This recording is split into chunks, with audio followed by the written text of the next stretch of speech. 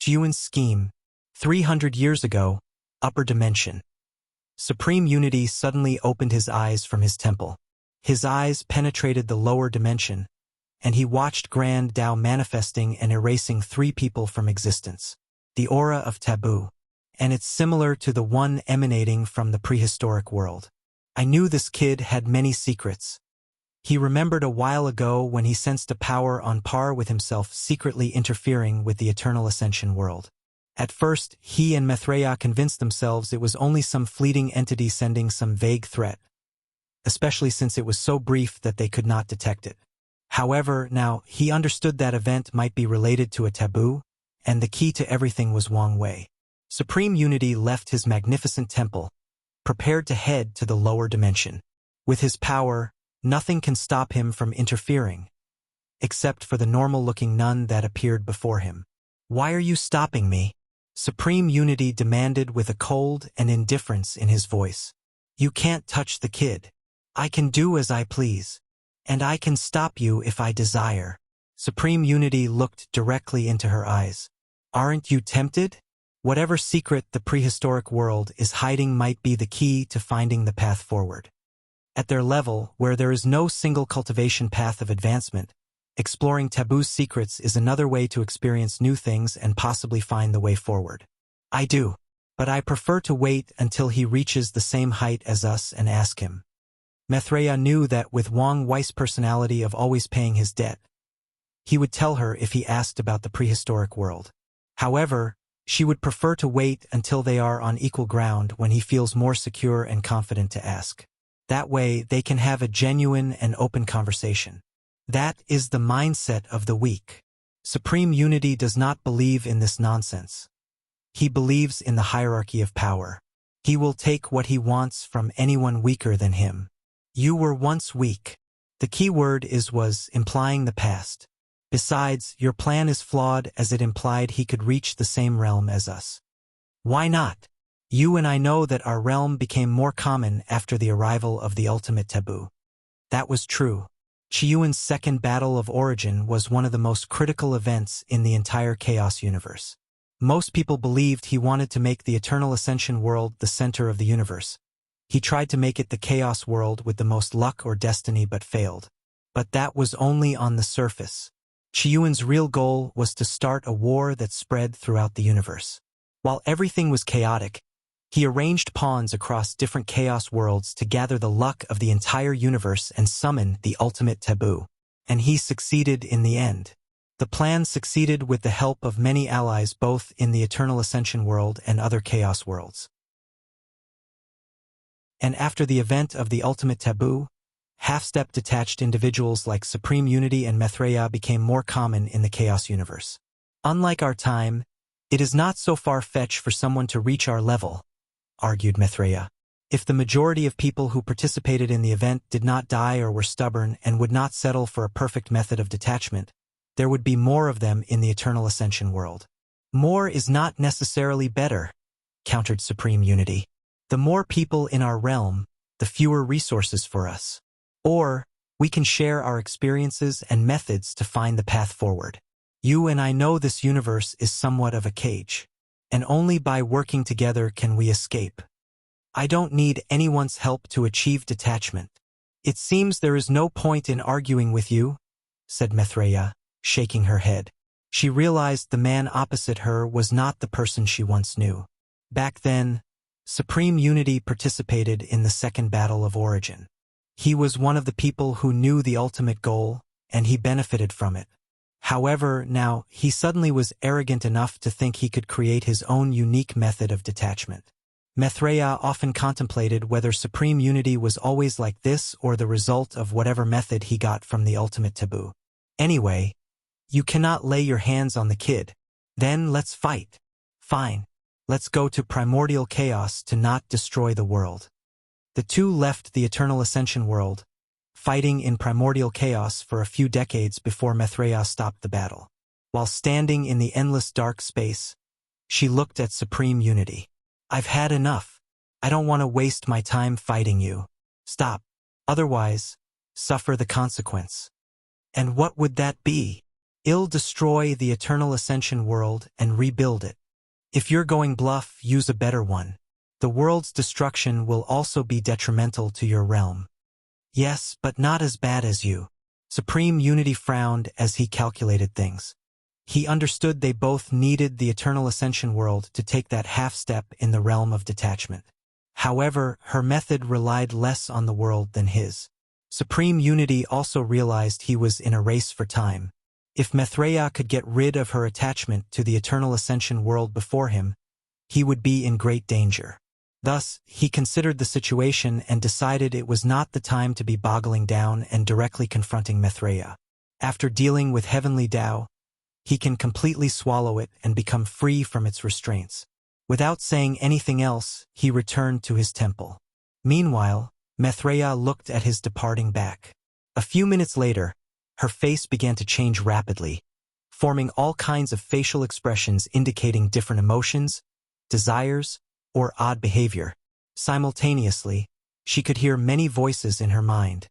An infinite number of them were all speaking simultaneously. This excruciating process lasted for more than 10 minutes before stopping. Still unstable. I need more time. She exhaled softly before looking in one direction. Why couldn't I divine the changes to the chaos universe but the all-seeing temple could? The temple only had a peak paragons with divination Tao. Many people decided to seal the temple during the Second Battle of Origin since their divination could affect the entire operation. Wu Hong oversaw the seal, and she even made sure no one could release them and even made sure they could not participate in the ultimate taboo. The upcoming turbulence of the universe is a sign that something as big as the ultimate taboo is coming. I need to prepare to not be swept by the tide and maybe find a way to move forward. After thinking for a few seconds, she looked toward the prehistoric world before leaving primordial chaos and returning home. She did not go to her temple or see her followers. Instead, she went to see an old friend. "What do you want again?" asked Wu Hong. "I just came to chat. Are you ready to explain what happened? I needed the stabilization of the world. I could not allow anyone to become paragon. I can deduce as much. But so many things are unexplainable. Why did you settle with a flawed method? You were as dedicated to the cause as us. The way you acted was weird and erratic. Did you regain your memories?" asked Maithreya. "No. Don't change the subject. I can't say for now. When you can say, we can talk." Wu Hong closed her eyes, indicating the end of the conversation. Maithreya sighed and prepared to leave. Then, she thought of something. What would that kid do in that situation? He would act shameless. A glint flashed in her eyes as she sat down before Wu Hong. "What is it now?" "I came here to drink tea with an old friend. I'm not leaving until I do." Wu Hong stared at her, and she did not flinch. "When it comes to patience, you cannot defeat me. I have no issue with sitting here for a few million yuan epochs." "You're really not going to leave?" "No." "Fine." Wu Hong waved her hand to manifest a tea set and serve the guest. However, she drank her tea in silence, not saying a word. Maithreya did not mind and simply enjoyed the company. After finishing her tea, she thanked Wu Hong before leaving with a smile. Unfortunately, Maithreya did not even have time to sit down before sensing something. She disappeared before teleporting to a corner of the Eternal Ascension world. Supreme Unity arrived at the same time as her. Both of them looked at something with somber looks on their faces. "The dark truth," muttered Maithreya, looking at the gray fog that appeared in the upper dimension. Visitor Gift Bonus Chapter. Thanks to DrewX for the gift. Sorry if the chapter has more mistakes than usual. I'm in a hurry and do not have time to edit. I'll do it later. Wang Wei lay in bed with his favorite wife. Of course, he would never describe her with the word favorite, fearing she would ask him if he had others that were not his favorite. He did not know he was so close to being killed after surviving the hooded man's catastrophe, nor did he sense his karma debt had increased. He was simply enjoying some time with his wife. As they were both reading a novel, Wang Wei suddenly said, "I just had a great idea." "What is it?" "Why don't you change your hair color to match mine? I think we would look good with gray hair. No, replied Wu Hong casually. Why not? I like my hair color. But we would look so cool if we match. In that case, why don't you turn your hair black? No, thank you. I like my current image and don't want to change it. That's what I thought. Wang Wei shook his head before continuing to read. Then, he suddenly remembered something. I got a gift for you, but I don't want to give it to you. Why? Wang Wei took out something from his space ring. Red-bottom heels? Commented Wu Hong. Yes, I made these ones especially for you, but then, I feel it would be a crime to cage those beautiful feet and toes. I would not expect less from someone with a foot fetish, she replied as she took one shoe and tried it on. Fetish has such a bad stigma to it, so let's call it appreciation. Despite saying these words, he could not remove his eyes from her long legs. He liked how the shoe perfectly fit with her feet and accentuated her model-esque legs, making them more attractive. Do you want a model for me? He asked. Sure, why not? Wang Wei immediately created a small world before controlling the fate of that world to evolve into something he desired, which was a model runway. He had the chairs, cameras, and everything. Of course, he had to make their illusions since he feared alerting Grand Dao because they were a product of science and technology. Wu Hong modeled for him, changing outfits and using different types of heels. Wang Wei took pictures and saved them through a magical artifact. Then it was his turn to model for her. This was fun, she commented as they returned to their bed. Indeed, replied Wang Wei as he watched her remove them. Conflicted about whether he wanted them on or off. He felt it was a curse for his wife to be so beautiful. Are you going to do something with them? Yes, I'm going to start a cultural revolution by selling them. That's a good idea. Many women will be interested in buying if you refine them as magical artifacts, she replied before suddenly stopping and giggling. What's funny? I just imagine people like Huafeng Huang, Zhen Biyu, and Mo Xingyun fighting in the heaven will battle with heels on. That's one of the reasons I'm doing this. I figured although there would be no merit for such an invention, I could gather some luck if they became popular enough. Plus, molding the world as I see fit is really fun. Reg in your God complex? Added Wu Hong before continuing her reading. God wishes he was me, sneered Wang Wei as he took a back to read as well. Wait, I have something I've always wanted to ask, but it always slipped my mind. What is it this time? Why did you appear in the lust part of my pagoda trial? He always remembered the anomaly that happened during that trial, where he saw Wu Hong's face and she betrayed him. He knew she was responsible for the anomaly as it was easy with her power, but he never understood why. I wanted to significantly impact you and prevent you from pursuing others. Unfortunately, my plan was not 100% successful since you're a man-whore and slept with other women. First of all, this kind of tactic is very manipulative and should not be used. Secondly, how am I on a man-whore? I only slept with 2 people before I met you. He rebutted with fake outrage. You couldn't keep it in your pants, so you're a man-whore. The first time was not even my fault. It was my mother's insistence. As for the second time, Wang Wei remembered his passionate night with Dong Lifen. Why should I turn down a beautiful woman who wanted to get me? No strings attached? It's called sticking to your ideals and self-control. Since you don't have both, you're a man-whore, she replied casually. But I'm a modern man. You can't expect me to see things the same way as these ancient people. You are mistaken if you think you're any different than them. Regarding sex, all men across the entire chaos universe are the same. Whatever. I won't argue with you. 'Cause you know I'm right. Wang Wei did not answer and continued reading his book and caressing her hair. He enjoyed these peaceful and calm times. What are you going to do now that the trial is finished? Any big plans? A few. 2 to be exact. Which are? The first one involved hunting.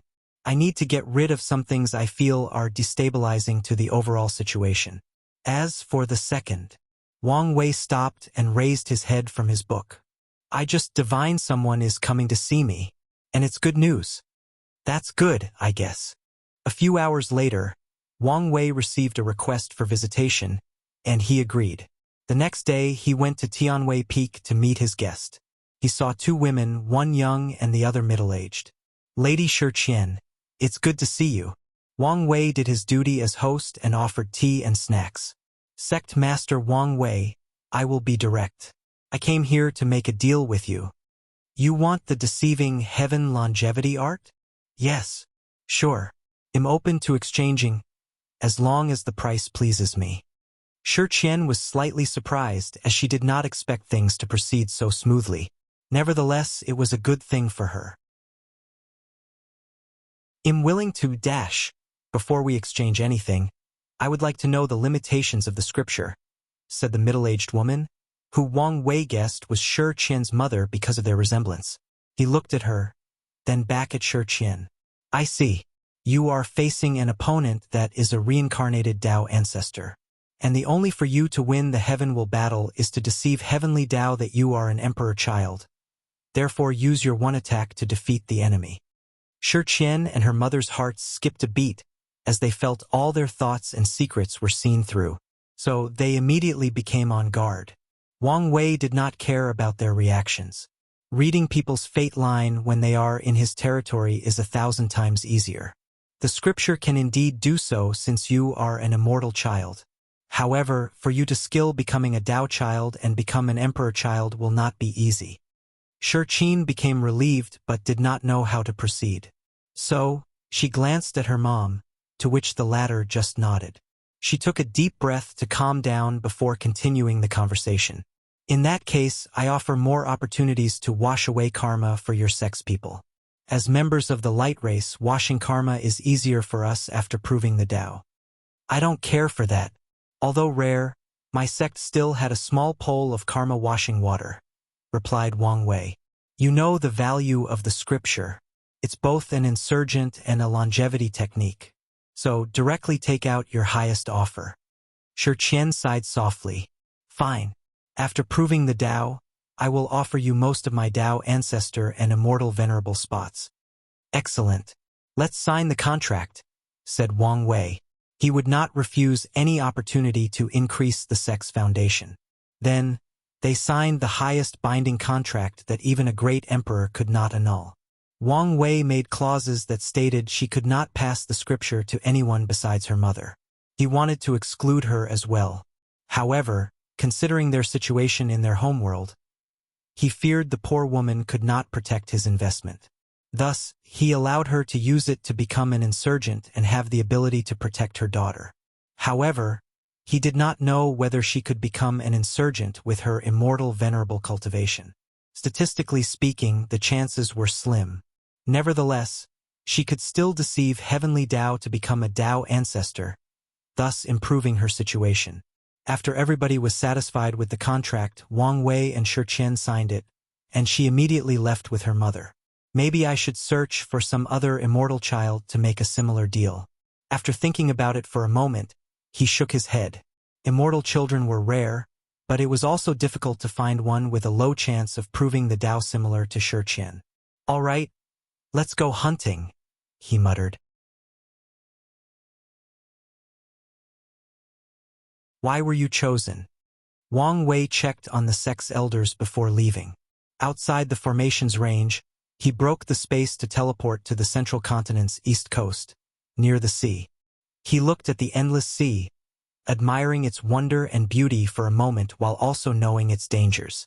He took out a talisman from his space ring and checked the information Wang Ju had just sent to him. He then flew into the sea, diving deep down with unimaginable speed. On his way, he saw countless sea demons, mainly the ones that resembled fishes. The majority range from body refining to divine altar and vary in size.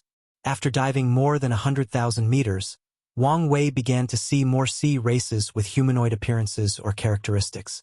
The creatures were between the supernatural and primordial spirit realms in this part of the sea. These creatures instantly became wary of him but did not interact when they realized how fast he flew. While diving deep down, Wang Wei took the time to scan the surroundings with his divine sense. The concentration of spiritual qi was on par with the eastern continent, and the deeper he went, the higher the concentration. He detected a vast amount of spiritual herbs and resources, especially ores. The sea race's culture was similar to the demon race, meaning that array and weapon refining was not common, resulting in abundant resources. The only downside was these ores and resources were mostly water and yin attributes. After diving over 100 million meters deep, Wang Wei finally discovered civilization. In front of him was the ocean floor and no more place to go deeper. However, in the middle of the sea floor was a building surrounded by arrays. He knew that place was an embassy that connected the surface world with the sea race. If any factions wanted to contact the sea race, they had to go through this place. However, Wang Wei was not here for an official visit. So, he flew into the distance, far away from the embassy, to a tunnel or vortex, which was the unofficial entrance that other cultivators must use. The sea race once wanted to block that entrance, but the other emperor lineages would not allow them to isolate themselves from the world entirely. As he flew through the vortex, Wang Wei sensed a mighty force tearing apart his body left and right. According to his calculations, the minimum requirement to survive this vortex was the primordial spirit realm, and a decent artifact's aid was needed. He followed the tunnel deeper under the ground to about 500 million meters underground. Bam! Wang Wei felt he had passed a barrier and entered a new world. His surroundings were no longer deep and eerie black. Instead, he thought he was above ground and under the sun. In the distance, he saw numerous constructions or underwater buildings. Some of these constructs were underwater, but some had arrays that separated the water. He saw large pieces of land, some as small as an island and others as vast as a continent. He saw a myriad of sea creatures and humans. The humans were easily noticeable since most of them had barriers around them to protect against the pressure. Few could withstand it like Wang Wei, making him an anomaly and easily noticeable. Without wasting time, Wang Wei turned invisible before teleporting to a particular island called Human Snake Island, which was the territory of the Tongue Shi race, a sea creature with the body of a human and the lower part of a snake. After secretly entering one of the stores and revealing himself, one of the Tongue Shi members kneeled on foot before him. "Young master, I did not know you were coming. At ease. I wanted to stroll around the sea, so I did not notify you guys." Wang Wei said calmly. "Where is he?" he asked, getting straight to business. Sun Jiaolong is hiding by also impersonating a member of the Tongue Shi clan. Do you know why he's here? We theorized the Sea Destiny Sword might be in the hands of the Tongue Shi clan. Wang Wei and the Shadow Guard theorized 3 places the sword might be. The Baishi clan, since they could use the Star Sage lineage to find the sword's location. The second is the Panlong clan, a sea dragon with black scales and venomous and water attributes. They were among the many creatures created before the Null Era and modeled after innate dragons. Panlong looked exactly like dragons, except they had no horns. The Panlong race is the most powerful emperor clan of the sea race, with 6 great emperors. They were the only group with the power and confidence to protect the sword. Finally, it was the Tongue Shi race. Although they only had 3 great emperors, they were the first sea race to cultivate a great emperor during the Incense Era. According to the Fate Shadows analysis, the Tongue Shi Great Emperor has a high chance of being the one who condensed the lodge of their entire race and forged the sword in the first place. "Give me his location," asked Wang Wei, and after receiving the information he needed, he headed to where Sun Jiaolong was lurking in his disguise form. Wang Wei quickly noticed that his human upper body looked different from his actual face. From a distance, he watched Sun Jiaolong interact with other Tongue Shi races, forming bonds and relationships. Wang Wei then closed his eyes and connected to the human sword destiny, trying to use its aura and power to sense other items of tremendous luck. He instantly felt the one Sun Jiaolong had, but he could not find the one belonging to the sea race. He stopped trying and gave up. He had a better way of knowing who had the sword, and if that did not work, he only had to wait until he proved the Tao to get his hands on it. Then Wang Wei acted. He waited until he was alone and appeared behind him, teleported him to a small world he had created. Although he wanted to bring him back to the surface, he could not directly teleport there unless he used a formation or used brute force and alerted too many people. "Wang Wei," Sun Jiaolong groaned as he deactivated his transformation. Why are you here? What do you want? He was on full alert since he knew how powerful the monster before him was. Mo Xingyun had explained the Nine Extremity Foundation to him and the others in the alliance. Something has been bothering me for some time now, announced Wang Wei. Why did the human destiny sword choose you? What are you talking about? It's a fair question. Why did it choose you? Because I was the best choice? Were you? If the sword's main criterion were talent, it would never have been your turn. If it was about the spirit of a sovereign, Jisong was a better match since he also was a crown prince back then. So why were you chosen? What's so special about you? Sun Jiaolong did not answer.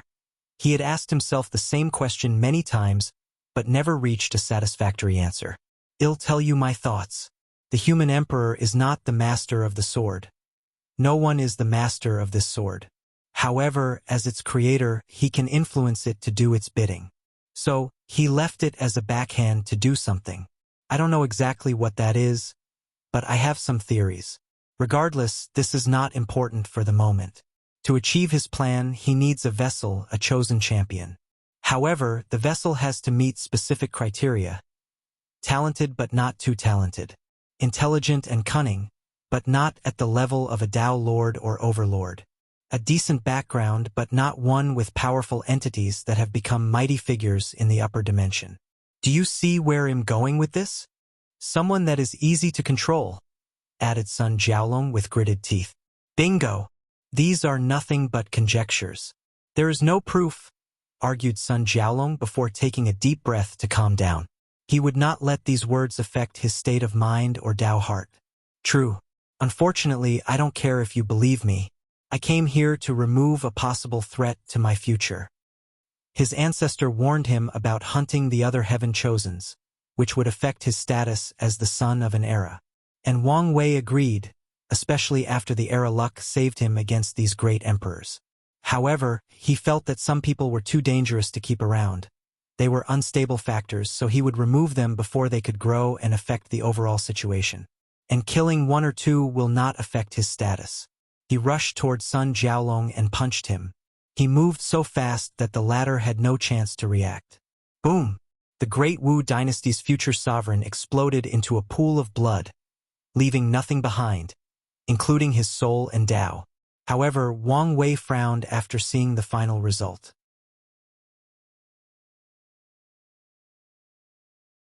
Fallen Dragon. Sun Jiaolong's body reformed while also transforming. He grew an additional 3 meters. Golden hair grew on his body, covering him from head to toe.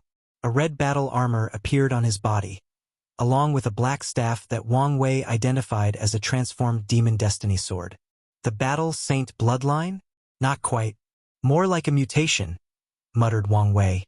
And immediately after the latter finished transforming, he rushed with incomparable speed and plunged his hand into Sun Jiaolong's chest, ripping it out of his heart. He also used the Rooster Zodiac Acupoint to convert his raw physical strength into spiritual power, destroying Sun Jiaolong's primordial spirit. Wang Wei calmly watched as the latter's body dropped on the floor, a fist-size hole in his chest. And as expected, the hole instantly healed, and Sun Jiaolong returned to the land of the living. Without hesitation, the crown prince flew away, creating a portal that would teleport him from this small artificial world. And when he exited the portal, he found himself in the same place. Wang Wei watched him with a mocking gaze. Interesting innate talent. You can revive yourself, and your battle strength will increase with each death. This must be the result of your strange bloodline, a bloodline made for battle. Sun Jiaolong did not answer but activated a void-breaking talisman instead. He only wanted to leave this place as far as possible. The space around him fluctuated, but nothing changed. He was still in the same spot. I can't even feel a domain. How could he be so powerful? Mused Sun Jiaolong as his mind raced, trying to think of a feasible solution to his predicament. Let's see how many times you can die and revive. Wang Wei glanced at him, and the power of death suddenly enveloped him. Sun Jiaolong dropped from the sky, dead despite no physical or spiritual injury. Death came to him, so he died. Nothing else, nothing more. It was that simple. Sun Jiaolong opened his eyes while breathing heavily, as if his lungs had not worked properly for a long time. Death was never scary to him, at least not until now. Things had gotten to the point he was about to be desperate. He opened his domain, which slightly surprised Wang Wei. According to his calculations, only the people who attended the trial should have made their breakthrough, and the rest should still be in the void-shattering realm. It seems this generation was growing even faster than previously predicted. He snapped his hand, and a bunch of strings materialized before impaling Sun Jiaolong, immune to the luck power of his domain. A red armor that covered his entire body manifested on Sun Jiaolong. He had used his law armor, condensing his power of law into an ultimate form of protection. Wang Wei secretly shook his head as he watched the strings impale him, ignoring the so-called defense. This kind of method was useful in the void-shattering realm but not in the Saint realm. It would have been better to condense his domain into a small area around him as protection. Although this tactic requires talent, Sun Jiaolong could do it after practice. His action showed his lack of battle IQ and the fact he had just entered the Saint realm and did not take the time to cultivate or practice. This is what happens when someone focuses too much on foreign aid, neglecting cultivation and individual strength. Wang Wei walked before Sun Jiaolong's corpse, and when the latter revived, he placed his hand on his head to forcefully read his memories and fate line. It was not the first time he witnessed Sun Jiaolong's life. After the heaven-chosen selection trial, he had read the latter's fate line. This time, however, he decided to be more detailed and not miss anything. He wanted to find any connection Sun Jiaolong had with the human emperor. Nothing, he muttered as he dropped the body on the floor. A few seconds later, a desperate Sun Jiaolong revived, his aura immensely more powerful. So, only 6 lives, commented Wang Wei as he sensed the latter would perish for good this time. And despite all these boosts, your strength is still nowhere near the immortal venerable level. A frown appeared on his head. The human destiny sword only showed up during rare times when the world needed it. I can conclude it appears in this generation because of the change in the era, and the human emperor chose you for the same reason. However, why are you so weak? Could it be he did not foresee that the power ceiling in this era would be such a high amount heaven chosen's? I told you. Am not the human emperor's pawn. Is that so? Then let's see. Wang Wei clenched his hand into a fist and punched. Bam! Sun Jiaolong tried to block with the demon destiny sword, but it was to no avail. Luckily for him, an unknown and mysterious power emanated from his body, sending Wang Wei flying away. Here you are, he groaned as he got up. That power was on par with one root Dao ancestor. So, was the human emperor planning on interfering with this generation's heaven will battle? Many things started to add up in his mind while also gathering even more questions. These people usually should not be able to influence the heaven will battle. But things might be different with the situation of true heavenly Dao. The human emperor should know one root Dao ancestor strength is not enough for Sun Jiaolong to win the final battle. So what is the point of his actions? Although he only recently achieved this level of power, Ditian was here since the beginning, and the latter should know what the 9-extremity foundation was. Unless his backhand was only to protect Sun Jiaolong in case of an emergency. The clear conclusion is that Sun Jiaolong's objective is not related to the heaven will battle but the whole karmic position of humans, Earth, and the heavenly emperor. More reason to kill him. The heavenly emperor position can only be mine. He had many plans for the position. Honestly, he did not know about the 3 karmic position until he learned about the Earth Emperor from Gu Shen's memories. However, he had long planned to create the position of heavenly emperor as part of his future plans. And this fact made him feel that the human emperor calculated him. He felt the latter was waiting for someone to create that position. Wang Wei did not like this feeling, so Sun Jiaolong must die. Suddenly, Wang Wei sensed something outside and checked with his divine sense. He saw a young man with jaws of sharp teeth smiling at him after detecting his scan. Is this Lian Chang from the Deep Squid Race? What an eerie aura, commented Wang Wei. Nevertheless, He did not want to deal with the political implications of his unannounced visit. So, he waved his hand to create a transmission array into his small world and teleported to the surface. As he floated above the sea, he closed his eyes to sense something. Northern continent? He broke the space and teleported to a mountain range where he sensed a secret realm protected by formation. He punched the secret realm and instantly destroyed it, revealing a disheveled Sun Jiaolong. He was not in the best shape, not only because of his injuries but because of the mysterious power that suddenly appeared in his body. I don't care if I'm a pawn. Please give me the strength to kill my opponent, he yelled in his mind. And someone or something answered his prayer. A terrifying power emerged from his body, giving him an intoxicated feeling. Sun Jiaolong looked at Wang Wei like a hunter looking at prey. Drunk on power? Until your end, you were a disappointment. He connected to his incarnations, increasing his aura to an even higher level than his opponent. A few minutes later, Wang Wei held Sun Jiaolong's corpse, dangling it in the air. He doubled, tripled, and quadruple-checked to see if the latter was absolutely dead. Even after sealing the Demon Destiny sword and putting it away, he was not sure and checked again. In the end, he burned Sun Jiaolong's body to ensure nothing unexpected occurred.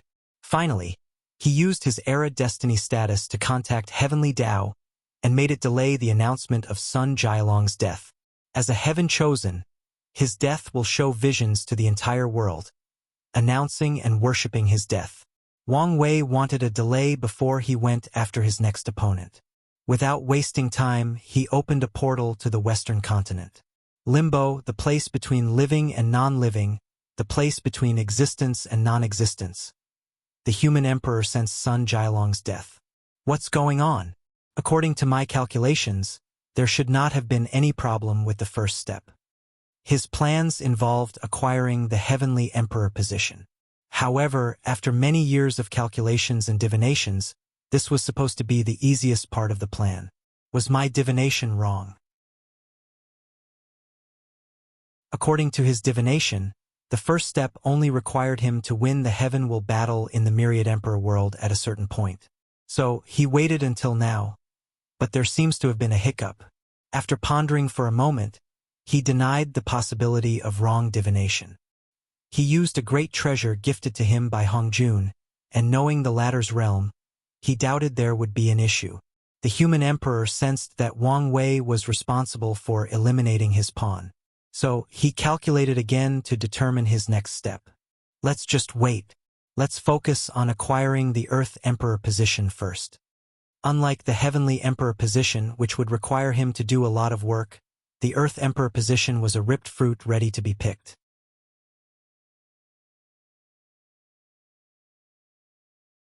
Known Truth. Gift Bonus Chapter. Thanks to DriusX for the chapter. Wang Wei went to the Western continent, in the Mo clan's domain. Of course, because of his previous rampage, he was not welcome in this place, so he had to hide his identity. A month passed, and Mo Xingyun was nowhere in sight. Wang Wei then decided to take a more proactive method. He contacted one of the Fate Shadow Guards with a high status in the Mo clan and had them find an excuse to send her out. This plan worked, but Wang Wei had to wait an entire 6 months before she actually left. And a few times he sensed this weird method trying to find danger, to be exact. He had to use many techniques to hide effectively. Luckily, his patience was soon rewarded as Mo Xingyun left the clan. Once she arrived at a destination, a few domains from her clan, Wang Wei finally intercepted her. Cautious, aren't we? Apparently not enough, replied Mo Xingyun calmly. Should I call you Mo Xingyun or Heaven-Devouring Emperor? Why would you call me by my ancestor's name? She rebutted. I have to say, your method is truly wonderful. No matter what technique I use, I cannot see any signs of body possession. Even your bloodline appeared normal. That's because your assumption is wrong. Mo Zhongyan. Then, how do you explain the anomalies? Why is it do you know things you should not know? I don't have to explain anything to you. True. Anyway, after confirming the Heaven-Devourer Emperor died miserably after many people jumped him, I've already labeled you as his means of revival. and that is enough for me to remove your existence. Wang Wei punched with all the power of his main body. Boom! The area around Mo Xinjian twisted as 10 small vortexes that resembled black holes protected her by swallowing the force of that punch. She was intact. For leaf strength and a terrific control of the Devour Dao, commented Wang Wei. His attack was on the level of 6 leaf, yet Mo Xingyun still swallowed it despite the fact it should have been over her capacity limit. And the reason for that is she has an unmatched speed for swallowing and refining anything she devoured. Her ability would be nothing even Wang Wei could do, even if he had cultivated the law of devouring. Should I be delighted for your appraisal? You should. However, I'm somewhat disappointed. Oh, and why is that? I can't sense the power of 9-extremity foundation from you. That's not something anyone can achieve. True, but you're the Heaven Devour Emperor. I am not. With your understanding of existence, you should have used the unorthodox way. Your words literally prove that I'm not the Heaven Devour Emperor, rebutted Mo Xingyun, trying to think of ways to get out of the situation. She pondered ways of escaping and surviving this encounter. No, I'm missing something, replied Wang Wei as if he was thinking out loud. One of the fastest ways for an emperor to revive themselves is to possess someone related to them by bloodline, since family is a perfect vessel for their powers and Tao. However, the order of heaven and earth would not allow you guys to simply participate in the heaven will battle and use your power to win. There must be restrictions, one of which is that you can only rely on the power and talent of the people you possess. You can use your knowledge and experience to make Mo Xingyun's body as strong as she currently is, but you cannot use your understanding of existence to use the unorthodox method of 9-extremity. She could only achieve 9-extremity if she had the talent to comprehend existence. Am I correct? Wang Wei's understanding of the world's order deepened. Heavenly Tao does not allow great emperors to abuse the heaven will battle system to cultivate, similar to the way the 5-heart emperor did. However, the latter will, in turn, ignore them if they use this method to revive themselves. Of course, Wang Wei did not believe all emperors could use this method, and there might be a price to pay. Otherwise, too many dead emperors would try this method to revive themselves instead of waiting for countless yuan epochs. As I said, I'm not my ancestor. I've only received some inheritance from him. Quick question. Don't you have some form of body dysmorphia? After all, you were once a man. Mo Xingyun did not answer, and Wang Wei shrugged his shoulder. He gathered the power of all his incarnations and punched. Fate Annihilation Fist. The entire domain trembled before creating a massive spatial tear. However, Mo Xingyun was nowhere to be seen. What an ingenious technique, muttered Wang Wei. Mo Xinjian's Proving Dao artifact is unique as it is used mainly to store the overspilled power that her body cannot swallow or digest. She devoured his entire attack with this method before redirecting it to open a spatial passage. Mo Xingyun used his power to remove his blockade of the surrounding. She was fast, efficient, and displayed excellent battle IQ. Her extraordinary ability has further convinced him the Heaven Devour Emperor possessed her body. Wang Wei left a clone to fix the damage he did to the spatial structure of this place. Meanwhile, his main body divined and calculated Mo Xingyun's whereabouts. After teleporting to her destination, he squinted his eyes. One of the forbidden lands, the swallowing zone. The power of time flashed in his eyes, and he saw her rushing inside less than a second ago. Wang Wei pondered for a moment before deciding against further pursuing. He was dealing with a possible eternal emperor, even if it was severely restricted. Not to mention, the Heaven Devour Emperor was a Tao Lord, which indicated his intelligence and cunningness. And taking into account the environmental advantage, Wang Wei was not stupid enough to fight Mo Xingyun in a place full of devouring power. After pondering about it for a while, he left. He was satisfied with removing Sun Jiaolong as a threat. As for Mo Xingyun, he placed her at the top of the list of people to be on the lookout for at all times. Inside the swallowing zone, Mo Xingyun waited for a few minutes. Not taking the bait? She muttered with slight regret. She knew this place like the back of her hand and had laid out killing methods all over this place capable of dealing with third-class emperors. Mo Xinjian gazed toward the center, still longing for what was there. She took a deep breath to calm down and rearrange her plan. If I want to prove the Tao again, I need a method to deal with these 9 extremity people. Her mind raced, thinking about the different possibilities. I need a powerful magical weapon on par with them. Heavenly Tao had strict rules on using foreign aid for the Heaven Will battle. For example, participants could not use a Tao ancestor-level puppet to compete or a talisman on that level. Mo Xingyu knew that in the beginning Emperor era, Heaven Chosens could not even use Emperor weapons in their battles in the beginning Emperor era. However, she also knew a loophole to this rule. She could use foreign as long as she refined it herself. For example, if a weapon refiner created an immortal weapon, they can use the weapon during their Heaven Will battle. And that was exactly her plan. Mo Xingyun began to use the surrounding formation to gather and condense the power of Devour in the area.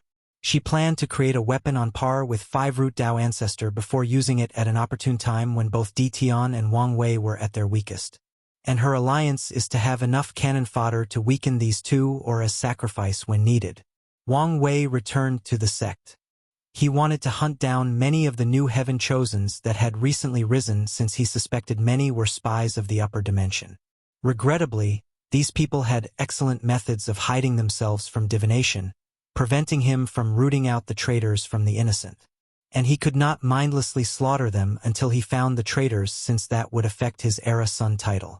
Of course, he would not give up so easily. Since he could not divine their identity, he would use his intelligence network to find who he was looking for. He contacted Wang Ju as soon as he returned home to get information from her. How is it? Did you identify anyone? Yes and no. We have identified a few people who we could label as small fish, she explained. As for the truly important individuals, we only have one suspect. She showed him a picture using an image talisman. It was a picture of a young man with dark eyes with no pupils or iris and a flame mark on his forehead. Yu Zhu, a member of the soul race.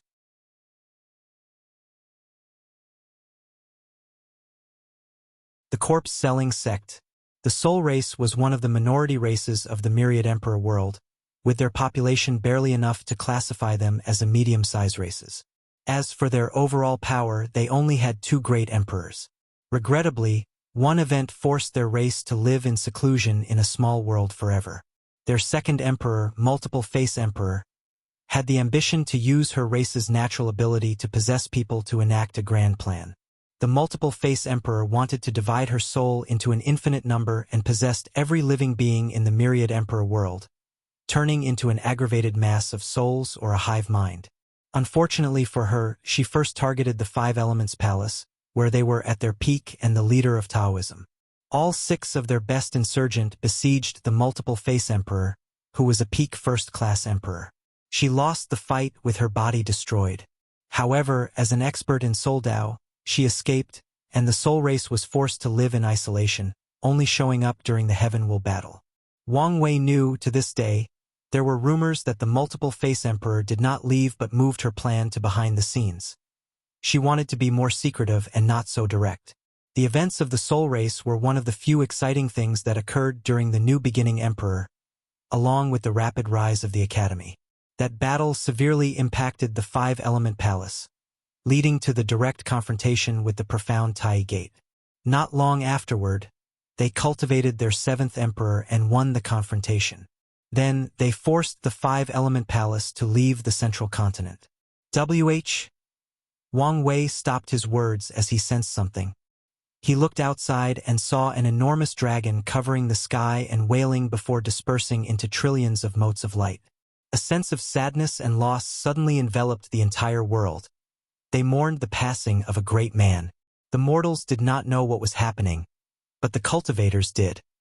A heaven chosen had perished. They quickly calculated who it was and learned it was from the great Wu dynasty, Sun Jiaolong. And, of course, they wanted to know who did it. No answer. No one could divine information about Wang Wei unless they were at least a 3rd-class insurgent. Nevertheless, He knew people would find out it was him since he was not exactly careful about hiding his whereabouts. The Great Wu dynasty definitely already knew since it had been 6 months since their genius died, and they would instantly know after his soul lamp was extinguished. And any intelligent person can deduce that only the Era Sun could delay the announcement of a heaven-chosen's death. After Sun Jialong's funeral, Wang Wei proceeded with his life. What is so special about this person? Recently, the corpse-selling sex business has been booming. Many people want good corpses to possess in the hope of being lucky and increasing their talent, explained Wang Ju. Body possession has some advantages that many people want to take advantage of. For example, some races are naturally gifted. By possessing them, an individual will get rid of the shackles of their talents and achieve wonders in the cultivation journey. The only problem is ensuring the soul fits perfectly with the body. Cultivators require many techniques, arrays, and resources for the process. And there is a limit to the number of times someone can exchange body based on their cultivation. Most cultivators, even someone as naturally talented as Wang Wei, can only have between a 95 to 99% fit with any bodies they possess. But the soul race does not have any of these issues. However, Yu Zhu asked for a very specific body. The requirements were so stringent that the corpse-selling sect had to contact its other branches to get it for him. Wang Wei squinted his eyes. The corpse-selling sect can be considered one of the most powerful factions of the Endless Void, and they most likely hold the first position. There are branches scattered in every heavenwell world, and many have one or more great emperors. Their sect operated as if it was a business or corporation, focused only on selling corpses. They rarely provoke or clash with anyone. They are the epitome of low-key development.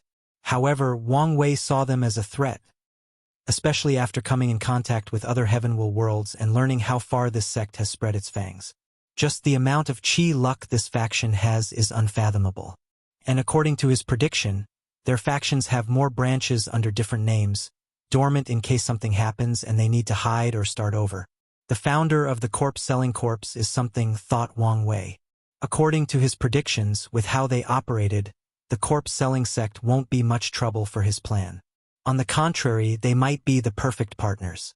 However, he wanted the luck of their factions for himself. The problem was their founder. He didn't know who it was yet, but whoever it was must have been a brilliant man. What Wang Wei worries about is this person is now one of the paragons in limbo, and he will one day use his sect's chi luck to revive. And if he dips his greedy finger into the latter's food, he might create an enemy for himself, an enemy who was possibly on par with his ancestor. Do you have any information about Yu Zhu from when he was in the soul race's small world? Yes, replied Wang Ju before giving him the sleeper's information, and Wang Wei frowned. He suspected Yu Zhu was a spy from the upper dimension. However, his life had no anomalies. There was no sudden change in demeanor, behavior, sudden strength gain, or anything odd. Yu Zhu was one of the many geniuses of the soul race. And after defeating the others, he received the support of the entire race to cultivate for this generation's heavenwell battle. If Yu Zhu is a spy, then it can mean two things. The method used by the upper dimension is not something we can detect. Secondly, they have been infiltrating the Myriad Emperor world since the beginning of this generation, commented Wang Wei. Do we have any other evidence to suggest he is a spy and not just from our world? Yes, it's the flame mark on his forehead. What does this have to do with anything? This kind of mark could be a fashion sense or an indication that Yu Zhu cultivated a powerful flame technique.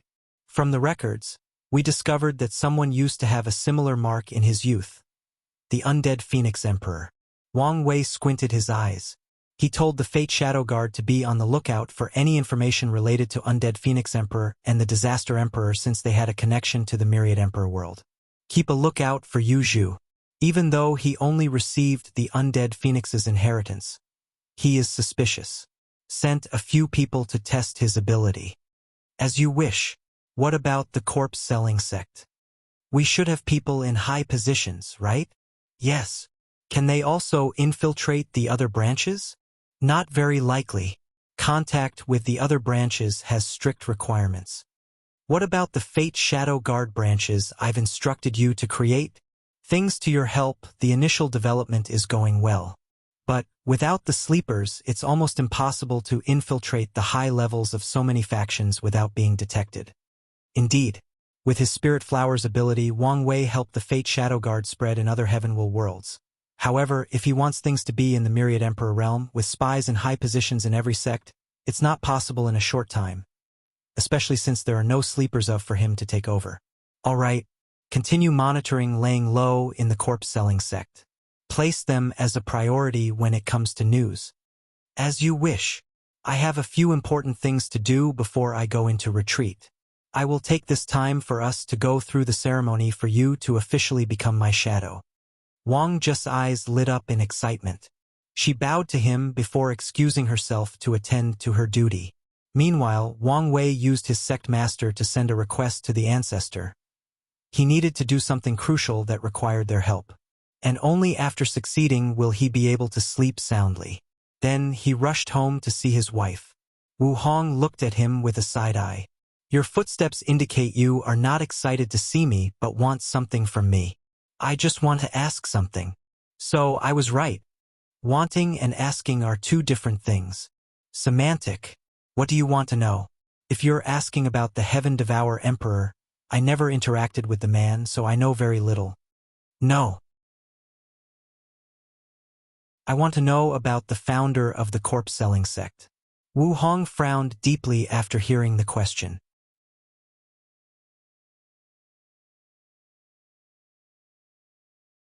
Death Reverence. Gift Bonus Chapter. Thanks to Drew-X for the gift. You're asking about Death Reverence? Is that his name? Commented Wang Wei. The corpse-selling sect's founder was a mystery because no one knows where the original sect started. Two branches claim to be the main one and where the founder originated, from the soul sublimation world and the underworldine world. The corpse-selling sect in both these Heavenwell world has cultivated 5 great emperors and is the branch with the highest number. Do you want to deal with the corpse-selling sect? Asked Wu Hong, somewhat worried. Yes, I feel their faction's chi luck is worth the trouble. But I want to know your opinion. I don't know. What do you mean? I'm somewhat conflicted, reiterated Wu Hong. Part of me wants you to deal with them as this might be the only chance. However, I also don't want you to have anything to do with Death Reverence, especially early in your cultivation journey. So, who is this person that even makes you hesitate? Death Reverence was a boundless paragon on par with me and your ancestor. He played a significant role in all major events. However, we did not like him since we were always wary of him. Wary of what? Of his ambitions, ideals, goals, stated Wu Hong. When he was young, he became obsessed with death. He believed death was a beautiful thing that all things in existence should experience. That's dangerous. Yes, with his unparalleled talent, it was a recipe for disaster. So what exactly did he do? We originally thought he spread the corpse-selling sect throughout the endless void to gather more luck and stuff. However, something he did during the Second War of Origin made us realize his real intention. Wu Hong paused to recollect, and Wang Wei became intrigued. There was this one particular source chaos world that was troublesome to conquer. Some unknown power isolated it, and we could not directly descend. We infiltrated it by sending clones, hoping for them to cultivate and rise to the top before taking it down from the inside.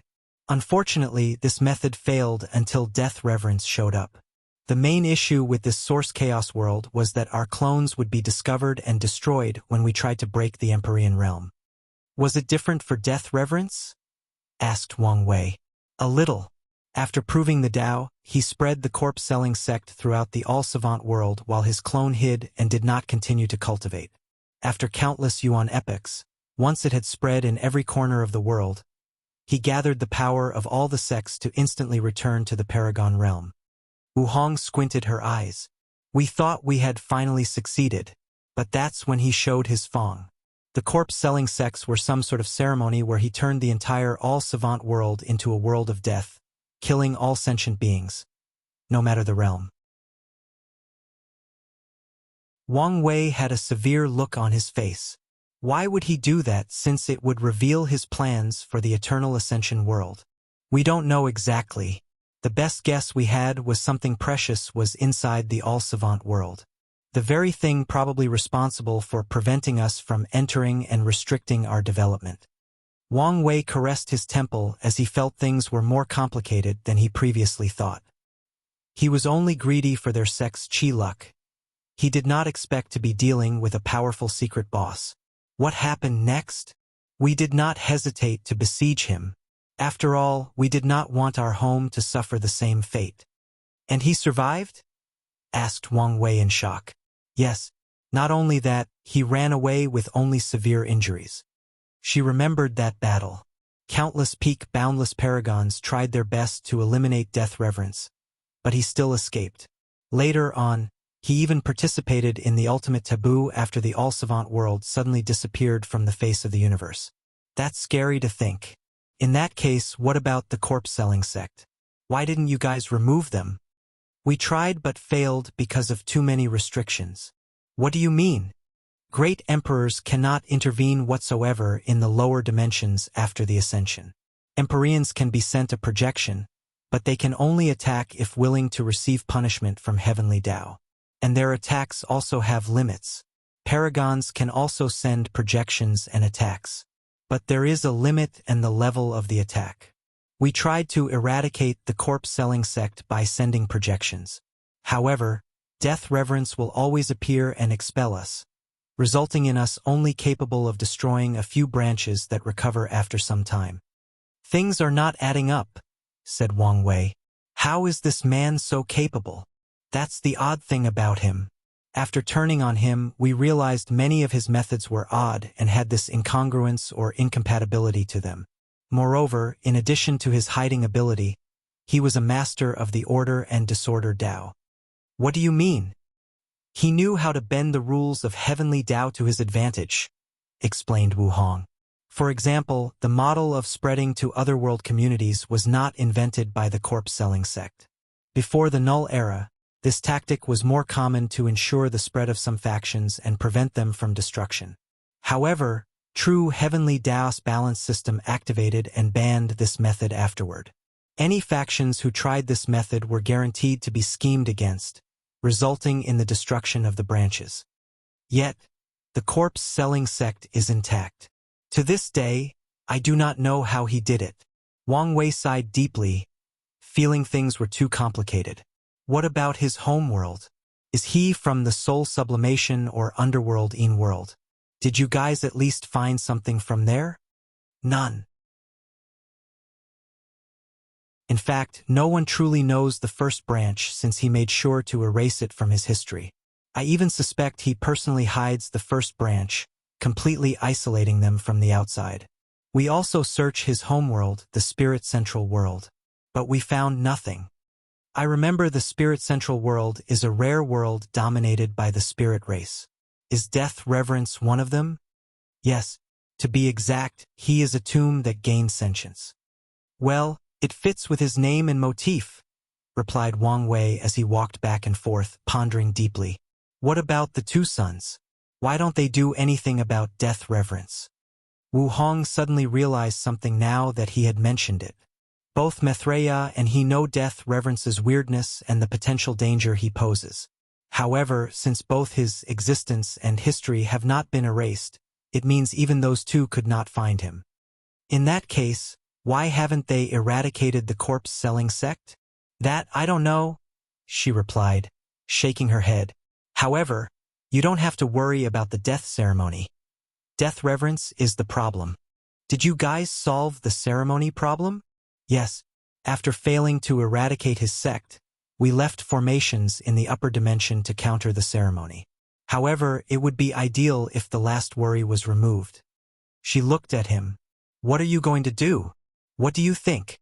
With your plans, you will be in a unique position in the endless void. So, dealing with the corpse-selling sect should not be a problem. However, I don't want you to deal with Death Reverence so early. This man gives me a bad vibe. Wang Wei understood her hesitation. Death Reverence is talented, extremely powerful, cunning, and has many weird methods that even the two sons cannot detect. dealing with such an opponent at the current stage of his cultivation path. Of course, he had some advantages, but the cards were not stacked in his favor. Is he in limbo like the others? Yes, that's good news for me. However, it might not be enough. So, what are you going to do? I'll decide after proving the Tao. Too many things could happen from now until then, and Wang Wei wanted to watch the situation. As of now, he was leaning toward eradicating the corpse-selling sect. And it was not because of their chi luck, but because his intuition told him that death reverence might be a problem for him in his later years of cultivation. And if he can damage him in any ways possible, he would take the opportunity. Simultaneously, he did not have to eradicate them now or doing himself. He could leave the means for others to do it and give the order after he ascends and reaches a certain cultivation level. It will all depend on the situation after proving the Tao. After chatting with Wu Hong and planning ahead, he went to check on his science and technology world while waiting for news from his ancestors.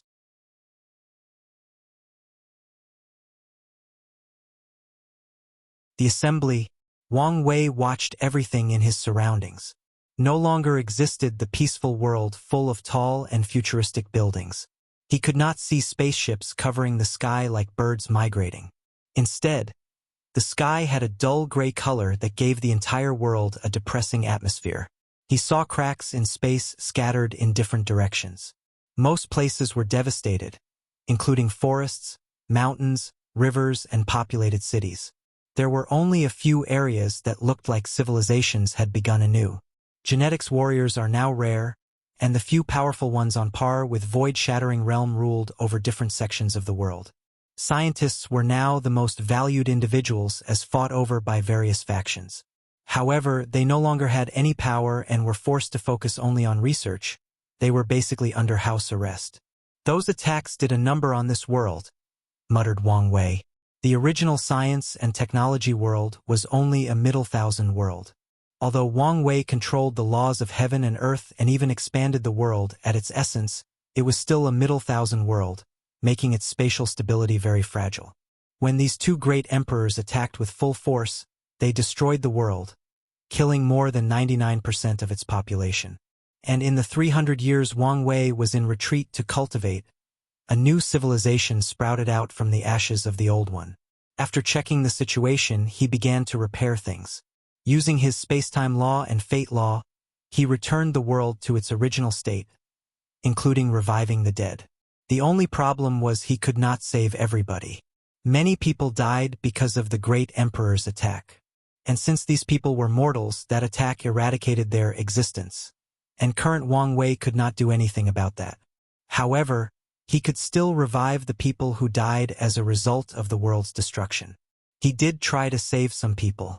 Wang Wei tried using his past, present, future karma technique to save some people. He sent the news to one scientist in the past using a karma connection. He tasked the scientist to build a bunker for people's safety. Without heavenly Daos restrictions, he can use his powers to do many things. Although the scientist could not convince many people the world was about to end, he did convince some. Unfortunately, this method failed as these people who died at the Great Emperor's attack still died even if they survived in the bunkers. As Wang Wei watched these specific individuals erased from existence, he muttered, "So, Great Emperors have some form of causal or temporal immunity to attacks, spells, and techniques below the mortal realm. By all logic, Wang Wei changed the past, and these people should have survived. But this was not the case. Helpless, he continued to return the world to its previous state. He returned society to its original order, but he had to deal with the lack of population. He tried to clone the people he could not revive. And as expected, the Emperor's power did not allow these people to revive themselves in this manner. Helpless, he had to resort to create a large number of clones before modifying their faces. Luckily, there would be no problem in a short time because of the advanced genetic technology of this world. Nevertheless, Wang Wei also passed laws to encourage birth growth. He even removed the memories of the catastrophe from most of the population to prevent mass hysteria, depression, and anxiety. Finally, he left the blood samples for Saint, Supreme, and Quasi-Emperor for the scientists to continue their research. After exiting the science and technology world, he was somewhat worried that Grand Dao would show up and waited for a few minutes before he could move. He sighed in relief while also wondering how powerful Hongjun was even to protect him from Grand Dao. For the next few days, he waited for news from his ancestors while spending as much time as possible with his lovely wife. A week later, he received a summon and teleported to one of the sect's secret realms. "You are?" he asked, looking at the middle-aged man before him. He had a peaceful aura that indicated he was a very stable person. Maybe too stable. "Origin 1. You can call me Sir Origin." Wang Wei cupped his hand to salute, but Origin 1 stopped him. "You're the sect master. You don't need to salute any of us." Wang Wei nodded, knowing this was one of the sect's rules. "Is everything already prepared? I thought it would take longer," continued Wang Wei. "During Gu Xian's trial, we already had a semi-official alliance, so it was simpler to gather everyone." "That's good." He nodded. "Can I ask you a question?" "Sure, but I might not answer. I've heard about the others. Sword 1, Desolate 1, and so on. Do you all cultivate the same Tao as our emperors?" "Some of us do, but not all of us," Sword 1 replied.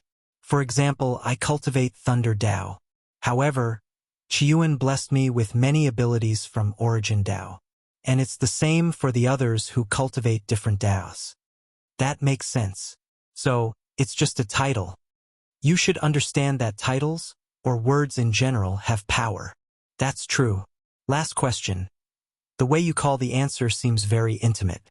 Did you know him personally?" "Very astute," commented Origin 1.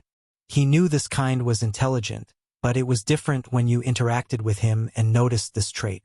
"I was one of his elders back in the ancient Wang clan. I supported and protected him when others scorned him for his ideas and beliefs.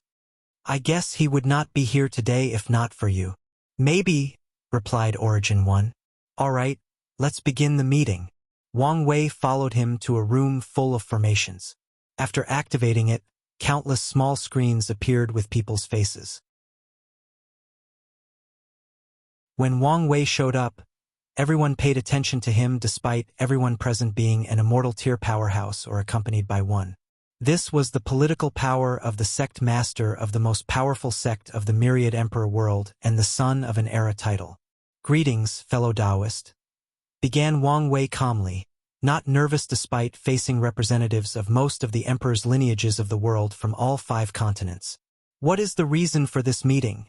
asked the Panlong race patriarch, who had an insurgent of his clan also accompanied.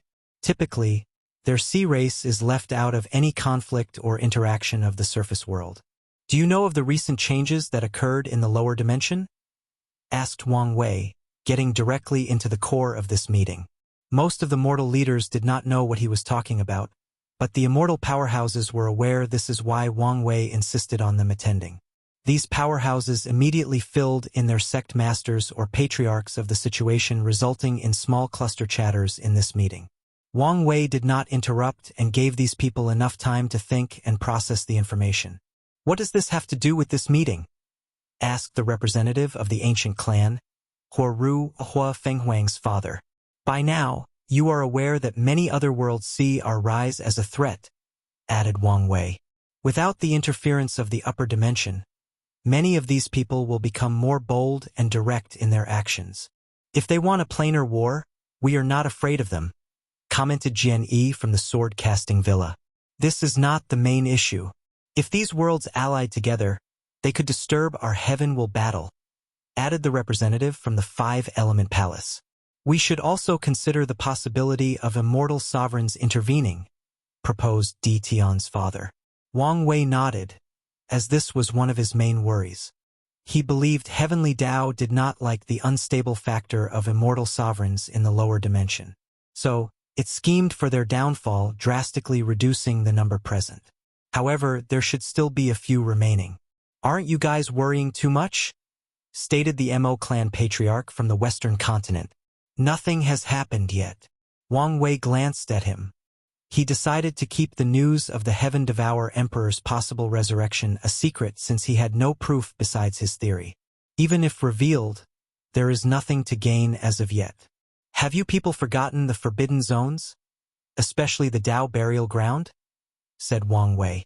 Without pressure and possible intervention from the upper dimension, who knows what these people will do? Indeed, the forbidden zones have become a liability for the myriad emperor world. In the current state of the world with no immortal sovereign, dealing with any eternal emperors is a recipe for disaster. What do you suggest we do? Asked Tan Zichen, the sect madam of the Eternal Dream sect. You must have some solution if you ask us here. Yes, replied Wang Wei. My solution is simple. We need to activate the Human Protection Array. Not just it, but the Demon and Sea Race Protection Array.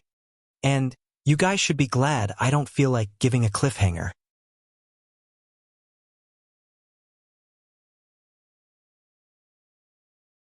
Good faith. The Human and Demon Protection Array is the primary reason the Myriad Emperor world did not entirely succumb to the Devil Race invasion. With its help, many eternal emperors died when trying to overthrow the balance of the world. With its service, the Academy could also exile the Heaven Devourer Emperor. The only downside was it would activate itself when the world was in danger, indicating it had a consciousness. However, with the Human and Demon Destiny Swords showing up, it could be actively activated and controlled. Your plan is good and all, said Panlong Clan Patriarch. But the Sea Race does not have a protection array. Patriarch Long, at this point in history, we all know that's a lie, rebutted Wang Wei. For your race to prosper, they must have a luck-condensing artifact. And one of your emperors should have calculated the benefit of a racial protection array. Even the spirit race with the smallest population definitely has those two things. Junior, you are calling me a liar? Demanded the Panlong Patriarch with a slightly raised voice. Junior? Said Wang Wei with his usual calm demeanor. Since when did the cultivator world respect strength? Long Hai, I give your respect because of your status, not your strength. Veins appeared on Patriarch Long Hai's forehead. Not convinced? You can fight me and learn how many fingers I will use to destroy you and make you contemplate your existence. I guarantee if you survive more than one, your name will forever be entrenched in the annals of history. The meeting became quiet as many people, mostly the mortal representatives, suddenly realized something. The younger generation had surpassed them. Many heaven chosens in this generation are already true persons, meaning they are in the same realm. And even the ones who broke through after the path of Supreme was no longer cut realized that their new realm didn't matter since these geniuses can still fight and defeat them. Excuse my patriarch for his outburst, said Panlong One, the Panlong race's insurgent. The Sea Race will partake in this endeavor and do its part. He decided to defuse this situation since things could go wrong for them. Unfortunately, he was a little too late. The Sea Race has always been suspicious. Everyone looked at the spoken person, and it was Chun Chun, a younger generation and recently appointed sect master of Origin Weapon Mountain. What's the meaning of this? Asked Panlong One. From a historical perspective, your race has suffered the least in all the world's catastrophes. You stay isolated in your sea, out of reach with no trouble, he reiterated. That is far from the truth. The bald monks of the incense era hunted and forcefully converted our race. The devil race slaughtered us in large quantities when we refused to betray our home and join them. We lost many immortal sovereigns while fighting with the surface world. We also suffered. That may be true, but enough, declared Wang Wei.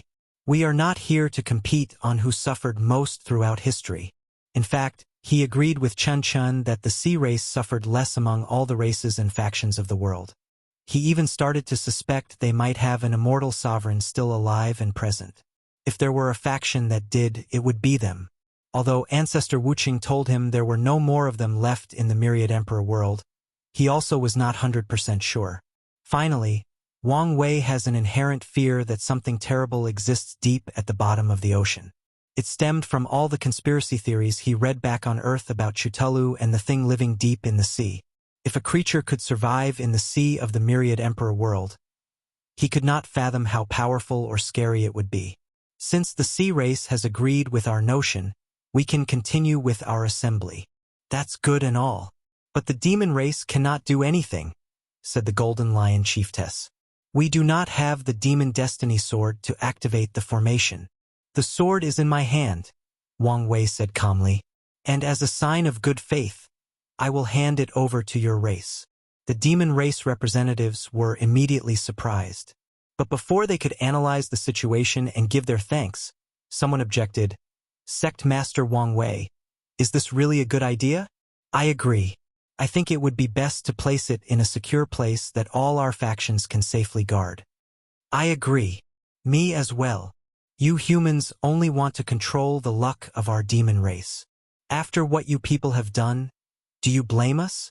And what about what you've done to us? Argued the demon representatives. After billion years of suppression, you've killed more of our race than the Golden Ape Emperor ever could. Our actions are only to prevent history to repeat itself.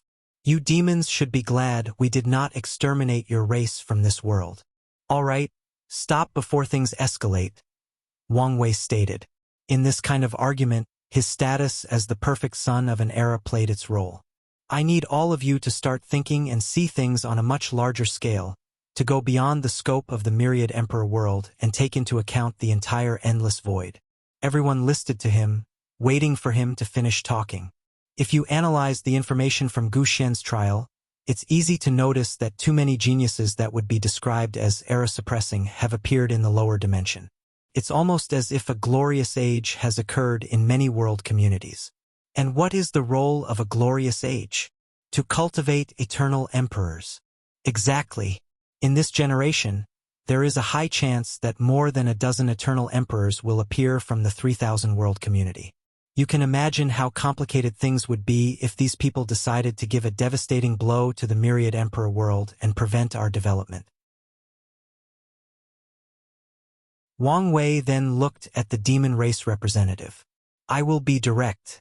Your demon race is a potential problem. Your resentment for the human race can easily be exploited, leading to your betrayal. We would never do this. The myriad emperor world is as much our home as it is yours, humans, argued the Golden Rock Chief.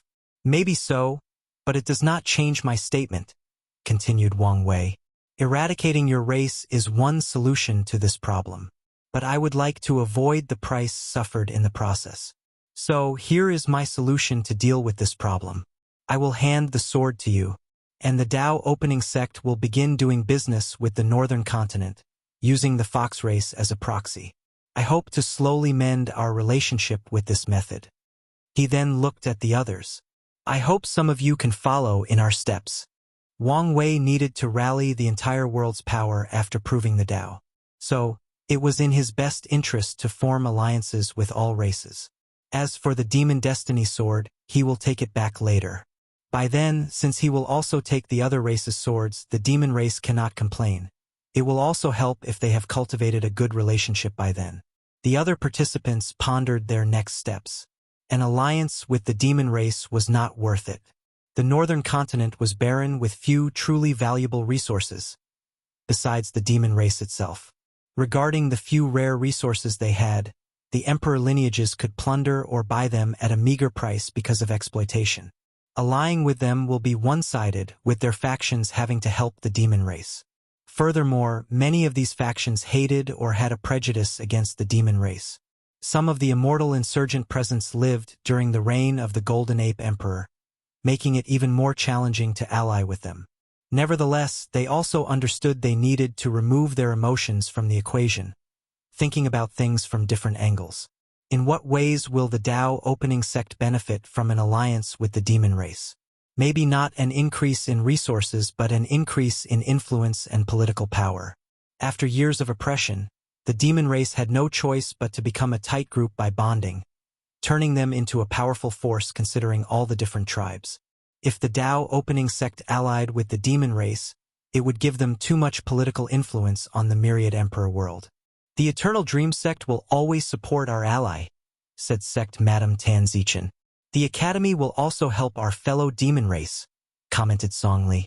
After him, many of the top emperor lineages, like the Sword Casting Villa, the Tai Profound Gate, and the Een Moon Palace, also agreed, just because they didn't want the Dao opening sect to increase its influence. Wang Wei nodded as if he did not care. These people had impure motives and would show up during their interaction with the demon race. Meanwhile, he was considering things from a higher point of view and genuinely wanted to cooperate with the demon race to ensure the success of his plans. On behalf of the demon race, we sincerely thank everyone present. The Golden Lion Chiefess remained composed as she knew these people might be only words. She would not have any hope until she saw fundamental changes in the northern continent. Since we have come to an agreement, let's discuss the issue of resources, stated Wang Wei.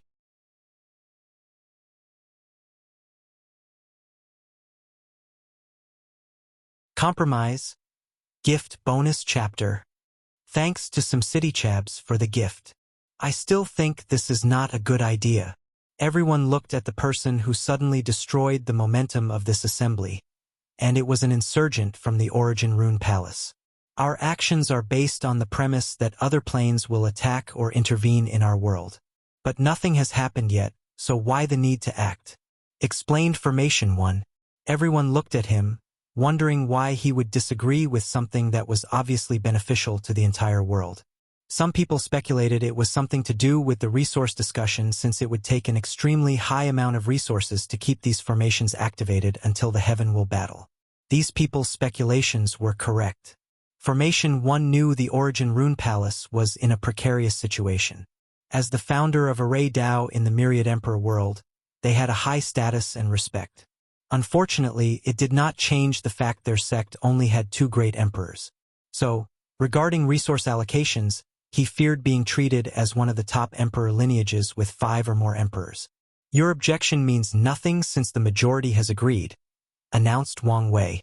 The juniors in this generation seem to have massive egos, replied Formation 1. Wang Wei was calm while everyone watched with intrigue, waiting for his response. Do you want a beating? Asked Origin 1 with a fierce light in his eyes. If you do, I won't hesitate to break into your sect and give you. Formation 1 almost choked with anger after hearing this. He took a deep breath to calm down. Does your Dao opening sect want to use its power to force people? I've made a good point, and am sure some people feel the same way. It's not about using our power, rebutted Origin 1. It's about not giving the title of sect master of our sect any respect. So watch your words and tone. Fine, I admit I went out of line, admitted Formation 1. But my point is valid. Nothing has yet to occur, and we might be overreacting. It's fine if you don't want to participate, Wang Wei interjected. Your sect will not be included in the protection area of the formation. He then addressed everyone else. The same goes for all of you. If you don't want to participate, it's fine with me. As the holder of the Human Destiny Sword, I can activate the array only to protect the Dao opening sect when dangers arrive on our doorstep. That's not how the array works, rebutted Formation 1. It's connected to the luck of the human race and must protect us humans, not the Dao opening sect. He had lived through the rise of the Great Qin dynasty and the creation of the array. I can still make the Dao opening sect the array's center. Furthermore, I can use my title as a son of an era to convince Heavenly Dao and the array that anyone who voted against this assembly is detrimental to the safety of the human race and not worth its protection. Can the era son do this? No one knew for sure. A few appear throughout the world's history, but none were complete son of era, where Heavenly Dao gave them all destinies without any competition. It would be pointless for some of us not to participate. That would be counterproductive to our objectives, commented the 5 Elements Palace sect leader. If the array did not protect some factions, the foreign threats could use them to enter the Myriad Emperor world. Sect Master Wang Wei, you must have considered the issue of resources allocations? He continued asking. I have, replied Wang Wei before sending them a spreadsheet analyzing the resources each faction needs to pay to maintain the formation. The number is based on the amount of territory you occupied and the publicly available business or resource gathering spots that each of factions has. The number appeared a little high. As I said, it's only an estimate based on the resources you publicly display. If you consider the hidden ones, it's nothing much. No faction would publicly display all its wealth and resources. And taking into account that the burden will be shared with so many people, it is not much in the grand scheme of things. I only have some issues with the demon and sea race, continued Wang Wei. I know the demon don't have many resources despite having such large domains. So, the Dao opening sect will help you bear the burden until our cooperation bears fruit and you can stand on your own. We will gladly accept your aid, said the Golden Lion chiefess. And we promise to one day repay the Dao opening sect. That's fine. Wang Wei knew the demon race still had pride and accepted their promise of repaying him. Anyway, he would not refuse to get his money back. Furthermore, he understood he needed to give them a certain autonomy or dignity to ensure a proper alliance between the two factions. As for the sea race, it was hard for me to get a good overview of your finances. So, you might have to modify it amongst yourselves. The sleepers did not pay much attention to the sea race like everybody else. So, even after taking over their operation, Wang Wei was still lacking compared to the surface world. Wouldn't it be better for each race to be responsible for their arrays? Finally spoke the Tung Shi matriarch.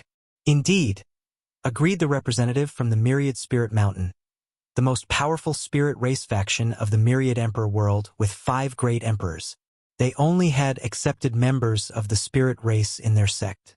The spirit race had the lowest population, and if they only paid for their race's array, it would be cheaper for them. So they agreed with this statement. I've considered this. But if that were done, it would result in us humans paying too much and the demons not being able to pay at all. And what's wrong with that?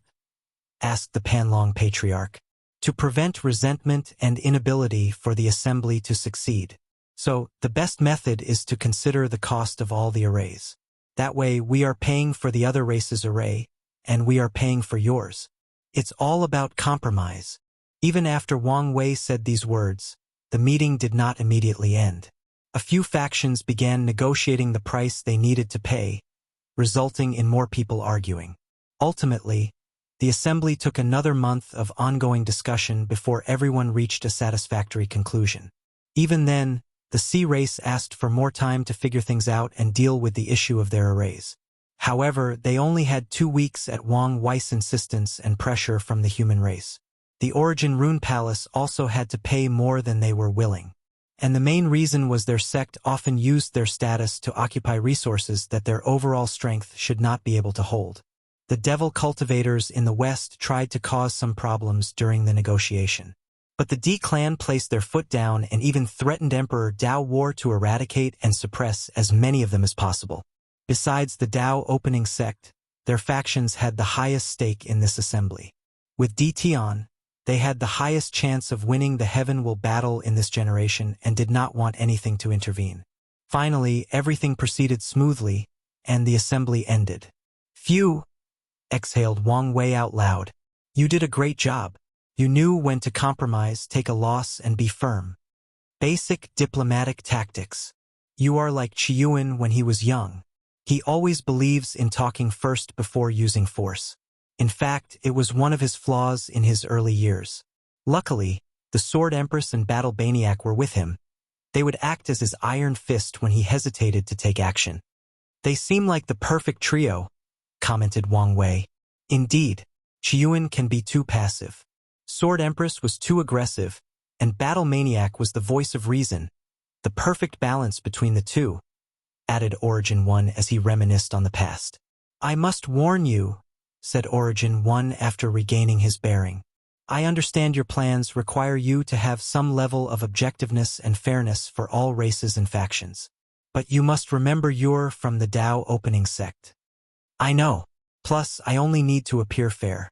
But the sect will always be my main priority. As long as you understand. I know it might be annoying to be constantly nagged by us old man. But our wisdom and cautiousness are the most valuable things we have to offer. Wang Wei nodded, as he would never dismiss the advice of someone who has lived so much longer than him and experienced so many things. So, after briefly chatting and reassuring Origin 1, he contacted the demon race to finalize their cooperation.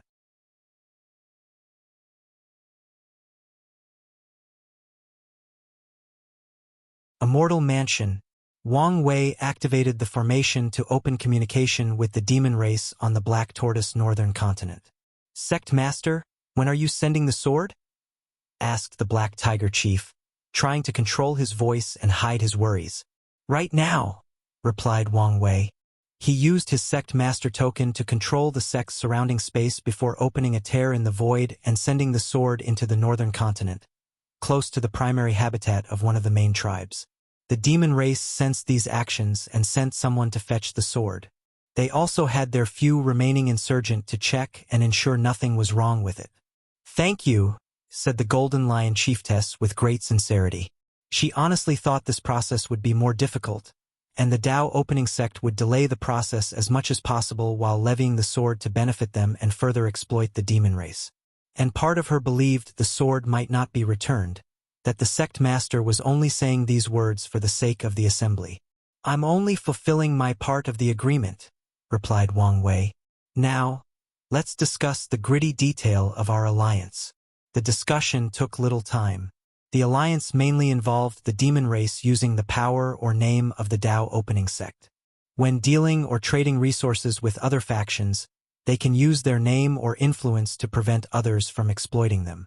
They can use the name to prevent others from occupying rare resource mines on the northern continent, plundering it before leaving it barren. They can use the sect's name to prevent others from draining most of the spirit chi from the northern continent and even use some measures to alleviate the situation. The alliance's essence is to target the root of the demon's race decline, and to ensure their prosperity and establish good feelings with the demon race.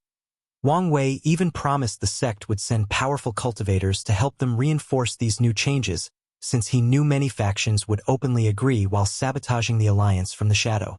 I have to say I was surprised, Sect Master Wang Wei, commented the chiefess. It seems you genuinely want to ally with our race. The prosperity of the demon race will benefit the entire world. Once he returns the environment to its innate chi space, the demons will have a resurgence because many of them have some innate lifeform's bloodline mixed with their lineage.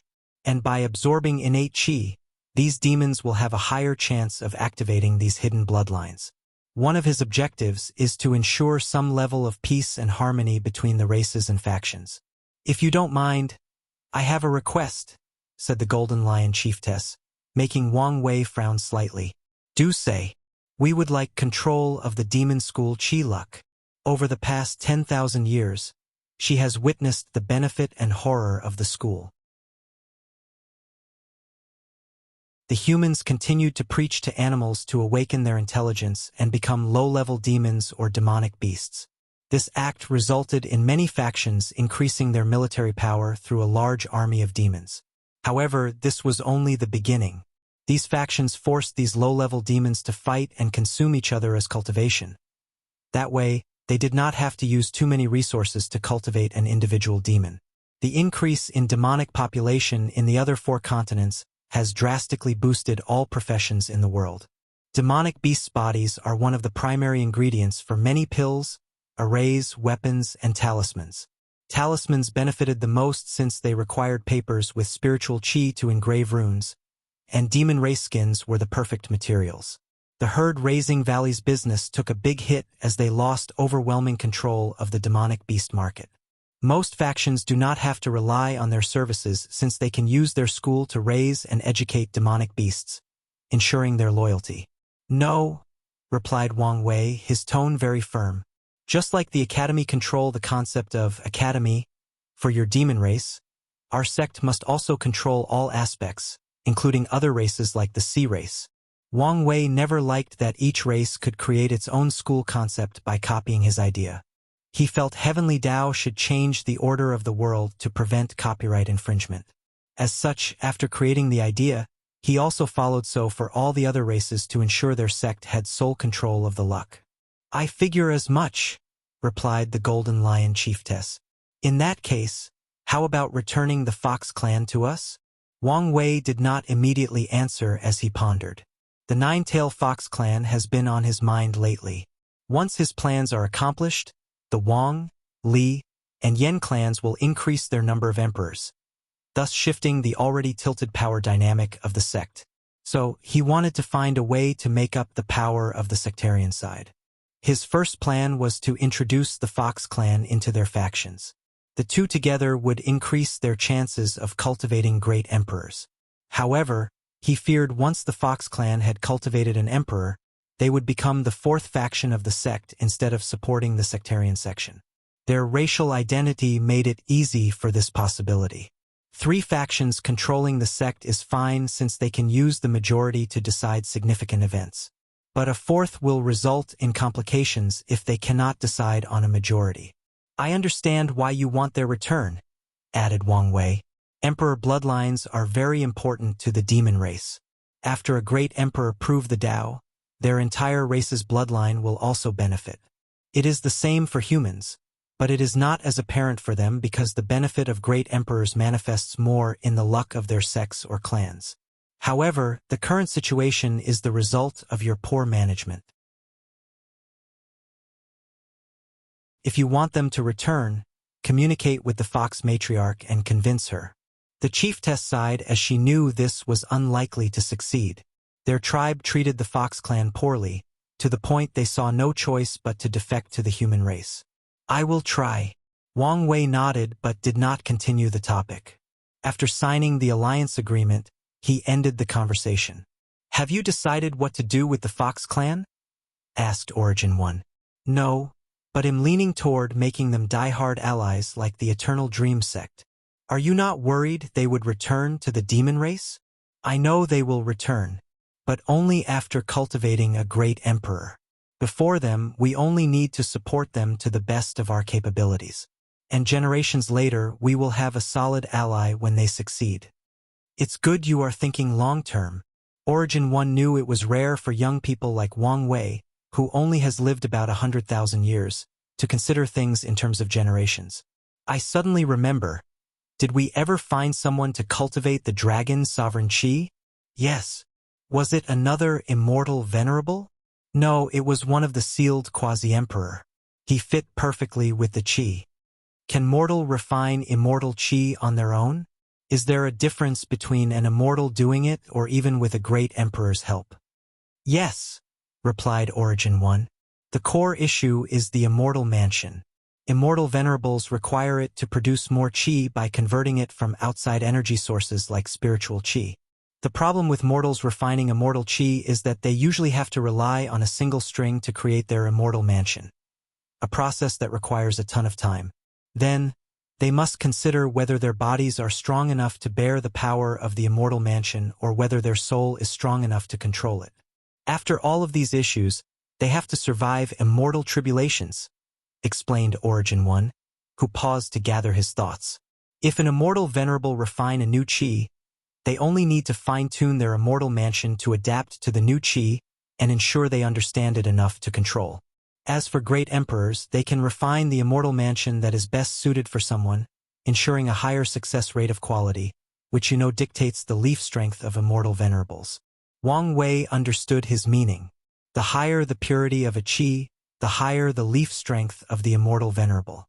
In other words, immortal mansions refined by great emperors granted cultivators a higher chance of becoming a 9-leaf immortal venerable. Is there any way to accelerate the process? Wang Wei asked. Yes, we can use immortal, Tao, and even innate resources to help create immortal mansions. So, that's the real purpose of innate resources. Correct. They are wasted when used on mortals. Innate resources can help increase qi, help with grand Tao source comprehension, and are overall better suited for immortal tier powerhouses to use. Wang Wei agreed with this statement. Innate and chaos treasures are popular amongst heaven chosens because they can better boost their strength than emperor treasures, which are difficult to use. He said goodbye to Origin 1 before leaving. Li Jun and Liling is back? I'll go see them. Northern Black Tortoise Continent, Demon Race Tribal Alliance. After the meeting, the chiefs and chiefess looked at someone that did not show up but witnessed everything. Nevertheless, everyone present seems to have a sense of awe and reverence for him. What do you think?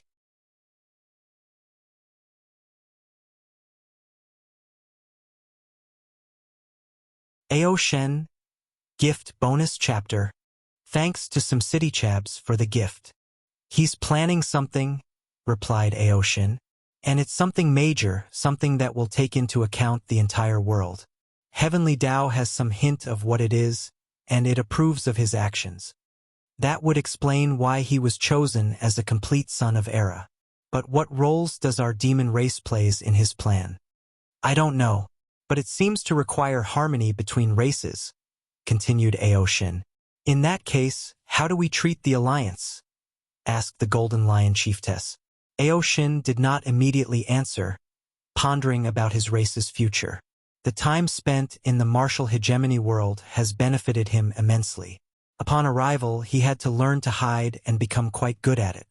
But eventually, his identity was revealed, and he was forced to run away.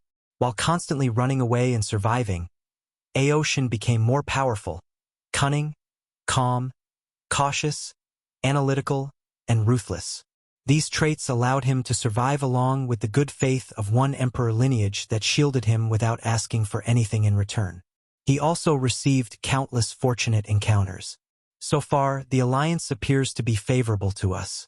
However, you have to make sure to alleviate the resentment of some of our members.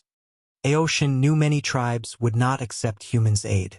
After billions of years of suffering, many clan members want nothing but revenge. They want to dominate the myriad emperor world and make the other races suffer the same fate. In his early years, Aoshin felt the same as these people.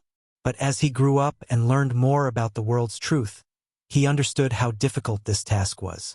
Only an eternal emperor on par with Empress Wu and the absolute beginning emperor could achieve the goal of these demon races. However, there are other problems to consider. If he overthrew the human race as the protagonist of the myriad emperor world, the founders of the most powerful factions might intervene. Aoshin learned the true foundations of these sects are the people who have ascended and achieved higher realms in the upper dimension. These people would never allow the destruction of their factions or the enslavement of the human race. Aoshin became depressed after figuring out this truth. And a few hundred years ago, when he learned about the closure of the lower dimension, he thought his plan might work. However, his cautious nature made him analyze things thoroughly and realize he would be the one suffering consequences if he annihilated the human race.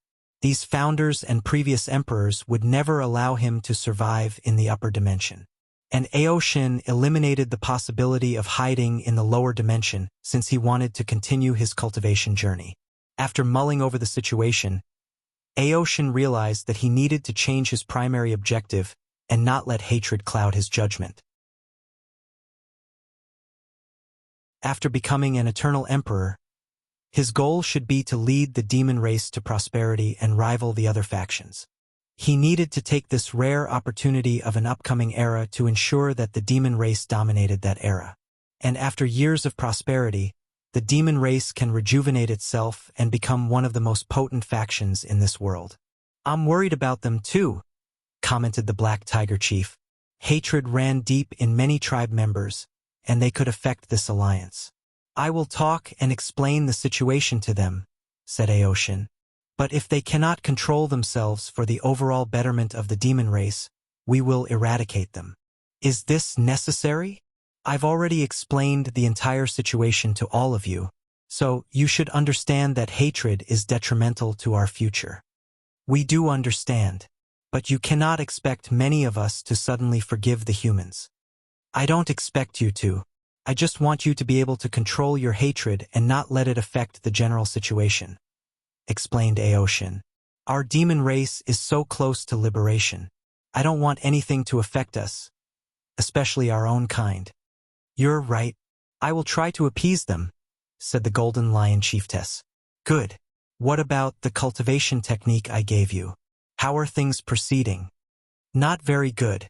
Our race is not very good at adapting to new things. Aoshin frowned.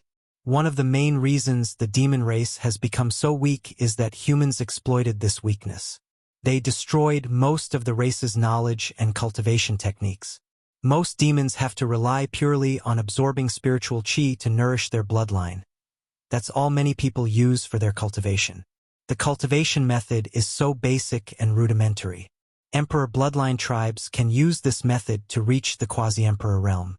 However, cultivation is extremely difficult for other tribes with lesser bloodlines. Aoshin knew the demon race's inheritance was not completely gone. Tribes like Golden Lion, Black Tiger, Golden Rock, and others have some inheritance remaining. These inheritances included ways to temper bloodlines and techniques that allowed them to use their bloodline to create domain or blood dharma. Using these inheritances, years of trials and errors, and a touch of fortune, they finally had one bloodline achieve atavism, resulting in the creation of Aoshin, an innate dragon.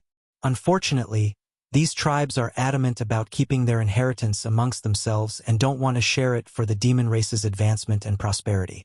Aoshin concluded the tribal system itself was one of the reasons for the demon race's current decline. So he wanted to change things. He created a new cultivation system after analyzing the martial hegemony world's martial arts system, the origin system, and the bloodline inheritance he received from his innate dragon bloodline. Aoshin had his worldviews opened after experiencing life in another world community. He realized it was wrong for the demon race to rely too heavily on its bloodline. Because of the inherent designs and culture of the race, bloodline will inevitably be their primary form of cultivation. But they should not rely entirely on it. Aoshin designed his cultivation method to involve the soul, Tao heart tempering, and law comprehension. Bloodlines have the natural ability to temper the body, but he optimized this ability based on his martial art understanding. He created a stage where the demon could fuse their laws into their bloodline to pass them down. Then, the next generation can use these laws to cast divine abilities and comprehend laws, but they cannot over-rely on them. They have to understand their own laws, fuse it with their bloodlines, and repeat the process from one generation after another, ensuring the prosperity and development of every tribe. "You need to be more active on this task," said Aoshin with seriousness. "If our demon race wants to rise, everyone has to work together and put in the effort. This cultivation system, although still flawed, will greatly benefit our race. It is a path of change or evolution. We will try to follow by example." The elders understood one of the core differences between humans and demons was their conservative nature and aversion to change. Humans, by nature, like to evolve and change. It's in their blood to evolve and adapt since it was the only way to survive in ancient times. However, after settling down and becoming the dominant race of this world, humans became conservative because of their culture and customs. By following their ancestors' words as if they were laws, they became conservative and less susceptible to change. The only time they will change is for their survival, for interest, but that's usually temporary, or when an authoritative figure, great emperor, sets a precedent for their entire race. Meanwhile, the demon race's conservatism is ingrained in their blood. They refused to change the status quo. Even if a great emperor set a precedent for the race, the demon race might stop after a few generations if nothing is done. "I need to see results before the heaven will battle," said Aoshin in a severe tone. The spread of this cultivation system was vital to him for another reason besides the benefit of his race. During his journey, Aoshin fused the marital hegemony world's martial arts system with the origin system, granting him the power of the Dui realm and almost dying in the process. Fascinated, he learned more about this power when encountering orthodox and unorthodox methods. Then, he thought of trying to see what would happen if he used both methods. He wanted to know what would happen if he created and spread a cultivation system to the demon race and had a clone receive the benefit. Then, he would fuse it with his current body that already had Dui realm. Although this method might fail, it was worth trying, he thought before dismissing everybody and returning to his cultivation seclusion.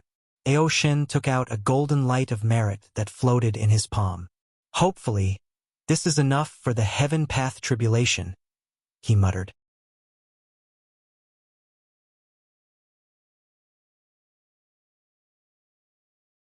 Heaven path tribulation. Aoshin was a careful man since he had to.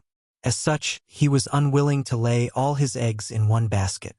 He had to plan for the possibility of failing to prove the Tao, leaving himself a way out. By searching through his innate bloodline, he found the answer. the heaven path tribulation. Innate life forms are very hierarchical. Often, the rank in which they are born determines their status. A dragon born with the power of Saint Realm will have a higher position than one taken with the void-shattering realm. However, they can still cultivate and improve. Moreover, innate life forms had to evolve and change to survive against acquired life forms during the ancient war. And the main reason for their strength was the heaven path tribulation, which allowed Tier 9 innate life forms to enter Tier 10, on par with great emperors. After the tribulations, true heavenly Tao will bless their innate laws, allowing them to compete with the great emperor's grand Tao source. The Tier 10 innate life forms are called primarchs and are divided into 6 stars. The first star is equivalent to Immortal Venerable, the second star equals Tao Ancestors, the 3 stars were on par with third-class great emperors, and the 6 stars equal Eternal Emperors. The appearance of the heaven path tribulation provided innate life forms the advantage in the war, but it was only a brief one. With their ingenuity, humans quickly discovered that after transferring innate bloodlines into their bodies and developing them to the point of awakening innate laws, they could also undergo tribulation and become primarchs. The only downside was the tribulation was 100 to 1,000 times more difficult for them, but that did not stop many people. Aoshin learned that heavenly Tao would not prevent him from participating in the Heaven Will Bat because of his identity. However, if he wanted to participate in the tribulation after the battle, he needed to pay the price, hence why he gathered the merit. He plans to become a 6-star primarch if he fails to prove the Tao. Then, he will protect the demon race in the upcoming era. After a while, he will refine his body and power into a race-protecting treasure for the demon race before going into reincarnation and trying again. Aoshin's ambition is to be an eternal emperor since it is the best path of cultivation. Once a primarch left their chaos world, they would be as weak a chicken before an emperor, unless they can turn their innate laws into primordial laws or cultivate a body on par with fiend gods. He did not want to spend his entire life limited by the chaos world, nor did he know how to transfer his innate law into primordial law. The best course of action is to walk the emperor path. Aoshin placed the merit away, thinking about how he could gather more since he did not know whether it was enough. The demon race needs a better intelligence agency.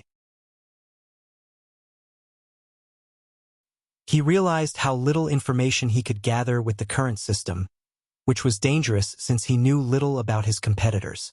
Therefore, he decided to take this matter seriously and oversee the process himself. Central Continent, Emperor Enlightening Academy. Headmaster Song Li ended the conference call with a pondering look. Maybe her decision is correct. His mind traveled 300 years ago, after the deception trial. Su Shi asked for a meeting with the Academy's upper echelons. I want to prove the Tao in another world community. No one responded to her because of the shock of this sudden news. Su Shi, do you know what you were saying? Asked Song Li after regaining his composure. Proving the Tao in another world will mean you are now a foreigner. Even if you leave your inheritance to the Academy, we won't receive any luck or destiny. Su Shi was aware of the consequences since her actions were frowned upon. After becoming an emperor, even if she left her artifact, scripture, array, and other resources for the sect, she would technically not count as the Academy's emperor since they would receive no luck or destiny. Even if she preached the Tao in the myriad emperor world, there would be no benefit since she is a foreign emperor. I understand the consequences, she explained. But after the trial, I realized my chances of winning the final battle were slim, and I cannot afford to lose. The elders were quiet as they knew about the trial. They were once excited about their heaven-chosen breaking the barrier between mortals and immortals. But then they soon learned that all the other participants from the Myriad Emperor world did the same. And Wang Wei even achieved 6-leaf strength, and there was the possibility this level was not the limit of his power. I am sure we can find another method, commented a teacher. Or we can still wait for another generation. Many people favored Su Shi over Lin Fan because she inherited all his positive qualities, not the bad ones like his lust. The only issue they had was her obsession with reviving him. However, as long as she could rein it a little, it would be the perfect driving force without interfering with her cultivation. There is always another way, chimed another teacher. They did not want to lose the opportunity to become a sect with 2 eternal emperors. And with Su Shi's talent, she would definitely become an eternal emperor. For more chapters, please visit pan0vl.com. My husband's existence was affected when he died, so he cannot wait too long before I can revive him. To reconstruct his existence, I need to become an eternal emperor in this generation. Song Li frowned as he knew that existence reconstruction was not something any eternal emperor could do. But that was not the main issue. You know, Heavenly Tao will not allow foreigners to access their world imprints? Every living being has an imprint based on the world they are born. It is that imprint that identifies them as citizens of a world. The identity token that allows foreigners to participate in another world's heaven will battle worked on the imprint. And sometimes, when reviving someone from the dead, the imprint is necessary, as in the case of Lin Fan. I'm fully aware, but I can find another method or make a deal with the Myriad Emperor World's Emperor to help. No one said a word as they could see she had made up her mind. Her obsession with reviving Lin Fan had finally reached an uncontrollable point. A new era of change, prosperity, and conflict is coming, stated Su Shi calmly. It would be best if the Academy has a great emperor representing them in that era, especially if the final victor is from the Tao opening sect. She had a point. After the heaven-chosen trials ordeal, Wang Wei displayed no animosity toward the Academy besides the surface competition of the world's supposedly two most powerful factions. However, all that could be a mask. Give us some time to think about it, said Song Li, and Su Shi did not insist. After the conference, Song Li began to think her approach was correct. With recent events, it's apparent the Tao opening sect has grand plans for the upcoming era, most likely to be the leader. And if the Academy does not want to cease to exist, certain sacrifices must be made. Song Li knew he had a genuine reason to be worried. The birth of most emperors had relatively little effect on the top emperor lineages since they posed no threat to them. They only have to worry about pseudo-eternal emperors because the latter can use guerrilla tactics to slowly eat these factions before destroying them. However, eternal emperors are different. No single faction can face them in the current era with no immortal sovereign. If one wanted to destroy any factions, including the Tao opening sect, no one could stop them. After pondering for a moment, Song Li called for a meeting with the ancestors. He could not easily make such a decision and needed guidance. After a lengthy discussion, they concluded Su Shi's method was the best, despite the consequences. What about the previous plan? Asked Song Li. Should we continue? If it goes well, she will thank us. However, if it fails, it might result in her not even acknowledging us as her faction, replied Academy 1, the insurgent cultivated by Emperor Kong. The fact Su Shi became the Academy's heaven-chosen midway caused some trouble regarding her loyalty and belonging to the faction. Luckily, with Lin Fan as a medium, the Academy solved the problem. However, her recent decision has again caused some cracks in the relationship, and if this plan fails, the damages will be unrepairable. So, is it worth the risk? That's for you to decide. Song Li was speechless. He came here for guidance, not for him only to bear the burden of this choice. He exhaled out loud before being firmed.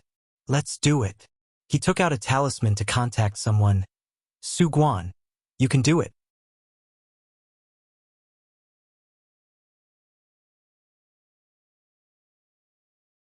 Learning experience. Su Guan sat in a room with his daughter, sweating all over his head and body. He took a cloth to wipe the sweat on his face before setting up the table. You need to lose weight, commented Su Shi. How can a cultivator be fat? That is a sign of prosperity. Anyway, it does not affect my health or combat ability, rebutted Su Guan, and he was telling the truth. Unless by choice, preference, or a weird physique, most cultivators are fit because fat is considered an impurity of the body and will be dispelled through the process of cultivation. Nevertheless, some cultivators enjoy looking plump and choose this way as an aesthetic. So, what brings you to see me? Asked Su Shi, deciding not to interfere in her father's choice.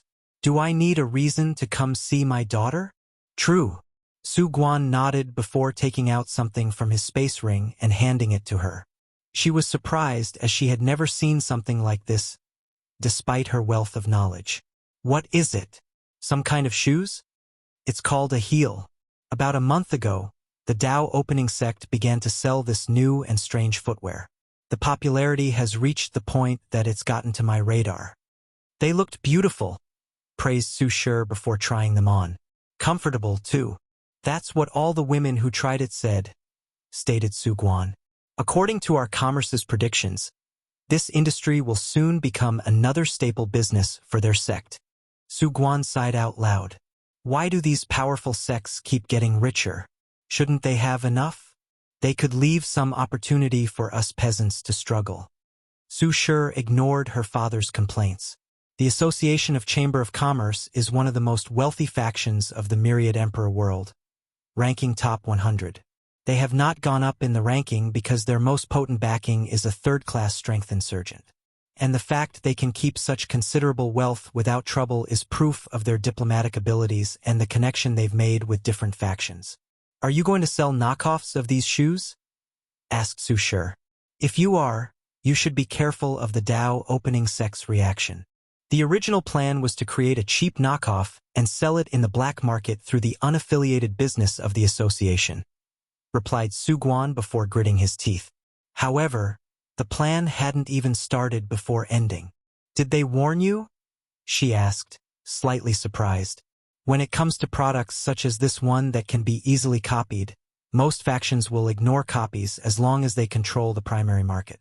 They didn't have to, replied Su Guan. His pouting face somewhat made him adorable. Someone placed a powerful curse on the very concept of the heel.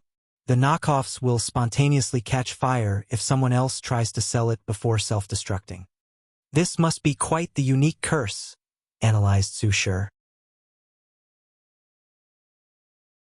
If they are willing to go such extreme for this product, then you shouldn't get into this business. I know this. I'm worried other people will begin using similar methods for other products. You don't have to worry much. How many people do you know can use such a curse? Even if any faction spent years cultivating a curse master, they might not reach that level, reassured Su Shi. She then took out the heels and admired how beautiful the design was. Then she frowned. I know. Su Guan was aware of this. But he has a business intuition that this method of protecting discoveries or inventions will become more regular in the future. And if that's the case, the association's commerce will be significantly affected. Have you noticed? He asked. Yes, the material on these shoes is terrible. Even if I refined them and added more runes, they would only last a few decades. It's done on purpose. To sell more shoes. She instantly realized. Yes. They designed the products to last a specific time, forcing people to come back and buy more. Quite the ingenious tactic, elaborated Su Guan with glistening eyes. The shoes are even designed to self-destruct if someone tries to modify them. According to tests done by the association, only the best artifact refiners have the skills to temper with these shoes. However, the material used still limits them. Truly ingenious, muttered Su Shi as she knew who was responsible for this product and all these tactics. She has secretly infiltrated the Tao opening sect's domain, and she was genuinely shocked by the experience. It was like a completely different place from the rest of the world. The mortal had created a civilization entirely based on puppetry and constructs. They were educated, healthy, well-fed, and generally happy. Cultivators and mortals lived together in harmony. Su Shi was greatly surprised by what she saw. The amount of luck the mortals could provide the Tao opening sect because of their excellent reputation was at least 5 times more than any other sect with the same population. After that visit, she returned to the sect to analyze the root of this vast difference. Su Shi discovered it was the result of the schools and constructs. After the schools stopped providing other factions with luck, they all stopped and ignored them. The same happened for the constructs. Once the benefits stopped, they returned to the old ways. For more chapters, please visit Pan 0VL. Combat not the Tao opening sect.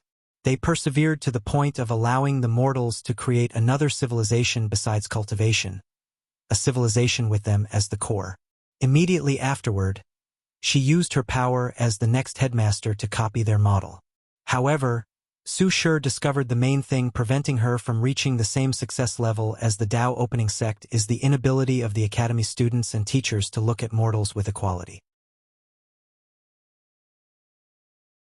Wang Wei faced the same problem in the early development of the sect's domain, but used his status to persevere, hence today's result. And this has been Su Shi's plan as well, but there hasn't been any result yet. But she now feared after leaving the academy, things would return to their original state. Enough business talk, said Su Guan. Let's enjoy our father-daughter time. He served her some unique tea he had recently received. Moments like this made me wish your mother was still here, sighed Su Guan. She would have been proud of your achievements. Maybe, replied Su Shi. Her mother died after giving birth, so one of her father's many concubines raised her. She did not know her mother, but the concubine treated her like her own. So, Su Shi never lacked motherly love since she always had a mother. Suddenly, she felt something was wrong, and before she could react, she fainted on the floor. And not long afterward, a bunch of teachers from the academy appeared in her room. She will be fine, right? Asked Su Guan. You don't have to worry, said Song Li. We will only place her in a powerful illusion where she can experience Lin Fan's life from a third-party perspective. Our objective is to see that although he loved her, it was not to the point where she needed to be obsessed with reviving him. Will it work? It depends on her. Whether she is willing to accept this fact. Su Guan sighed as he was out of ideas. He tried to talk to her many times about the subject but would be rejected every time. And one time he tried to involve her mother, and she almost stopped talking to him because of it. As a last result, he had to rely on the academy's extreme method. Shire, I'm sorry, but this is for your own good. Su Guan not only cared about the prospect of his family once his daughter proved the Tao, but he genuinely wanted her to be happy. And Lin Fan has become a roadblock to that happiness. Moon, ancient aristocratic clans. Huafeng Huang opened her eyes, and the power of innate laws emanated from her body. She sensed someone outside her room and controlled the formations to allow entry. Paren, Dan 0 Vel. C0M Father. How are things? Asked Huaru after saluting his daughter. I've awakened 3 innate laws, but the final fusion of all 5 bloodlines is not complete. Were there any issues with the primordial dragon's bloodline? No. I've absorbed his wood and thunder laws and fused them with my sovereign water law. The flame law. It was lost in the fusion process. Huafeng Huang replied with some regret. You should be satisfied with 2 out of 3. Have you awakened bloodline memories? Not yet. I'm waiting for the final fusion. It's good to be prudent. Erase what happened in the assembly. Huaru handed her a talisman that summarized everything that had occurred. After reviewing the information, she frowned. Is this why he was chosen instead of me? Huafeng Huang felt Heavenly Tao should have granted her some destiny in this new era because of her desire to change the world for the better. Now, after reviewing the assembly, she understood the reason, her biases. She favored the ancient clan too much, and her methods would break the balance of the world. So I should learn from him? Do not give the ancient clan too much power, at least on the surface. Learn to compromise and even lose for the sake of the entire world. Huafeng Huang squinted her eyes as she mulled over the future of her clan. Some changes needed to be made.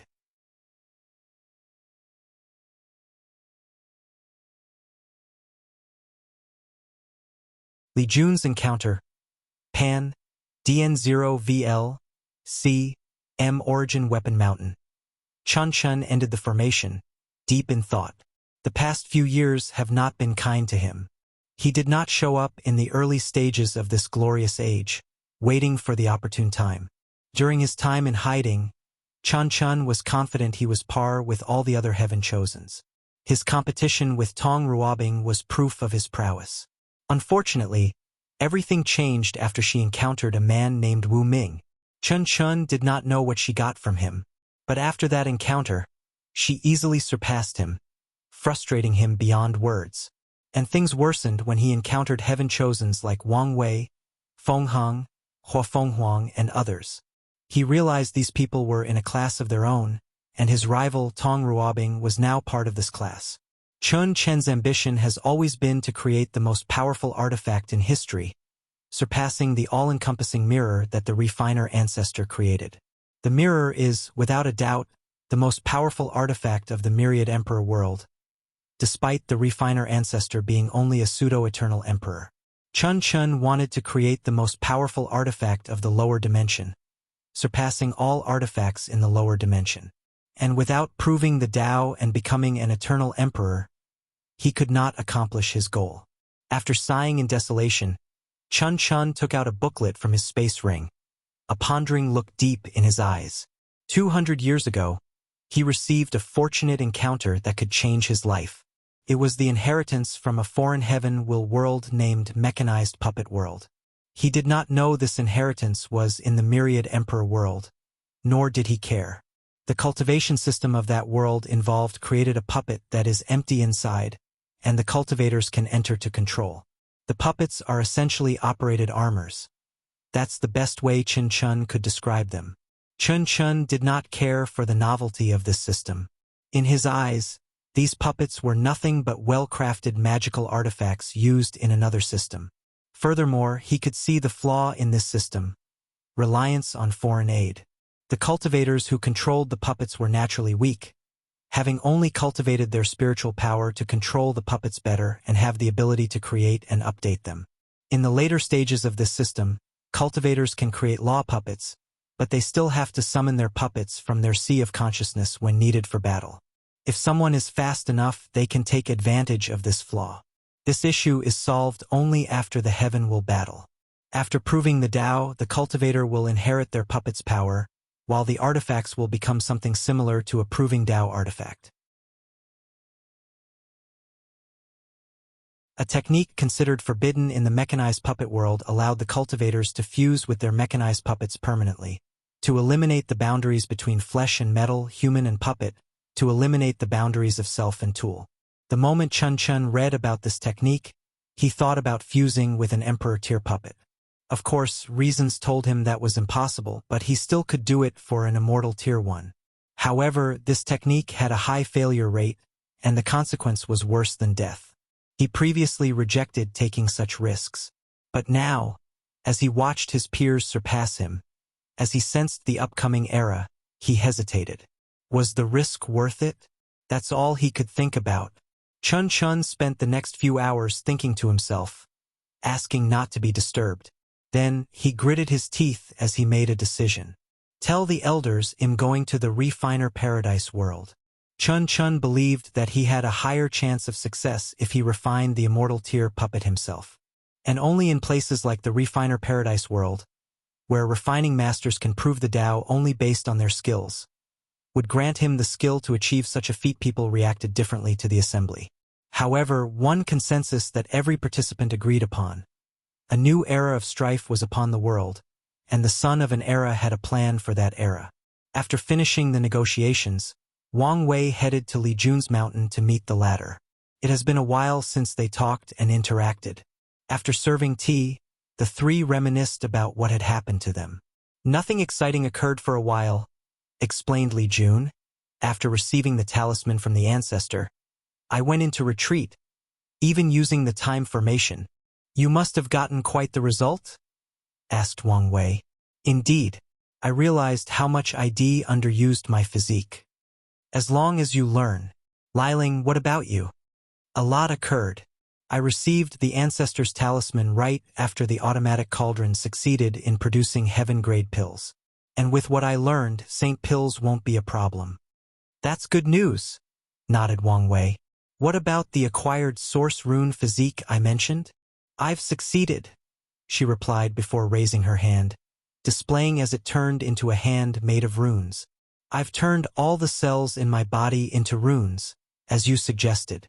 But why do I feel you're not that excited? I am. It's just that pill refining talent also involved flame control, herbology, purification, and runes. This physique has drastically elevated the runes aspect but only slightly affected the others. For more chapters, please visit pan0vel. The most significant benefit Yen Liling received from this physique is her talent for the other professions has been elevated, granting her the skill required for the automatic cauldron. I'm more excited about your force control skill. It has helped me a lot in my refining methods. That's good. What about the Dui realm? I've also succeeded. I've refined my divine sea into a spiritual herb garden. Yen Liling waved her hand to show inside her divine sea, where she planted various spiritual herbs. Her origin essence will nourish the herbs, while some will produce spiritual qi similar to Wang Wei qi flow divine ability. Although it is only the first stage, I'm satisfied, she concluded. Wang Wei nodded before looking at Li Jun. Nothing yet, he replied, slightly embarrassed. It seems your cultivation talent is lacking a little, commented Wang Wei, and Li Jun agreed. His battle talent is on par with the likes of Feng Hang and other heaven chosen that have broken the boundary of mortal and immortal. However, his talent for cultivation, as in going through realms and comprehension, was lacking to them. This might help, stated Wang Wei as he took 2 small purple orbs. 2 strings of chaos qi? Yes, after close to 100,000 years. I've condensed these 2 from innate qi, commented Wang Wei. After spending more than 90,000 years listening to his ancestors' preaching, his qi flower ability produced these 2 strings. Have one of the insurgent ancestors wash your body and soul with these qis. It should increase your cultivation talent. Li Jun was not hypocritical by rejecting something that he truly desired, especially since it came from his brother. So he calmly accepted the offer. I may have another way to help you, but I don't know if it will work. What is it? Wait until I know if it will work, and I'll tell you. What's with all the mystery? Complained Li Jun before sipping his tea. I just don't want to give you false hope. Whatever. He could wait. Before I forget, announced Wang Wei. Don't forget to lend your talisman to the ancestors. It might be helpful to them. We were just thinking this, added Yen Liling. We've learned so much from the ancestors and hoped the entire sect would benefit. I'm sure they will. Wang Wei suspected the ancestors left something for the sect's insurgents. And when he started dealing with Origin 1 instead of Sword 1, he confirmed his theory. We also have something for you, said Li Jun before handing him a talisman containing a memory. Intrigued, Wang Wei activated it and saw a scene from a few days ago. Li Jun and Yen Liling were walking in a forest, traveling throughout the world while flirting with one another. The couple wanted to take this opportunity to have a vacation after spending so long not seeing each other. Then, out of nowhere, a flaming meteor came crashing from the sky, blocking their path. After the dust clouds blew out, a handsome young man dressed in flame-red robe appeared before them. He had soft skin, and a noble and elegant aura naturally emanated from him. However, deep in his eyes was a very well-hidden cunningness. You're Li Jun and Yen Liling, correct? Wang Wei's guard dogs. Li Jun calmly looked at him before answering with a smile. We are. And whom might you be? Yang Guowei. Am I supposed to know who that is? Continued Li Jun despite lying. He knew who this man was from the Fate Shadow Guards. From the Yang family, added Yang Guowei, his eyes twitching slightly. Oh, you're the cheater 9 Sons Emperor's offspring.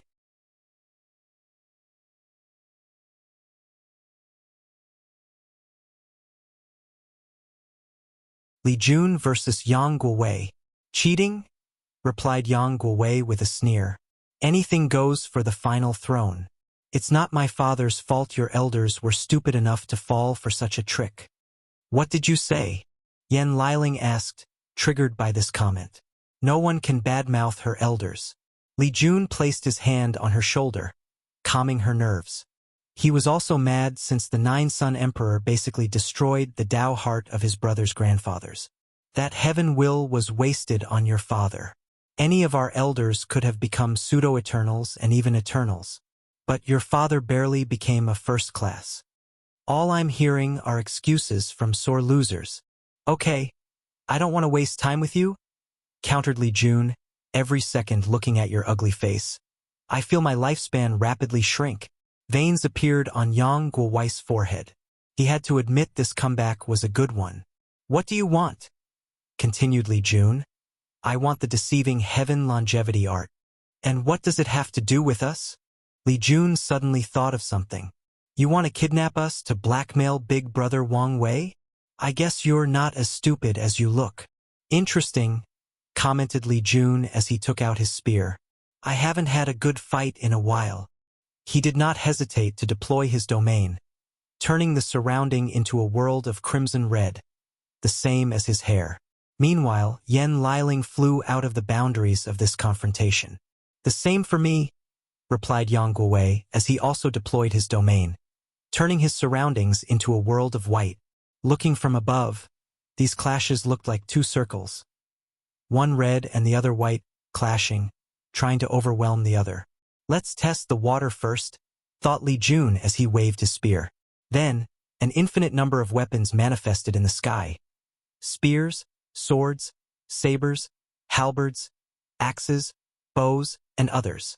Slaughter Dao includes weapon laws that are further divided into spear, sword, and saber laws on top of myriad other weapons. Yang Guowei calmly watched these infinite weapons descend upon him. He had no fear despite their powers to destroy countless middle thousand worlds. Numerous black circles appeared above him, and black holes came out from the circles. They easily swallowed the weapons. Then, the black holes turned into a black cloud that spread throughout Li Jun's domain, turning his side from red to black. Darkness has contributed to numerous acts of slaughter, stated Li Jun as he quickly dispelled the power of darkness.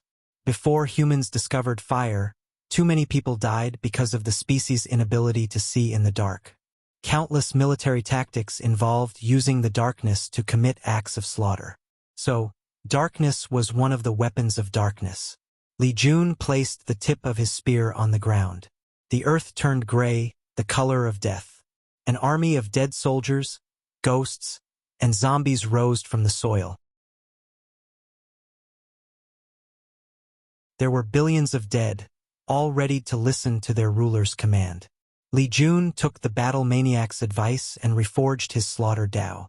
He included Yin law, judgment law, sovereign law, and a little bit of life and death, all in preparation for Wang Wei's plan. Of course, he only uses enough death law not to become an outlaw. As the Yin Legion rushed toward Yang Guowei, he activated the black holes to swallow them. Unfortunately, these soldiers were immune to the physical attacks of this black hole, and the devouring power of these black holes did not reach the conceptual level. Yang Guowei controlled the black circle to release a power associated with death and use it on the Legion. However, the attacks could only kill half the Legion, but Li Jun could also create an infinite number of the same amount that he could kill, making his attempt futile. So, he chose another tactic. The black circles turned red before releasing 9 suns. Then, pure yang flames emanated from each sun, evaporating the undead Legion into ashes. Black represents darkness and death and is also a color associated with black holes. Meanwhile, fire is always associated with the color red. A chromatic Dao analyzed Li Jun.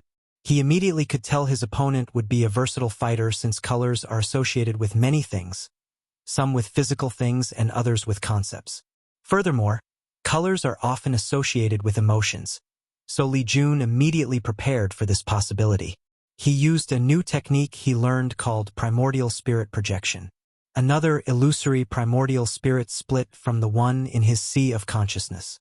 All spiritual attacks, including emotional control, will be directed at the projection, protecting the main one. Additionally, Li Jun can use this method to detect unnoticeable spiritual attacks like secretly affecting his emotions. As soon as he used this technique, he saw a slight red flash in the projection's eyes. Excitement?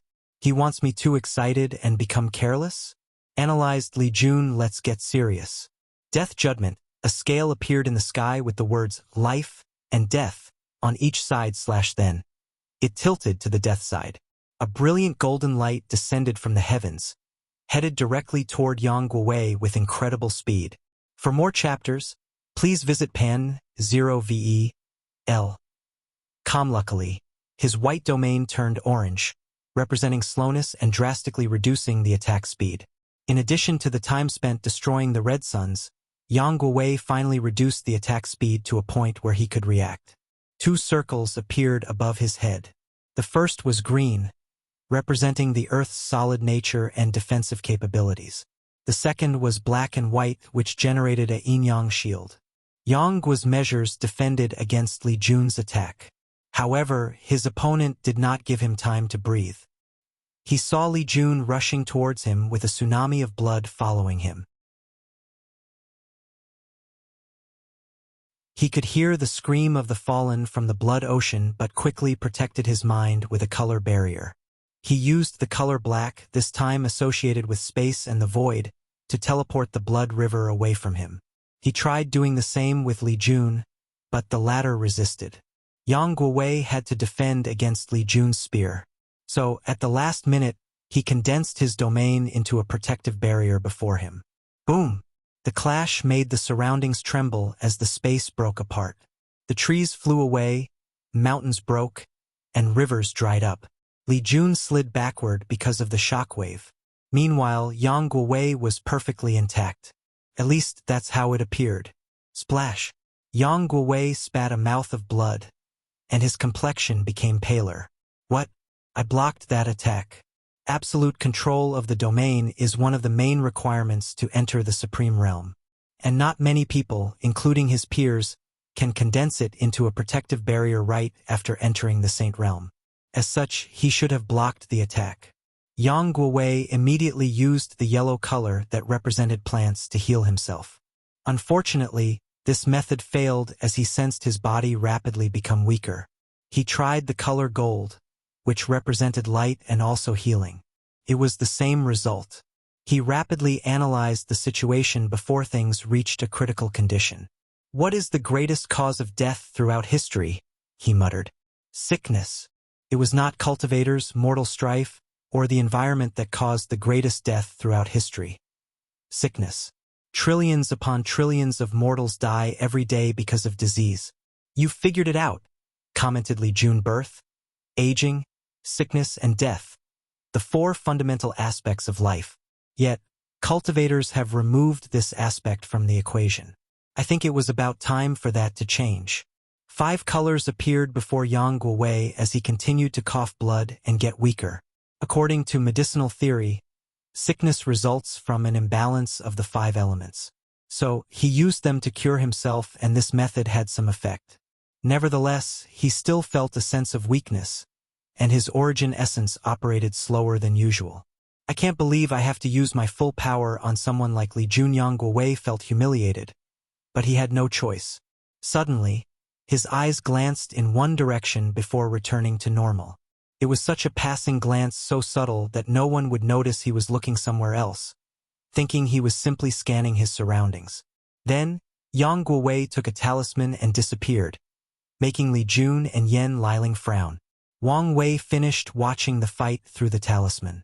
What's your analysis on him? He appeared prideful because of his emperor offspring identity. However, I feel like this is nothing but a mask. Given who his father is, he is most likely as cunning as the latter. I would not be surprised if he tried a similar tactic as his father, commented Li Jun. He's definitely ruthless and willing to do anything for his goal, added Yan Liling. During the entire fight, I felt he kept an eye on me secretly. I think he was scheming on kidnapping me to get you to surrender. Really? I didn't notice this. Yan Liling was very sensitive because of the recent improvement of her soul and new physique. So, she felt his malice. The question is why he suddenly left the fight when he seemed prepared to go all out, questioned Wang Wei. He sensed something and looked outside. Li Jun and Yan Liling felt the same thing and observed the sky outside. There was a vision of golden clouds accompanied by the sound of the Tao, which covered the entire world. The group calculated the reason and learned someone in this generation had already broken into the Supreme Realm, surprising everyone. Most Heaven Chosens were still in the void-shattering realm, with a few entering the Saint Realm. But someone had become a true monarch out of nowhere. Wang Wei divined more information but only learned it was a sealed heaven chosen who cultivated. However, something blocked other details on the ladder. While pondering on the person's identity and whether they had a purpose for cultivating so fast, Heavenly Tao suddenly sent a message to all cultivators in the world. And it involved this generation's cleanup.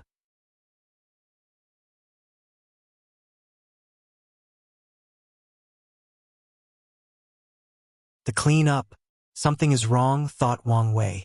The cleanup is a generational event where cultivators of the myriad emperor world essentially go on a slaughter spree in the 9 devil god world, culling the strength of the devil race. The purpose is to prevent any possibility of rising. Although it was a generational event, not everyone participated. And sometimes only a few people do so. Mainly loose cultivators, since it is an excellent opportunity to gather resources in another world. This event had the most significant after the Devil era. Back then, cultivators were full of hatred and animosity and took it out on the surviving race. In the next few generations after the end of the era, the Devil race was almost extinct because of how much people hunted them down. Typically, the cleanup should not be important in this generation, nor did it warrant an announcement from Heavenly Tao. But this has changed today because the cleanup involved the Heaven Will battle. Heavenly Tao announced that participants needed an entry token to participate in this generation's Heaven Will battle. The exact date will be after a certain number of Heaven Chosen enter the Supreme Realm. And the permit will be acquired based on the number of devils killed during this generation's cleanup. Wang Wei pondered for a moment. The system of entry tokens is not new regarding Heaven Will battles. Most of the time, any individual can participate in the battle as long they are recognized citizens and do not have karma from the previous generation. However, Heavenly Tao sometimes uses the entry token system to weed out too many participants. There must be some anomaly with the 9 devil god world for Heavenly Tao to use this method. Furthermore, the token system might have lasting ramifications in this generation's battle. Wang Wei took a talisman to contact Wang Ju. A few minutes later, a massive shadow appeared in the room he was in, and a book manifested from the shadow, landing in his hand. After quickly reading it, he handed it to Li Jun and Yen Liling. According to the Sleeper's archive, near the end of the new Emperor era, something similar occurred where Heavenly Tao used the entry token to cause severe damage to the 9 devil gods world. And it was because an unparalleled genius had appeared in their race that needed to be eradicated. Interesting, thought Wang Wei. The devil invasion has some connection to a true devil in the upper dimension. So, he is interested in the devil race and their history. He chatted with the two for a while and set up an elder meeting to discuss sect matters. Wang Wei then flew home to see Wu Hong. "Are you coming to ask me about the true devil responsible for the devil race's actions?" she asked while drinking tea. She was not reading but painting. "Yes. I don't know much since he was dealt with by the time I ascended. And my memories are incomplete," she continued. The situation has always been weird to her for some reason. And it was not just because of her missing memories. All I know is that event inspired Qiyuan to begin the second battle of origin and the ultimate taboo. Speaking of which, what is this ultimate taboo? I can't say much since you're too weak, but I'm sure you've put 2 and 2 together and have a pretty close guess. He did have some guesses, but he felt he was missing a lot. However, he did not continue to ask. "Speaking of taboos, have you experienced all of them? Which one is the most terrifying?"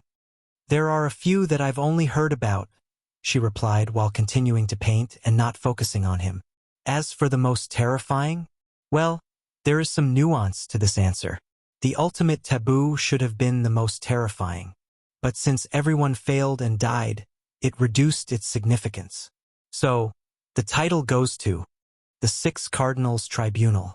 Most cultivators believe them to be only rumors or whispers, only during the ultimate taboo, that they confirm their existence and how terrifying they are. Even the current Maitreya and Supreme Unity are only slightly bigger ants before the 6 Cardinals. Wu Hong stopped her action and looked up at Wang Wei up and down. "What is it? You're really a trouble magnet. What did I do? Do I have any connection with whatever taboo you were thinking about?" "Not yet, but you will if you want to be free from fate." Wang Wei groaned as he caressed his temples. His intuition told him she was correct. All right, let's not talk about these things. Wu Hong shrugged as she continued to paint and enjoy her tea. What are you going to do? Go into retreat? I have to undergo my Saint Realm tribulation and flesh tribulation. Then I will go into retreat. Are you going to undergo mortal dust before entering the Supreme Realm? I am. That's good. It's always beneficial to temper the mind and heart when given a chance. Furthermore, when done correctly, mortal dust is a great way to deepen understanding OFS own Tao. Speaking of which, my parents should be back in a while. Wang Wei had a feeling they would be returning soon. Really? I miss father and mother. Me too. How about grandfather? Still in retreat? Yes, I've checked on him, and he's still dealing with his Tao heart, replied Wang Wei. Do you know any method to cure shattered Tao heart? In this chaos world, the answer is no, replied Wu Hong. The laws of this chaos world has placed great restrictions on resources dealing with Tao heart. Is it to weed out the elite and the weak-minded? Yes, but also to encourage cultivators to rely on themselves to deal with the issue. For more chapters, please visit pan0vel.com. That's unfair, declared Wang Wei, who felt there should be a better way to deal with this issue. You're only feeling this way because it affects you. You don't have to expose my hypocrisy so blatantly. Wu Hong ignored his fake outcry. You don't have to worry about grandfather. Your plan to have him defeat 9 sons should work. Hope so, replied Wang Wei as he stood next to her, watching her masterpiece. He had nothing to do until a few days later when he had to activate the Human Protection Array and finish the Myriad Emperor World's protection. Sons, Yang Clan Estate. Yang Guowei was talking to a few elders when he sensed something. He dismissed everyone before activating the room's formation, showing the figure of a hidden figure cloud in darkness. What is it? He asked. How are things proceeding? It's only been a few days. The dark figure paused as they sensed something in Yang Guowei's tone. Are you still mad about the other day? No. You should know it would have been impossible to kidnap them without alerting Wang Wei. And since you know his strength, you should guess what your fate would have been. I know. The figure paused for a moment. All right. Don't forget our agreement.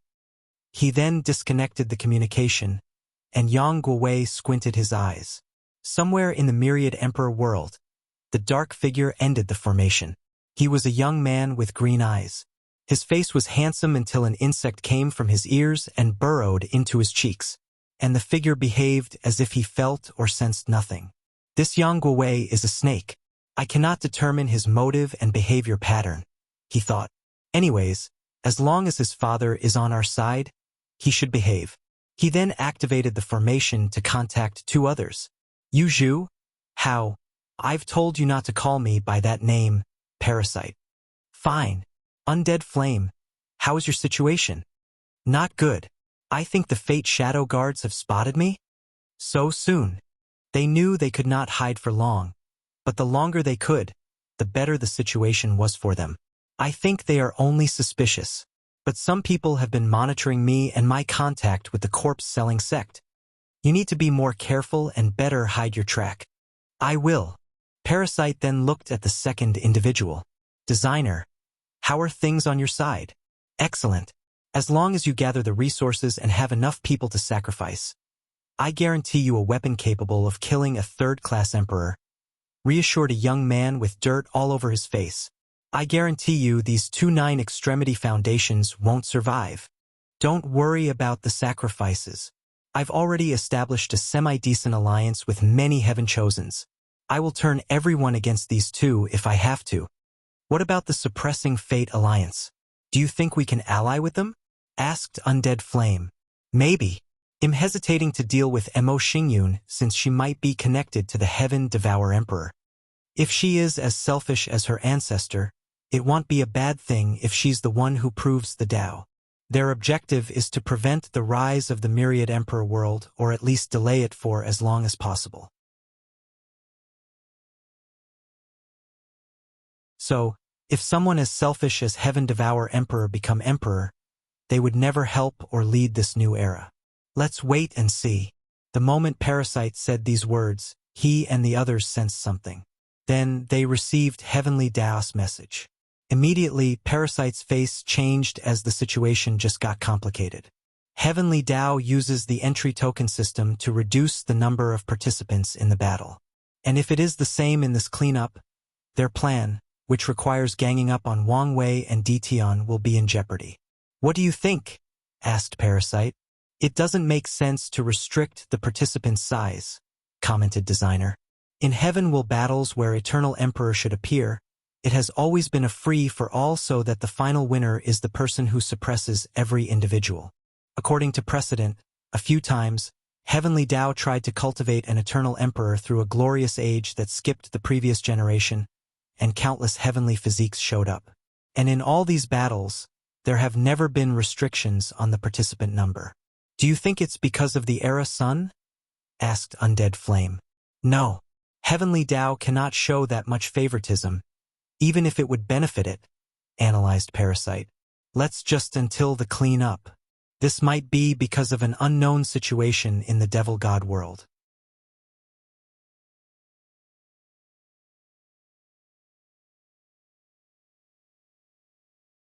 Saint Tribulation. Wang Wei held the human destiny sword in his hand. At the decided time, he activated it. A brilliant light rushed from the department of the Tao opening sect, shining over the entire world. And from that light appeared a golden formation made of countless circular runes with different designs. It covered most of the world. Subsequently, 3 more lights rushed to the sky. The silver one from the northern continent was from the demon race. The blue one from the Eastern Ocean, located between the central and eastern continent, came from the sea race.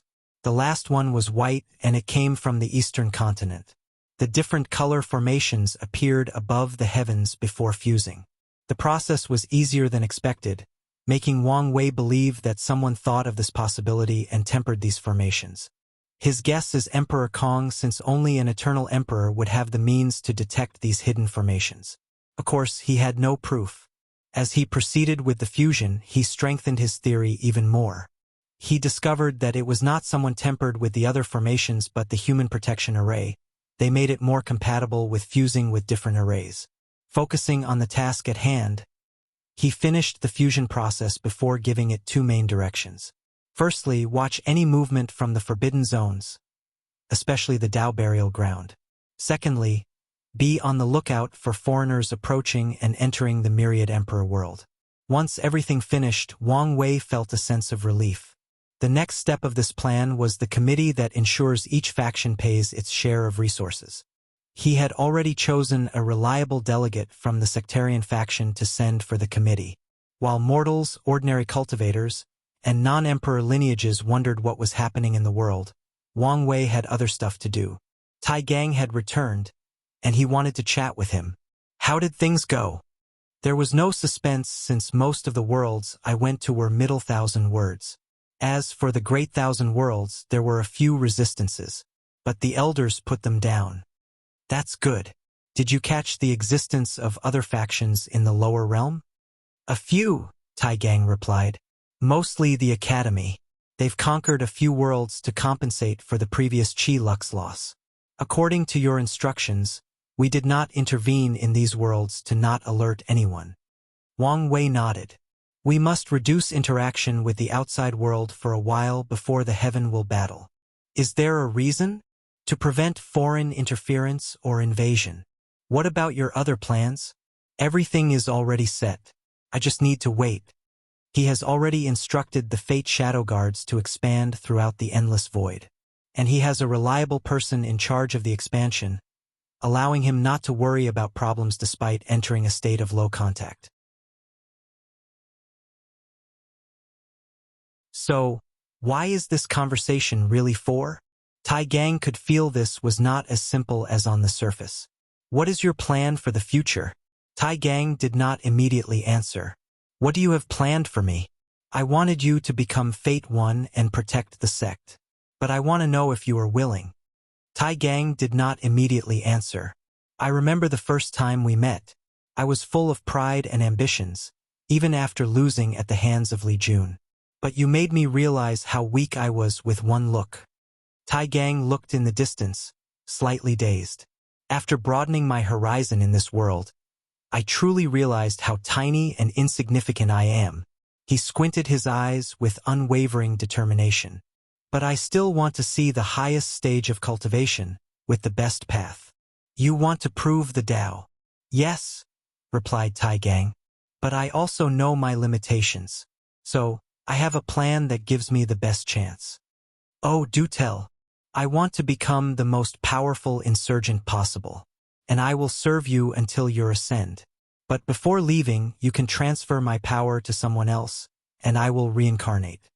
For more chapters, please visit pan0vl.com. You want to use your past lives experience to ensure you can prove the Tao in the next. Yes. It's not a bad idea, muttered Wang Wei. With Tai Gang's talent, he would need much luck to prove the Tao or hope that he is reincarnated into a more talented body with a better destiny. However, such a method is not guaranteed. However, if he was a powerful insurgent in his first life, he could use his experience to compensate for his talent. I will help you, but do you want to be karmically bonded with the sect during your reincarnation? No, I want to revive the Iron Fist Kingdom. Tai Gang knew the benefit of this karma and became one of the Tao opening sect's emperors. However, he wanted to have his own legacy.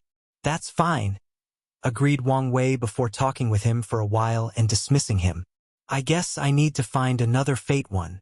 He had someone else in mind, but he did not know whether she would be a good fit. Soon afterward, he went to Tribulation Peak to upgrade the formations. He did not want to leave the sect for his tribulations, but he also knew it could be too powerful for the current formations. He improved them and ensured to hide the process from the outside world. However, he did allow the disciples to witness the whole thing, allowing them to experience how powerful their sect master was. After setting up everything, he released the suppressing technique he's been using the entire time. The sky then changed as fire, thunder, wind, and other elements descended on him with unimaginable power. This part of the tribulation lasted 7 straight days without stopping. Of course, this tribulation was a plaything to Wang Wei. He could not even temper his body because of how weak it was. However, he was interested in the second part of the tribulation.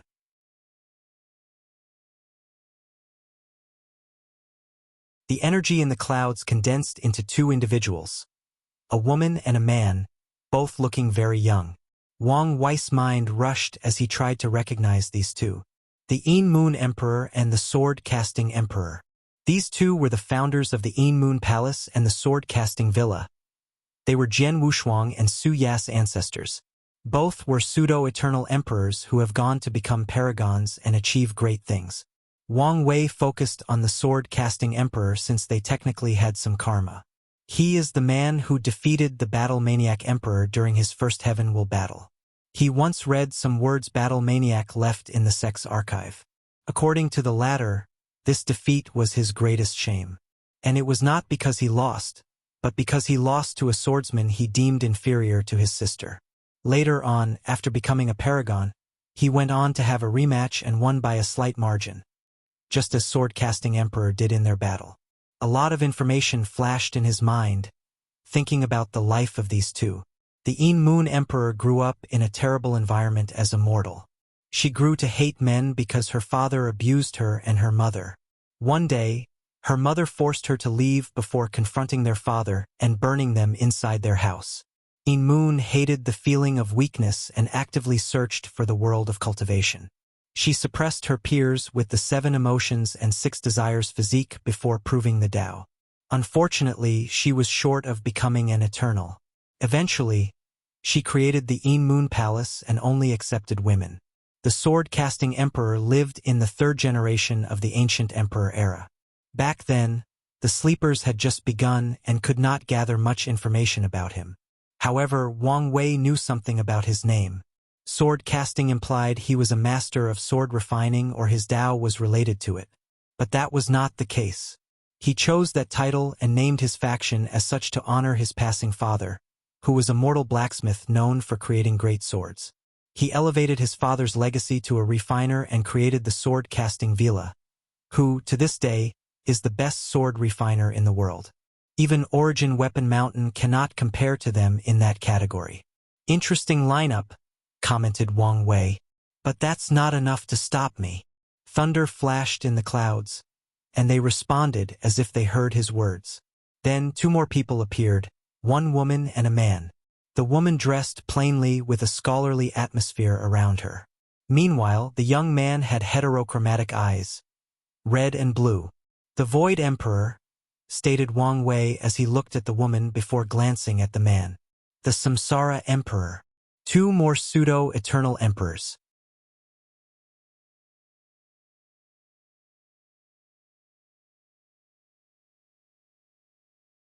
Saint Tribulation, L. 2 interesting emperors, thought Wang Wei. The Void Emperor was once a student of the Emperor Enlightening Academy when they had cultivated 5 great emperors. Unfortunately, her experience in the academy was less than pleasant.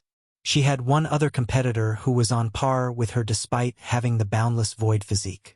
However, the Void Emperor always felt the academy discriminated against her because of her gender. She received fewer resources from him, less support, fewer followers, and fewer opportunities. She would have understood if there was an overwhelming difference between the two, but they were relative to each other in most things. The last straw that made her leave was when one of the supreme teachers tried to force her to marry her competitor and give up on her goal of proving the Tao. She left in anger, trying to forge her way. Oddly, she began to strive during this period. Her strength drastically increased until she became known as the person most likely to prove the Tao. And she did. She defeated all her opponents and became a pseudo-eternal. Then, she established the Tao-worshipping academy with a more tolerant and accepting philosophy. As for her opponent from the academy, she killed him in the final battle. But she did not retaliate against the academy. After this incident, the Emperor Enlightened Academy also realized the corruption of their system and changed their policy to be more inclusive and tolerant. The Void Emperor left the academy in the middle of the void-shattering realm. So, this version is the one with her peak ability, thought Wang Wei before sizing the Samsara Emperor. His story was also interesting. In his youth, the Samsara Emperor was a renowned thief. He would infiltrate different factions to steal important resources from them. When all Heaven Chosens participated in major fortunate events, he would sneak at the last moment to steal all the rewards from everyone before vanishing. He spent most of his life running away from numerous factions, including the Tao opening sect. Wang Wei knew 2 defining events in his life. The first one was he stole some treasure that allowed him to understand Samsara law. And the second was when he suddenly fled into the Nether Hell. After leaving the Nether Hall, the Samsara Emperor disappeared from the world. And even after proving the Tao, he did not stay nor preach to the world. He immediately ascended. Wang Wei analyzed his life and came up with a theory. He believes the Samsara Emperor somehow used the Nether Hall to pass his outlaw trial. Maybe through a deal with Old Man Nether. However, he ran away after proving Tao to escape his deal or stay away from him. From what he knew, the Samsara Emperor was one of the main paragons in the Second Origin battle, so he should not care about someone like Old Man Nether. "Let's get this over with," he said before deploying his domains, and the others did the same. Facing 4 domains from eventual pseudo-eternal emperors did not suppress him. On the contrary, he still had the advantage. The first to take action was the Moon Emperor. A figure suddenly condensed before her. It was Wang Wei with blood-red eyes. A manifestation of one of my deepest fears? Thought Wang Wei as he sensed this clone who actually had close to 80% of his ability. What was one of his biggest fears? Himself. He knew if he one day went crazy, he could do irreparable damage. Even the current sane version of himself was already dangerous to the world. He could not imagine an unrestrained, completely free and devoid of mortality version of himself. Wang Wei's desire to be free was not to be someone who kills and destroys as he pleases. He wanted the freedom to be able to do these things, to have the ability to choose without restraint, whether physically or morally. Although if you delve deeper into his goal, it was somewhat hypocritical, he did not mind. And this technique manifested the version of himself that removed that layer of hypocrisy. It was completely free, indulging in its desires and wants. Interesting technique, he muttered as he could see the flaw in this technique. It worked on an individual basis. The Een Moon Emperor can manifest his innermost fears and copy his strength. However, she cannot manifest Wang Wei to fight another person. Without him as the mirror, she cannot access so much of his power. Lost lamb, you are a puppet because you lack a soul, commented Wang Wei. Then, he controlled the laws of souls in his domain to grant this fear manifestation a soul. And now that he had a soul and its own will, it was no longer under the control of Een Moon. Out of anger for its past, the fear manifestation attacked its oppressor. It clenched its fist and punched her. Love protection. Love is one of the most powerful emotions in existence. And with this technique, the Een Moon Emperor became the most beloved individual throughout all heaven myriad worlds. Trillions upon trillions of mortals, objects, non-living entities, and worlds loved and adored her, manifesting in the form of protection. Unfortunately, she was no match for a manifestation with nearly 80% of Wang Wei's power. Her technique and domain could not resist the attack, and she turned back into thunder and disappeared. For more chapters, please visit Pan 0VL. Wang Wei then gazed at the sword-casting emperor. The latter looked at him without moving. Wang Wei knew how this man's Daos operated, giving him an advantage, but he still tested it. He flicked his finger, generating enough force to destroy thousands of galaxies. The sword-casting emperor waved his sword, and the force returned to Wang Wei with an at least tenfold increase. Tao of parrying or the Tao of counter. He took one of the basic concepts of swordsmanship, parrying, and elevated it to the point it can counter anything, including concepts. Wang Wei created a spear of death and threw it toward sword-casting.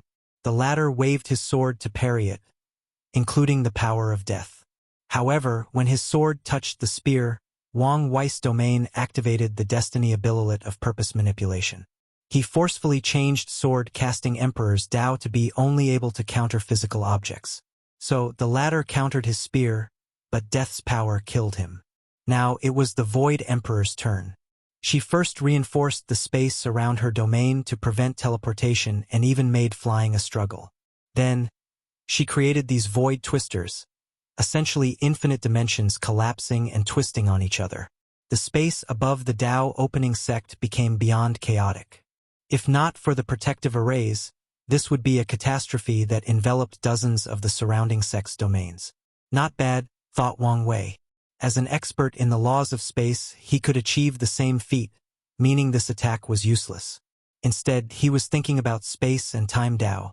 In the world of science, space and time are basically the same, or in better words, interchangeable. However, they were two different concepts in the cultivation world, although with some relations. The space of this world is too easy to break. I should change that.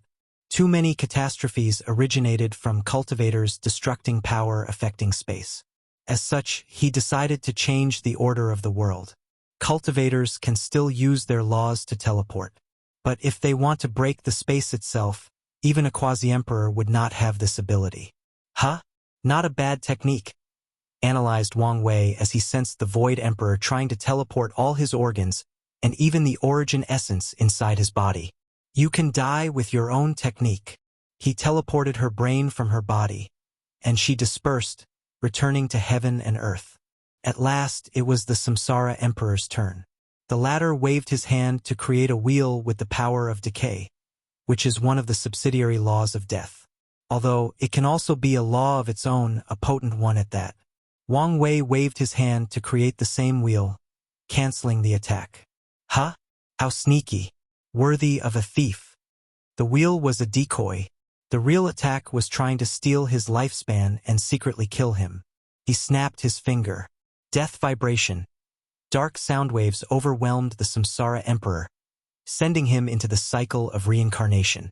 Survived. Wang Wei looked at the dark aura protecting the latter. Death immunity? Interesting. he suddenly looked higher at the Samsara Emperor.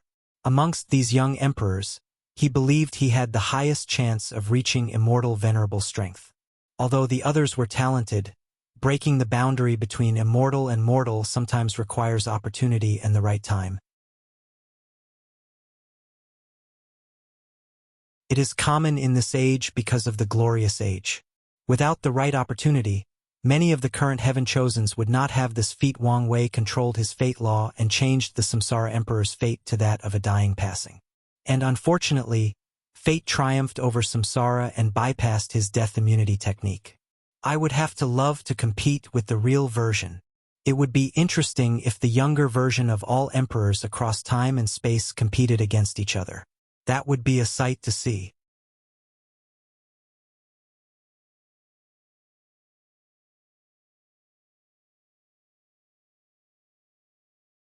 Saints preaching. After his tribulation, he felt like a weight had been lifted from his shoulder. It was now smoother to control his law and domain. It was as if a veil or restrictions was removed from his body. As a result, it was easier for him to access the laws of heaven and earth and comprehend them. Wang Wei knew the reason for this change. Although he was previously a saint, heaven and earth did not acknowledge his realm since he did not undergo tribulation. The weight and veil he sensed was his incongruity with the world. Should I preach? He thought.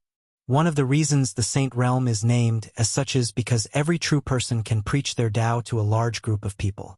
And in return, heavenly Tao will grant them a small amount of merit. In ancient emperor era, saint realm cultivators would travel to the lower realm and preach in small, middle, and even great thousand worlds to receive merit. Unfortunately, as time passed, these places' cultivation civilization has been set, making it pointless to do so in modern times. The only time cultivators in modern times used this method was when they discovered a brand new world. A world that does not have a cultivation civilization for some reason, or one that was just born and is relatively new. Unfortunately, these worlds are rarer to find. Even with Wang Wei's soul flower ability, he might not find one since they might not exist at the current moment. Although I don't need the small amount of merit, it's better than nothing. He contacted the elders to announce he would preach to the sect's disciples. He thought this would be a simple thing that took a few days. But the event quickly escalated. The elders wanted this event to be more significant. They wanted disciples, elders, deacons, and foreign guests, people affiliated with the sect but not directly part of it, to listen. It would take some time to gather these people.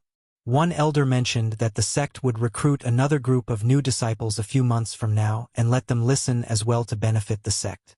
Another one suggested allowing the disciples from the lower realm to participate. The new branches the sect opened in the lower realm needed a way to increase these people's loyalty to the sect.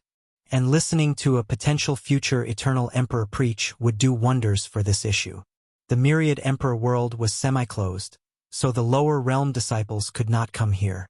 But the sect decided to use an image transmission array to broadcast the event.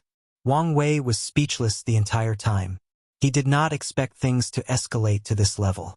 After the elders planned everything, Li Jun and Yan Lililing would also preach before him, turning this into an event.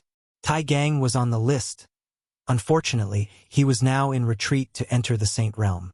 A few months later, Wang Wei oversaw the disciple recruit. The sect divided the tester into two groups, the one with cultivation and the one without. Regarding cultivators, no one above the divine altar would be accepted since that's the realm where it is not too expensive to recast the foundation.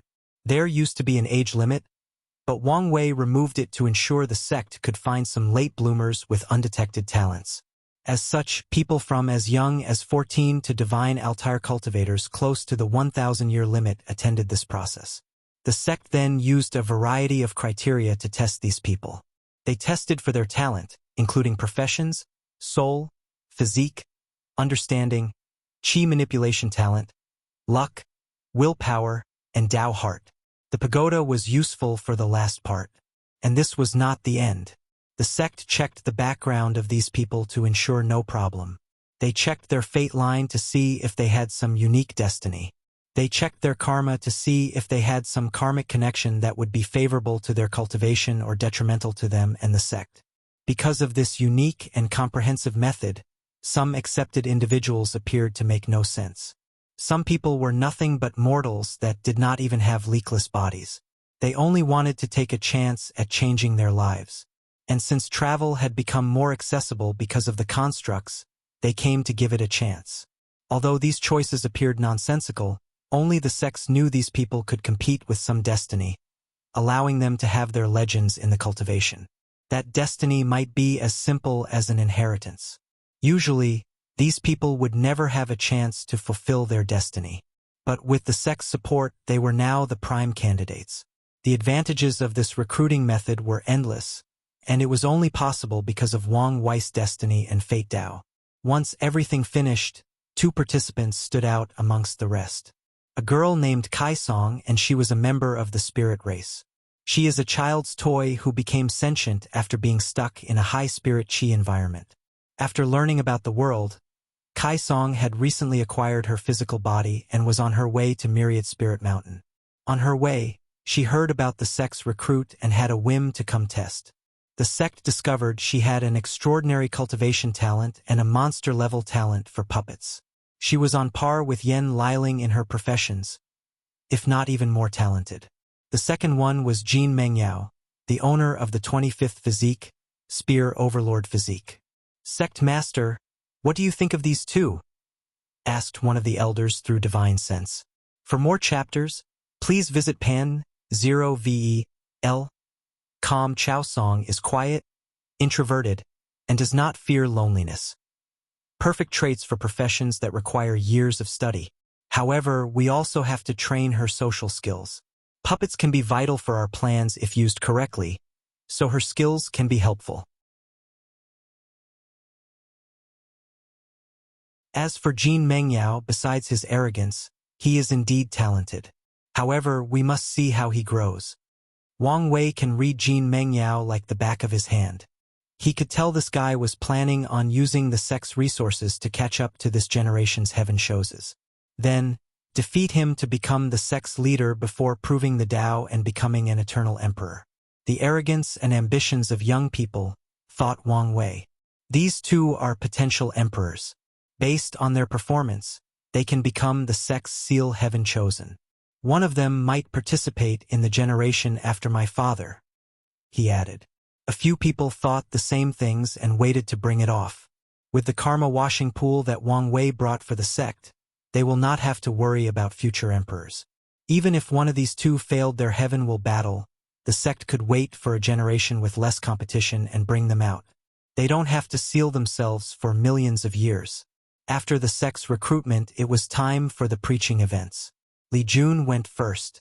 Most people gathered on the sect's largest mountain, sitting cross-legged on cushions. The rest stayed in other mountains and watched things through formations. And it was the same for the branches in the lower realm. Li Jun sat cross-legged, floating in the air and overlooking everyone. I am true person Li Jun, and today, I will enlighten you in the ways of battle. His voice was soft, but everyone could hear him. It was as if he was muttering next to their ears. Even the people who listened through formations felt the same way. Visions of lotus manifested near him, along with beautiful sounds representing the voice of the Tao, the voice of truth. Li Jun then talked about battle as if it was a Tao. He also injected some of his law understanding for the void-shattering realm and above individuals. The preaching lasted 3 months. And once he finished, everyone had one thought in their mind. This man made battle a brutal and cruel thing into an art. And they wanted more. Everyone benefited. Many of the new disciples were malnourished mortals who knew nothing about cultivation. The sect had to provide spirit chi and pills for them to listen for the entire 3 months. But even they benefited. Li Jun's explanation of how to use the mortal body to exert the most power in battle, how to analyze the opponent and how to maximize the use of the environment targeted them.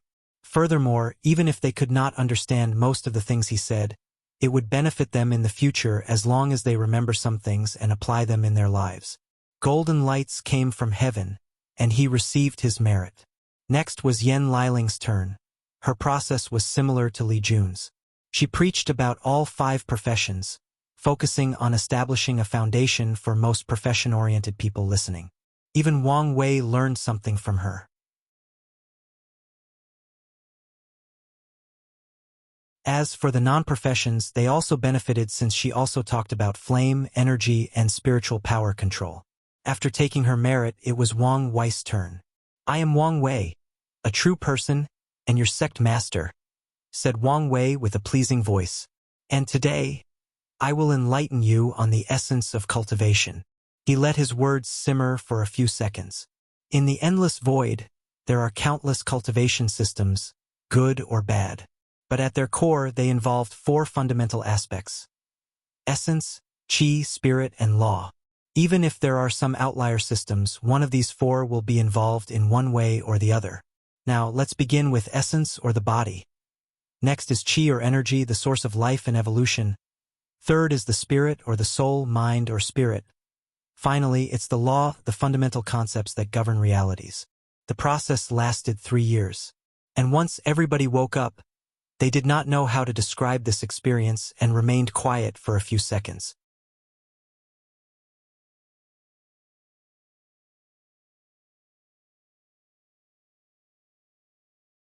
Family reunion. Wang Wei's sermon covered many things. These people now had an excellent understanding of the cultivation realms, from body refining to primordial spirit. They understood which part of essence, qi, and spirit each realm was based on. With this knowledge, they can easily enter these realms and push them to their limits if they are talented enough. For the law aspect, Wang Wei talked about the 5 elements law and a bit about his fate law. However, he primarily focused on the subtle control of the law, and with his force control skill, every individual, including the true monarchs of the sect. Today's preaching will benefit every single listener until they become quasi-emperors. And maybe even further. Wang Wei received his merit before dismissing everyone. There was a lingering desire in the faces of most of the disciples. It was genuinely fascinating to listen to people preaching. It was like someone presented the universe's fundamental truth in such an easily understandable way. The feeling was simply intoxicating. "What a marvelous sermon," someone suddenly said. When Wang Wei saw where it originated, his eyes lit up. "Mom, Dad." Yu Yan rushed to hug her son, and Wang Tian followed. The family formed a hug sandwich with Wang Wei in the middle. "When did you guys get here?" "After Liling's turn," Yu Yan explained. "We wanted to surprise you." "I'm glad you are back," said Wang Wei with a smile. "Let's go somewhere else." The 3 flew to Wang Wei's transcending fate mountain to chat. Everyone sat together, including Wu Hong. Wang Wei prepared the tea and the family chatted. "Your sermon was brilliant," commented Wang Tian. "I've learned a lot." He was not lying, since he had learned a lot after hearing it, especially his force control skill, which he believed could reach a higher level after a while. Yu Yan nodded, but she did not say anything. She held her son in her hands, cuddling him like a child. Wang Wei did not resist. "I'm glad. So, how was your mortal dust? What did you do? Any new discoveries?" He could tell it was more than successful, since the 2 were now at the peak of the supreme realm, only 1 step away from becoming quasi-emperors. "Mine was interesting," added Yu Yan.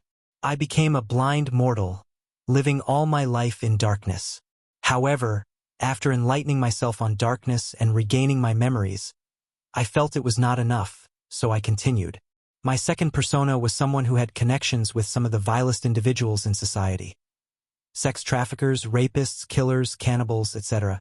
I wanted to experience the darkness of the world. This persona granted me a deep understanding of societal darkness, or darkness of the mind. But of course, I was not satisfied. So, I placed a bunch of mortals and cultivators in a small world and literally turned into darkness. Observing them live and survive in a world without sun, with only darkness, was interesting, to say the least." "Interesting. I give you a full score for ingenuity," commented Wang Wei. "Thanks.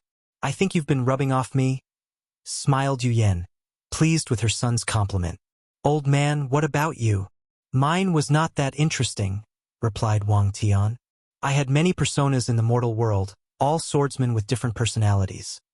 The indifferent swordsman who killed his loved ones for his sword Dao, the free and unrestrained swordsman, the charismatic one with friends all over the martial art world, and even the drunkard swordsman. Every time I learned something fundamental about swords from these personas, I would awaken my memories and choose the next one. Wang Tian took a sip of tea. Then, I turned myself into a sword and experienced what it was like. In a few hundred years, many swordsmen created legends with my sword. As a result, I learned the fundamental truth that the sword was a weapon of murder, nothing else, nothing more. You don't seem too happy about this discovery? Remarked Wang Wei as he sensed his father's odd mood. It's not that, since I've always known this. With his achievement in the sword, of course, he knew the fundamental purpose of the sword's existence. I've loved the sword since I was 8, and my father gave me a wooden sword for practice. I named it Little Heaven after my name, and I still preserve it. I was hoping to pass it on to you for your training. Well, you know how that turned out. Wang Wei gave his father a wry smile. It's not his fault that he was not a fan of most weapons. Wang Tian did not blame his son since he was in a state of remembrance. My love and passion for the sword have allowed me to travel far in its ways. But it also made me romanticize the sword, thinking it was more than a simple weapon. I thought it was beautiful, mighty, the best weapon, and the weapon of kings. Unfortunately, through cultivation, I found its essence as a tool created for death and slaughter. And a small part of me refused to accept this fact until mortal dust. In the time he spent as a sword, he ended up in different people's hands. A blacksmith who admired the technique behind its creation. A king who used it as a symbol of power and authority. However, he always ended up being used as a tool for killing. For more chapters, please visit pan0vl.com. After removing that final reluctance, Wang Tian sublimated his state of mind, and his swordsmanship reached a higher realm. As long as you've figured things out, added Wang Wei. How strong are you now? Condense your most powerful attack into a sword chi, and let me see. Wang Tian did not hesitate because he knew how strong his son was before leaving. He raised his hand to condense a small sword the size of a toothpick. As expected, commented Wang Wei as he felt the power emanating from the sword chi. Middle level of 3-leaf. After you become a quasi-emperor, you will reach the peak with a slight chance of breaking into 4-leaf.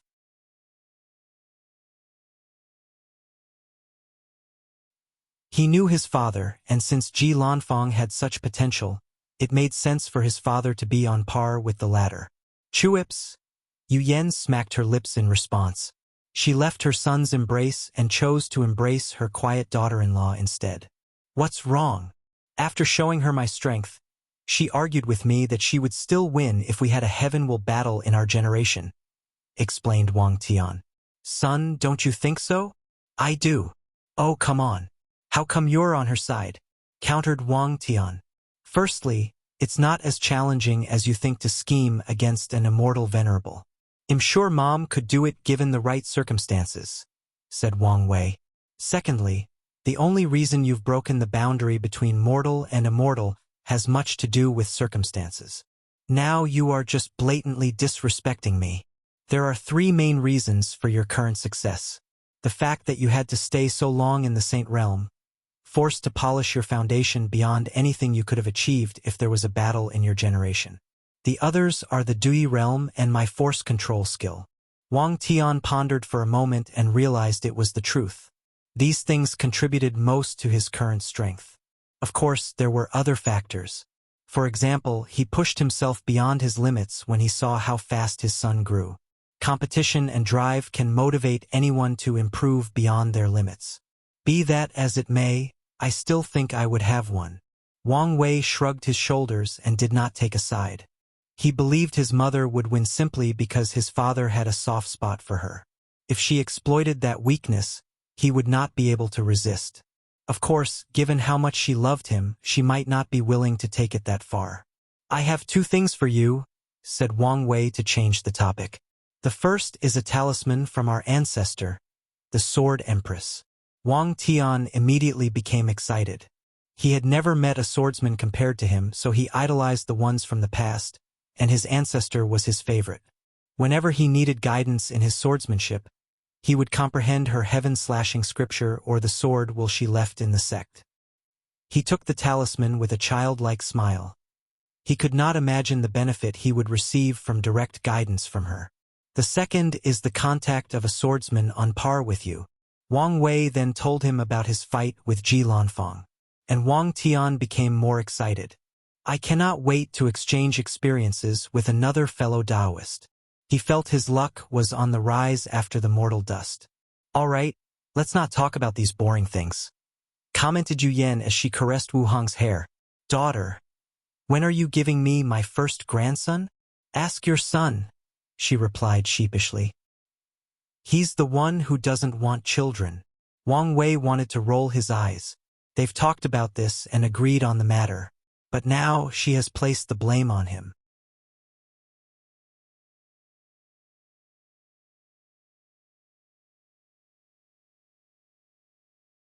Flesh tribulation. Wang Wei spent the next few months with his parents, postponing his seclusion. Then, he created a clone to socialize with him while his main body entered seclusion. Meanwhile, Wu Hong did the opposite as her main body entered seclusion while a clone spent time with Wang Wei's clone. The couple wanted to spend as much time together as possible. The first thing he did was Wang Jia ceremony. The process required formations, a ritual, and other resources. After everything finished, his shadow connected to her shadow, transferring some of his power to her. A cocoon enveloped Wang Ju as she underwent a massive transformation. She will be a terrifying spy and assassin after inheriting 70% of Wang Wei's power and abilities, especially if she uses them correctly with her shadow law. Afterward, Wang Wei proceeded to condense his first black hole. With enough primordial star essence, he condensed a black hole countless times bigger than the observable universe back on Earth. He first checked whether there were any problems with his secondary artificial acupoints. Then, he checked whether there were any contradictions between the black holes in the 1962 main acupoints. After detecting no issue, he continued to condense black holes for a total of 10,000 second acupoints, or a grand total of 19,962. After sensing that his body had reached saturation, Wang Wei stopped and clenched his fist to feel the power contained. 50 primordial dragon force. He could now destroy 50% of a great thousand world with one attack. And that was not the only increase but also overall defense, speed, regeneration, and survivability. It's coming, he thought after analyzing his body. An unknown power descended on him, and he knew it was from the true power Tao realm. His tribulation had arrived. Wang Wei lay on the ground to prepare. He suddenly felt something munched on his skin, making him groan. With his pain resistance, he would not blink an eye if he swallowed an entire sun. Feeling every sensation as the heat burned his throat, liquefied his intestine, or charred his bones. However, the pain intensity was nothing he's ever experienced. Ancient Desolate explained to him this was one of the aspects of the flesh tribulation. The test knew the highest threshold of anyone participating and inflicted a higher level. The severity of the pain is one of the many reasons people cannot open the gate of pain or continue on this path. I can't believe having a high pain tolerance would work against me, thought Wang Wei. However, this was not even the end. He received information or a request to take all the tests together and choose how many of them to take at once. Wang Wei decided on all of them. He wanted to finish the test for the third level in one swoop. Ancient Desolate gave him some tips.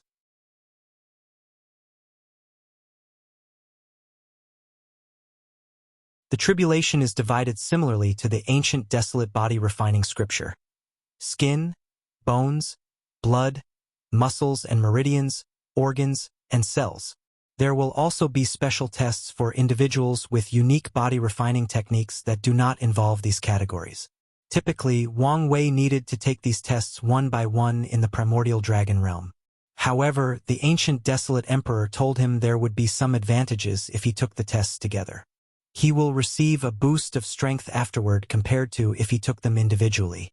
Meanwhile, the single test is to decide a body refiner's worthiness to continue walking on the true power Tao realm. After the request, the tribulation continued. Wang Wei experienced horrendous pain as he watched his skin rapidly disappear from his body, as if a creature enjoyed a pleasant meal with his body. Suddenly, an intense fear overwhelms his mind. Here we go, thought Wang Wei, trying to control his emotions.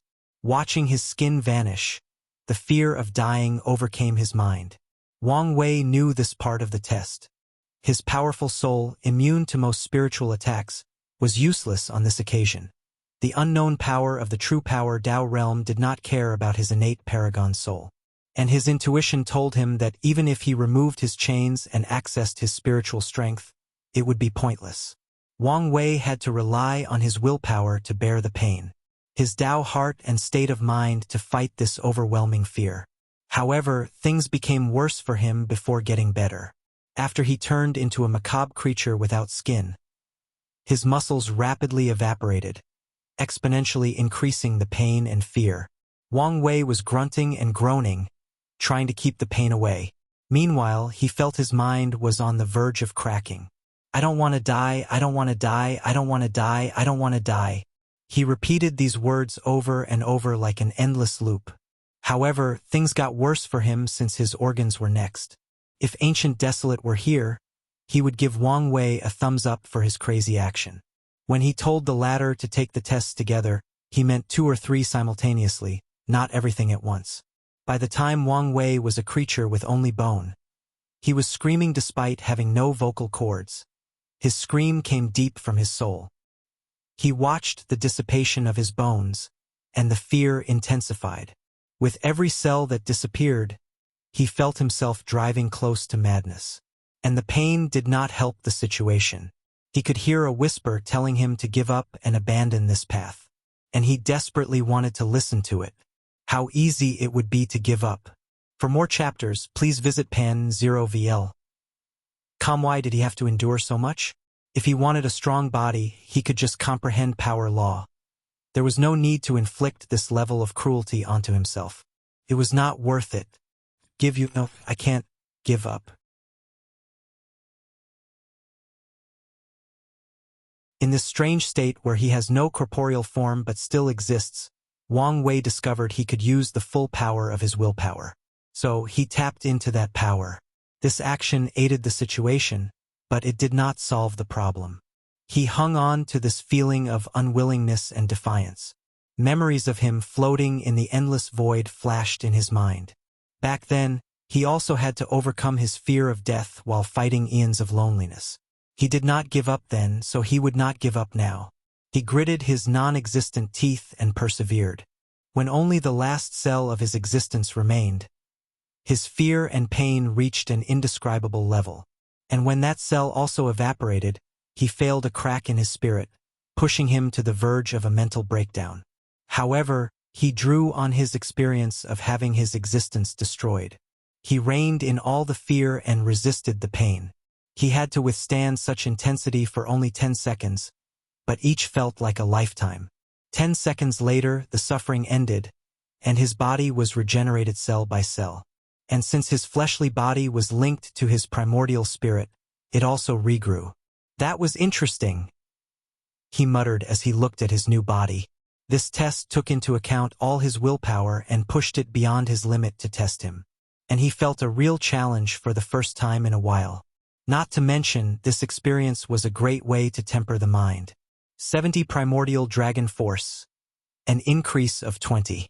Is this my reward? He muttered, satisfied given how difficult it is to advance in this realm. Not just this. He raised his hand, and the void trembled. He did not use any chi, law, or other aspects of his power. He materialized his willpower to achieve this feat. Wang Wei realized this experience had allowed him better control and access to his willpower.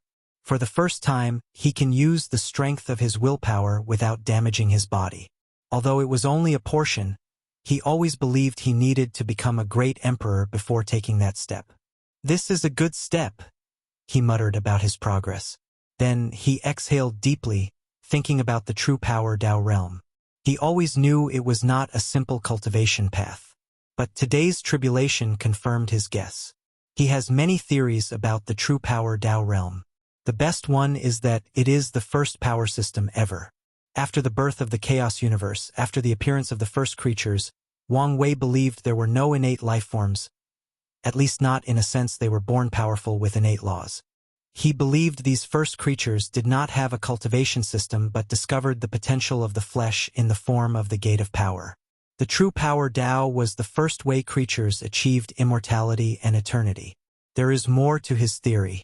He believes that the history of the eternal ascension world can be divided into eras. And in the first eras, there were no lower dimension and heaven wills. So, the creatures from that time relied on the true power Tao realm to cultivate. He once talked about this theory with Wu Hong, but she said she did not have memories of such history. But he was probably correct. Did you really take all the tests at once? P. and a novel. Wang Wei turned to the sudden voice and saw his wife. Not bothered by how she bypassed his formation, he replied, yes. Wu Hong did not know what to say. She remembered her flesh tribulation. She had a whim and decided to try 3 simultaneously, and she did not forget that horror for a long time.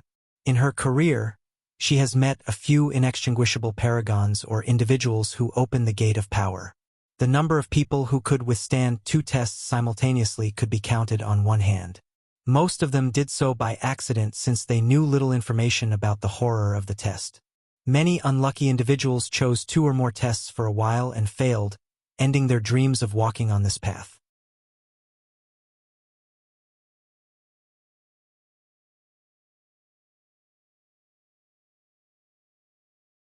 8. Heterogeneity.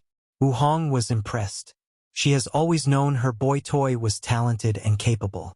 And on a few occasions, she was proud and impressed by him. But today, for the first time, she was impressed beyond words. She looked at him, eyes sparkling while gently biting her lower lips.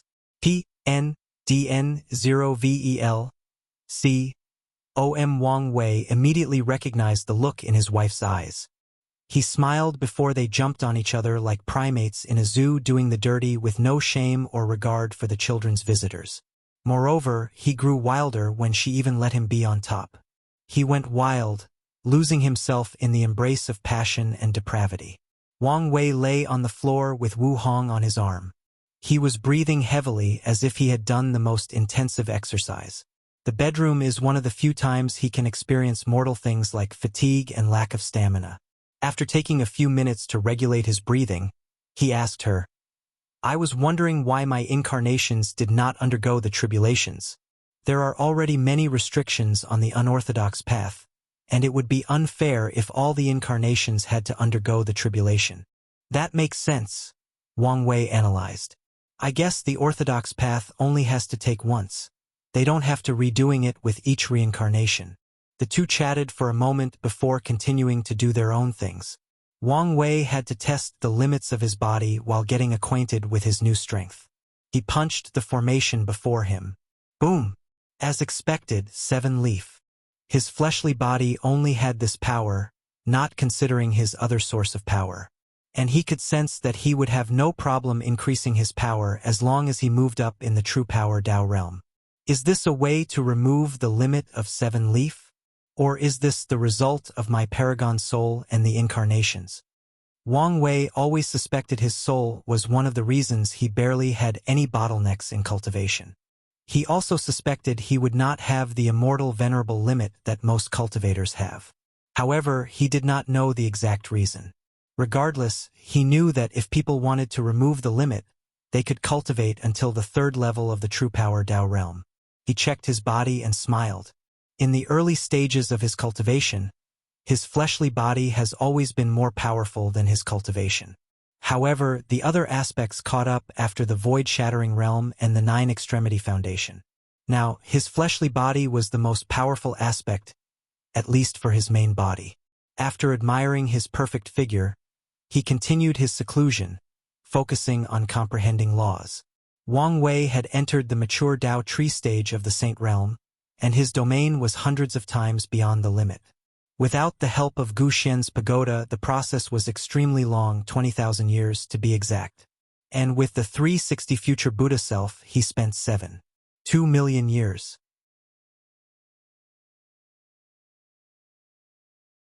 He pushed the boundary of the saint realm with how deep of time he spent comprehending the law, especially with his talent. And yet, I still have a silver tree. He now understood achieving golden tree is now just about time spent comprehending laws, but also the mysterious baptism samsara Tao cultivators experience when they walk the path of 9 extremity. I still have to rely on the fate palace. He closed his eyes to sense the other incarnations. They had all finished their mission and tempered their bodies to the peak, including the Order incarnation. Wang Wei borrowed their power. 3 root peak. He did not achieve 4 root because the main body was still in the saint realm. He left seclusion to see his wife. Finish. Yes, he replied as he embraced her. Prepare to go through mortal dust before breaking through? Yeah. What was your mortal dust like? Mine? Let me remember. Pausing for a moment. My early years were about proving my worth to the world. And by the saint realm, my state of mind had changed, but there was still a lingering flaw. For mortal dust, I became the only daughter of the most wealthy individual of a mortal kingdom, loved and cherished by everyone, a little princess. Then I was a princess adored by the kingdom, followed by a sovereign, the noblest individual in the kingdom. Afterward, I had some persona focused on my Tao. I was the best scholar in another kingdom. I remember these days arguing with these stinky scholars who could not accept a woman besting them. I was an artist focused on painting and sculpting. However, all my works were runes or patterns found in nature. Finally, my personas were people confined or sealed in different places. One spent her entire life in a house, never leaving its confine. The other was in prison. One of my personas spent a few days surviving inside a coffin. I learned a great deal about sealing in these experiences. For more chapters, please visit pan0vl.com. How fascinating. Indeed, Wu Hong replied, reminiscing about the old days. Are you staying for a while or leaving now? I'm leaving. However, I have to go see Li Jun first. His parents were also in retreat. His father was receiving the Sword Empress guidance while his mother had to plan for the merit-proving method. He flew to Li Jun's mountains, and the other was waiting for him with drinks. Where is Liling? She's refining pills. Wang Wei took the jar from him and took a sip. Since we now have karma washing water, why don't you unseal your wife and child? I want to see and spoil my nephew. Li Jun shook his head. Not until we become emperor, and I know for certain I can protect them. That's a good idea. He knew another reason was because of Yen Liling. It can cause trouble having the concubine with a wife present. And Li Jun is smart enough to understand how to navigate this kind of situation.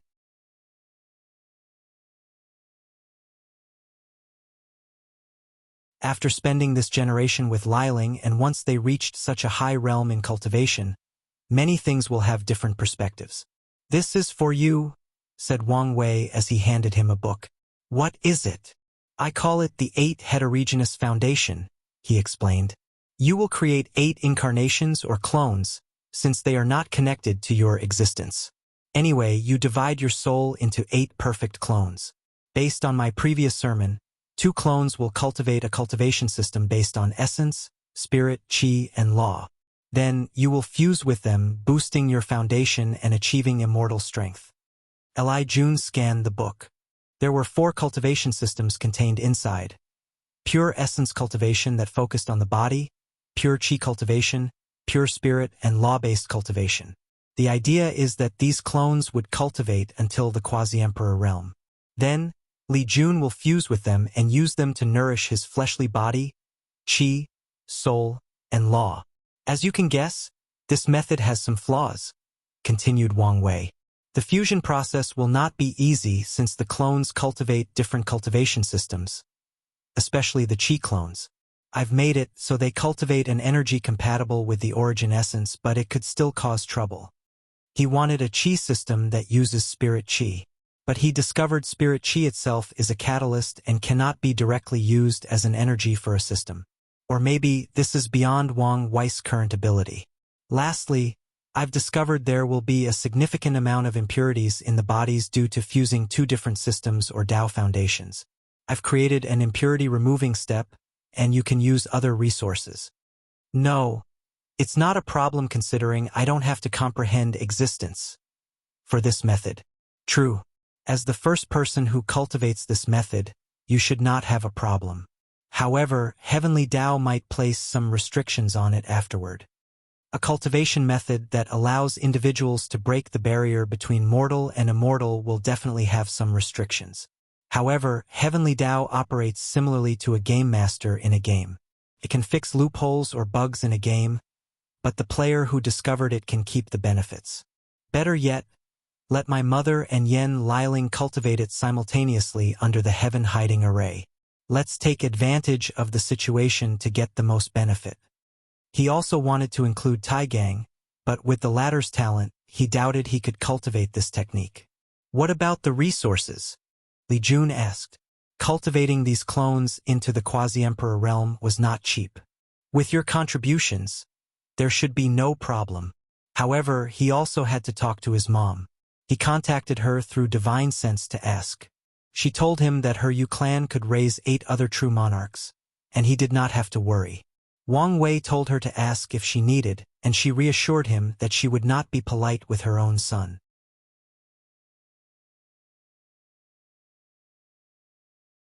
I just remember, suddenly said Li Jun, did you contact Wang Ju? No, what's wrong? She's injured.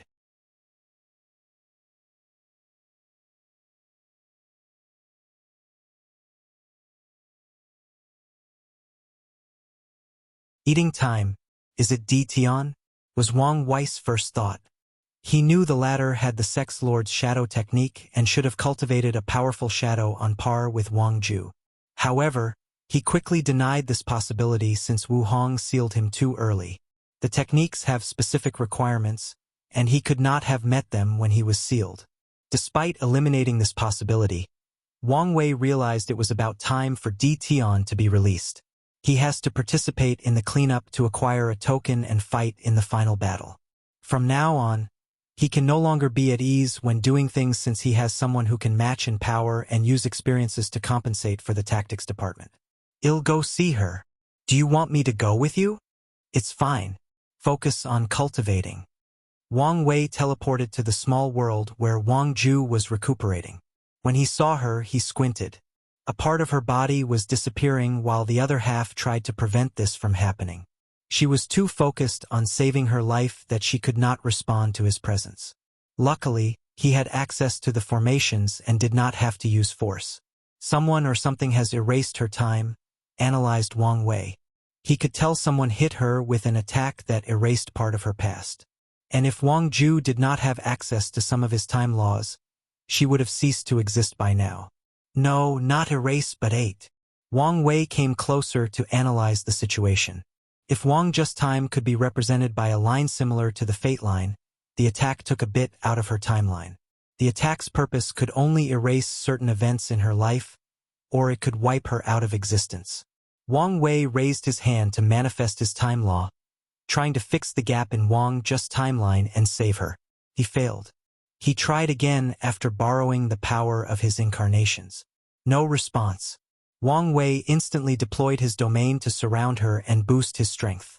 This attempt was also of no use.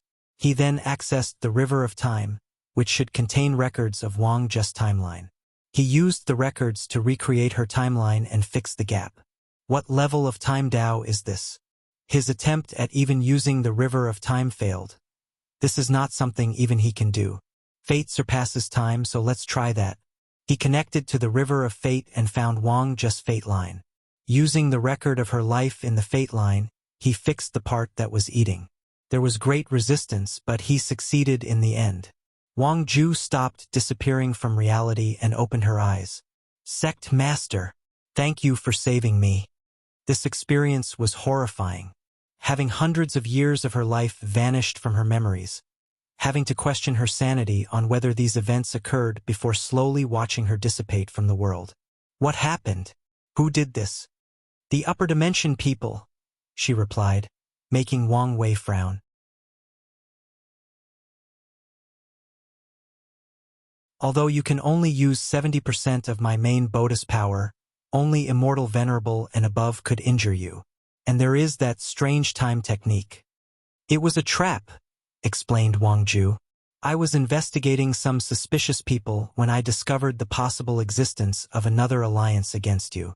My investigation led me to a strange heaven chosen who seems to use insects. However, it was a trap. When I further investigated, they were prepared. They knew about the Lord Shadow technique and had a light-based formation that could affect my shadow status and weaken my access to your strength.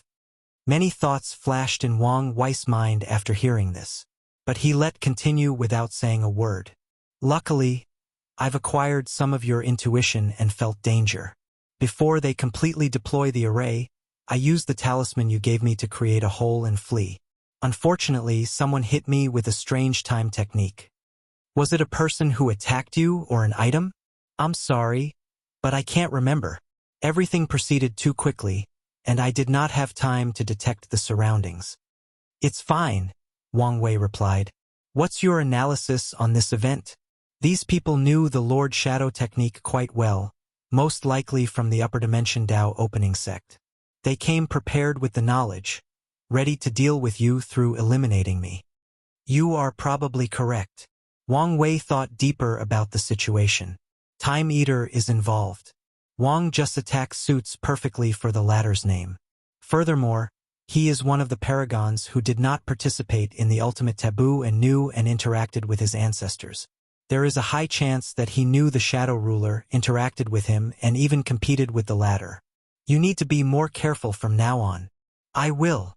Wang Ju also realized she was too intoxicated with her newfound power and was slightly careless. I have to go through mortal dust. When I'm done, I will refine a talisman for you to access all my powers. Wang Wei was slightly annoyed as he kept discovering the flaws of the unorthodox way of the Nine Extremity Dao Foundation. For more chapters, please visit pan0vl.com. Thank you, Sect Master. But do you need the Fate Shadow Guards to protect you secretly? Mortal dust is a moment of weakness for many cultivators since they usually seal their memories and strength. Although they can instantly regain it when attacked, it is still a moment of vulnerability that can be exploited. No, Shadow One is in charge of protecting me. I see. Wang Ju was slightly disappointed but felt relieved since her young master's safety was what truly mattered. I wonder if I can become Shadow One instead of Shadow 3? She quickly removed this intrusive thought from her mind since she knew such a request would cause a seniority issue that could lead to real problems. Do you remember what the runes of the formation looked like?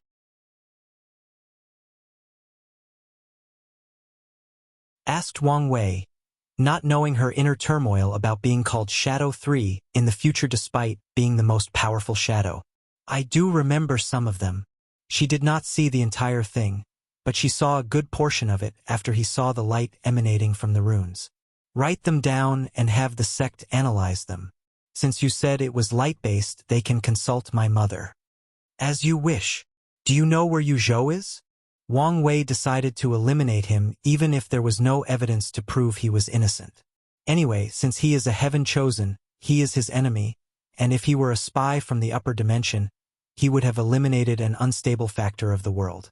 And he could still kill a few heaven chosens without affecting his Son of Era title. Wang Ju did not immediately explain but checked the Fate Shadow's headquarters for information. He disappeared after the trap. We currently do not have his location. He's not in the Soul Race's small world? No, that was more suspicious. Forget it. He has to show up for the cleanup. Wang Wei ordered her to keep up her work before going to say his goodbyes. Then, he headed to a mortal world for his mortal dust. Primordial chaos. Outside the Eternal Ascension world. 7 people fought an enormous creature with dark red skin and 2 horizontal black horns that almost met before his forehead. Its body was muscular, displaying its developed muscle. It has leather pants and boots on, and these items shone with magical light, indicating their value. Primordial laws flowed out of his body as he fought all 7s.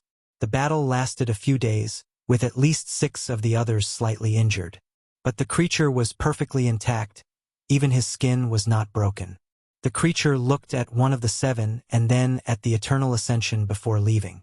He treated primordial chaos as its home as it navigated its endlessness like a pool in his backyard. "That's the 7th attack in the past 100 years, commented Undead Phoenix. More should be coming. They could tell these attacks were nothing but testing the situation. "We need to do something," added Earth Emperor. The 2 sons seemed occupied and told them to deal with the situation. "Do what? This should just be the beginning," added Blood Dragon. "Damn Chiyuan," snarked 5 Feather Phoenix. "The current situation is because of the All-Seeing Temple's predictions. Many people in the Chaos universe believe the Eternal Ascension world will be responsible for the upcoming chaos and want to either deal with them or enter to prepare. There is no point in complaining. We need solutions," reiterated Earth Emperor. "What about the previous recruitment plan? As long as some potential paragons side with us, we can increase our power." "Most of them do not want to associate with us," replied Blood Dragon. He tried to entice Qintong and a few other people in limbo, but they all looked at him in disdain.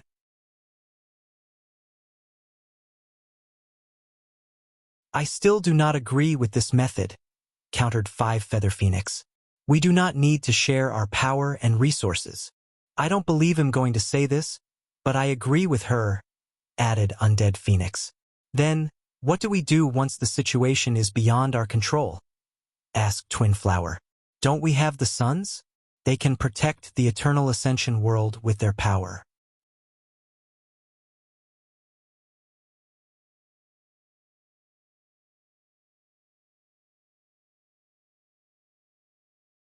"Mortal Dust, L. Are you sure you want to do this line of work?" asked Big Mouth, a fat and muscular man. That's the best way to describe his appearance. His arms were muscular and well-defined, his legs thicker than a tree, but his belly might mistake him for a pregnant woman. Of course, there was his oddly shaped big mouth. "Yes, sir," replied a slightly thin young man dressed in coarse clothes. However, despite his social status, indicated by his clothes and seeking employment, he had an odd charm around him that caught people's attention. However, they could never pinpoint or describe what his appeal was. "It takes guts to do this job. Can you handle it?" "No problem, sir." Grunted Big Mouth. "You're a little too skinny. Don't look at my appearance. But I have divine strength." The young man looked around and easily picked up a large saber weighing a few hundred genes with one hand. Big Mouth's eyes lit up. He initially accepted this lad Yen Wei because one of his acquaintances called for a favor and because not many people were willing to do this dirty job. However, he became convinced after meeting the latter and seeing his respectful nature and strength. "Good. Come tomorrow at dawn. They'll begin your training." Yen Wei immediately bowed and profusely thanked him for this opportunity. He rushed home with excitement. The next day, he arrived an hour before dawn, when night still loomed over the world. Big Mouth also arrived an hour early, and he was surprised when he saw the young lad waiting for him before the prison. "The cocks haven't even crowed yet. Why are you here?" "I didn't want to be late. I like spunky people like you. I hope you can last long." So far, he was satisfied with the new employee. Discipline is one of the key traits to succeed in anything. Big Mouth took the keys hanging on his side and opened the door, leading Yen Wei through the corridor. The young lad looked at the cells and people imprisoned. The majority looked miserable and dressed poorly. But a few looked like nobles, so he guessed they were either corrupt ministers or people who offended even more powerful individuals. Big Mouth did not say much as he walked to 3 different cells and walked out with a prisoner. Then, he led them to another section of the prison. "Normally, I don't have this kind of authority, but since I need to train you, I can do this." Big Mouth led the prisoners to a platform and placed the first one in a device where his neck is shown and his hands tied behind his back. He took a blade and raised it above his head. The key is to have no hesitation. Aim for the neck, and use all your strength, or the head won't fall. Chop! Yen Wei watched with horror as blood spilled on the ground. Although he already knew what job he was applying for, it was completely different to experience it personally. Suddenly, he felt his breakfast rushing to his throat, and he swallowed it back. "So, you didn't throw up? Better than the previous guy," commented Big Moth after seeing the young lad's pale complexion. "Let's see how you do when it's your turn." He changed to another prisoner and handed Yen Wei the blade. He took the blade with trembling hands. "Breathe in and out," instructed Big Mouth. "The first time is usually the hardest." Yen Wei followed his direction and breathed in and out. He effortlessly raised the blade above his head. But as he glanced at the prisoner's neck, he could not find the strength to drop it. Big Mouth did not give him any motivational words like this person was the most heinous criminal. He waited to see the young lad's capabilities. Yen Wei hesitated for more than a minute. Then he gritted his teeth and dropped the blade, cutting the head off cleanly. As he watched the result of his actions, he rushed to the side of the platform and hurled everything inside his stomach. He did not stop after an entire minute of vomiting. "Well, at least it was not messy," said Big Mouth as he patted the latter's shoulder. "How can it get messy? The last guy did not use enough strength. The head was not cleanly cut off, showing the inside. Plus, the prisoner was screaming and had to chop more than 3 times before things ended." Yen Wei felt like throwing up again. "Don't be such a wuss. Anyway, this is the easiest part of the job. How can it get worse? You'll see." For more chapters, please visit Pan 0VL. Yen Wei did not wait long to know what his superior said. A week later, after participating in a few public executions, he began to become acquainted with this job. He still felt squeezy at the fact he had killed people, but he had begun to become numb to the sensation. Then, everything worsens after that execution. Big Mouth had to travel to another city, and he was the only one left. And a big case occurred. Some ministers committed treason or something, and the governor ordered the execution of his entire family. Chop, chop, chop. First, everything proceeded smoothly. The only issue Yen Wei had was how he had to kill so many people consecutively, which was a first for him, especially without Big Mouth supports. However, the subsequent executions hunted him. "Please spare us. Our family is innocent," screamed a woman, one of the many concubines of the treacherous minister. Yen Wei had to wear a mask that only showed his eyes, and they trembled after hearing this. He gritted his teeth and prepared the woman. "I'm begging you, please don't do this. Our family did nothing wrong. We were wrongly accused." The woman screamed and argued with him during the process. Yen Wei raised his blade, but when he saw the pleading look in her eyes, his body once again quivered. He questioned himself, but as the supervisor of the execution asked him if there was a problem, he only shook his head before dropping the blade. It took every ounce of the strength of Yen Wei's body to prevent himself from violently reacting.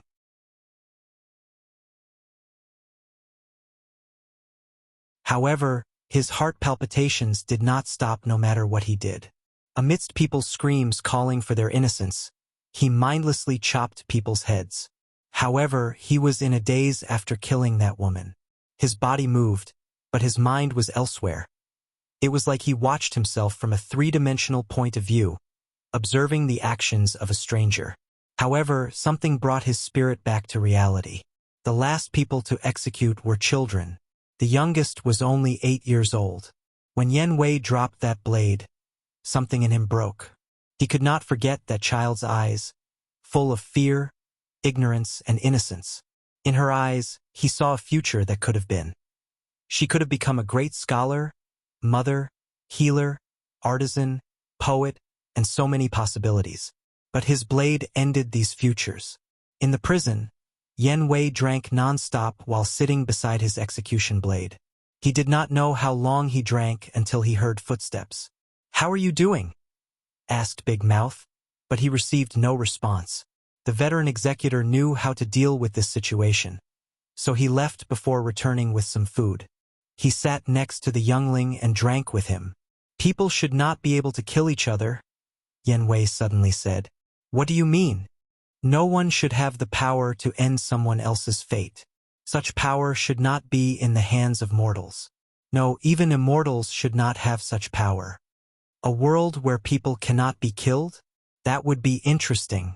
Unfortunately, this is not possible. And even if it was, I'm sure there would be some other trouble, commented Big Mouth. Like what? Do you think there wouldn't be any problem if everyone were immortal? Society would collapse in a very short time. Pa and D, a novel. I don't mean for everybody to be immortal. I mean that people should not be able to kill others. But dying of natural death, aging, or sickness is fine. What about criminals? They can be imprisoned and rot in jail for eternity. I still feel it is a naive idea. If such a world like this existed, these innocent people would not have died. You don't know if they were really innocent or just lying to save themselves, argued Big Mouth. In what world will an 8-year-old child not be innocent? It's a shame what happened, but the son has to bear the crime of the father. What a stupid thing to say, replied Yen Wei before spitting on the ground, disdain all over his face. Big Mouth sighed and ignored his disrespect. Knowing what the young lad was going through, he experienced the cruelty of this job. But after so many years, he was now used to it. He patted Yen Wei on the shoulder. Don't drink on an empty stomach. Go to bed, and tomorrow decide whether you want to continue this line of work.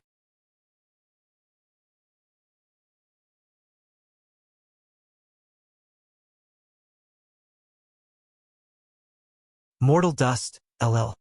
Big Mouth watched a young man with a cold and emotionless face casually chop the head of 2 noblewomen. The latter did not bat an eye. There was no change in his expression, and he did not even care to hide his face. This kid changed so much in just 2 years. Big Mouth was worried since this was the first time he had to deal with this situation.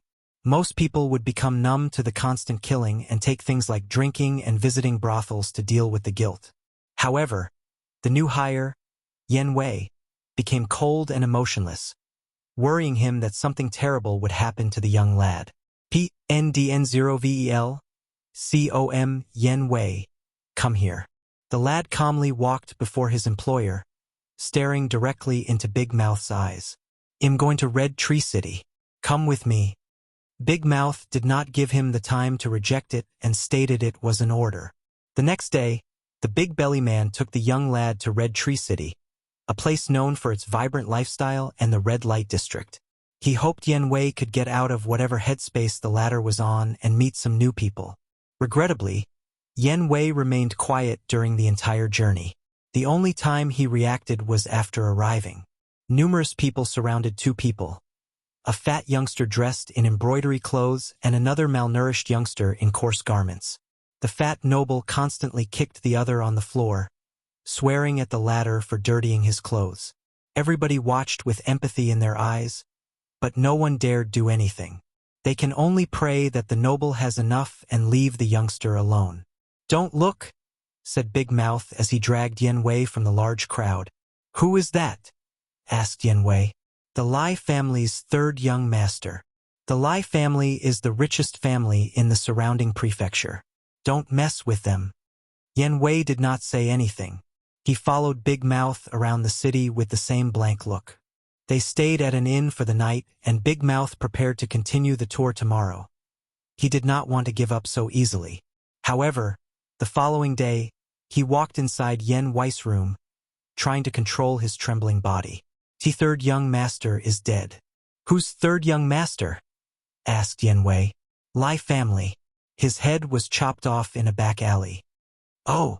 Big Mouth clenched his hands as he stared directly at the youngster. Did you have something with his death? No. He could not tell whether this was the truth or not. In the end, he took a deep breath to calm down. The entire city is on lockdown by the Lai clan. You better hope you had nothing to do with this murder. For the next week, no one could enter and leave Red Tree City. The Lai clan searched every nook and cranny to find the killer. At first, nothing proceeded smoothly until the last day when they found a man with the blade that killed their 3rd young master.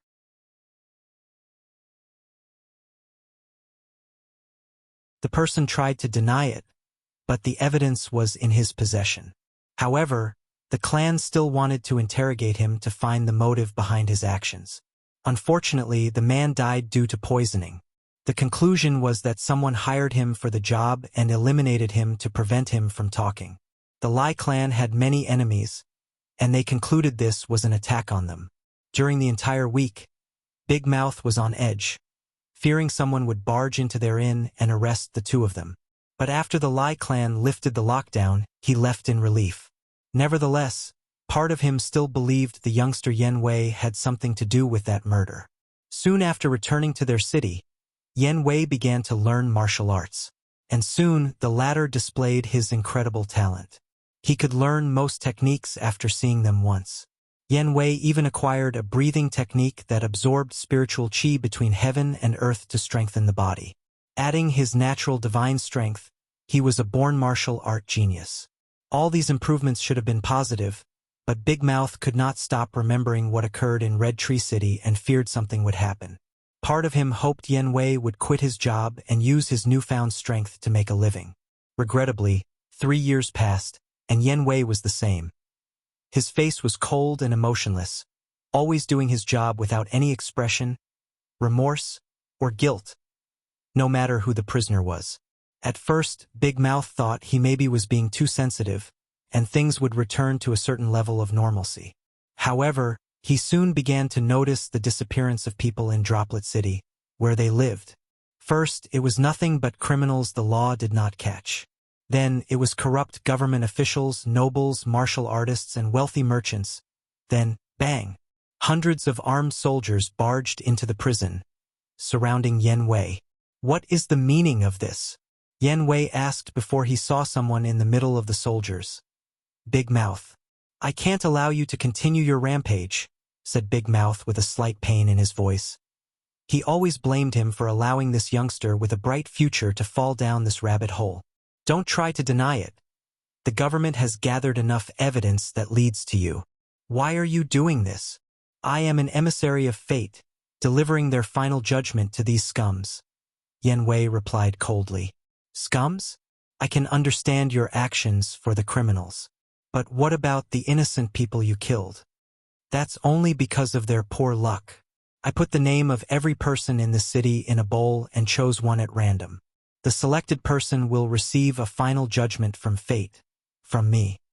Who are you to decide people's fate? Roared Big Mouth. Who is a nobleman to decide the fate of a poor countryman? Rebutted Yan Wei. He does it because he has the strength to.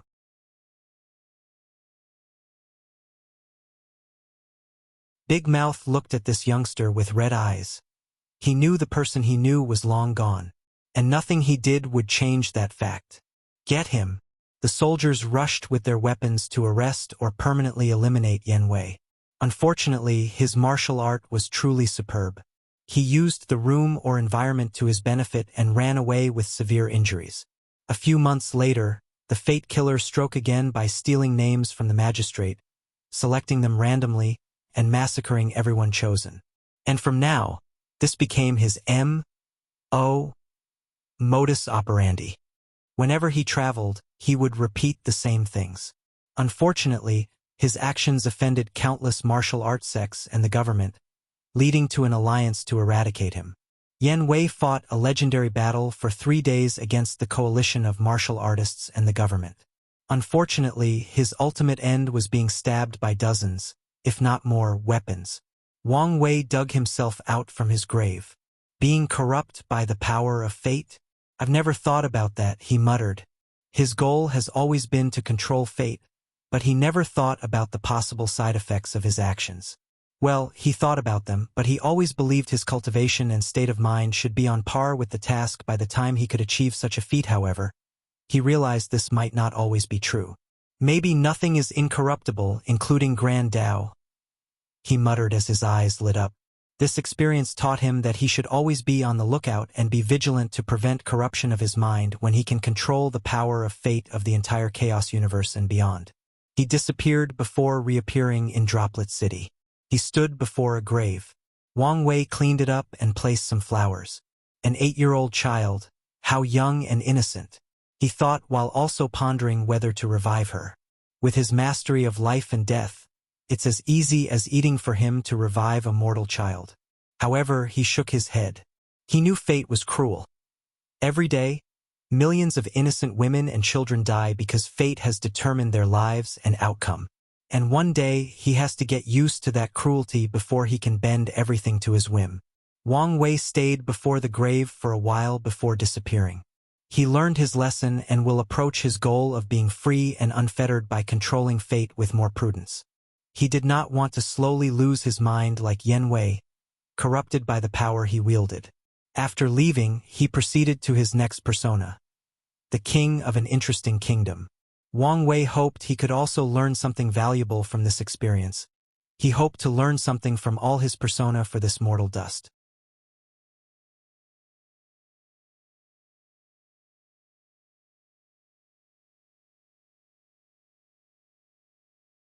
Mortal Dust 3. Inside a medium wooden house, a woman had dinner ready as she waited for her husband.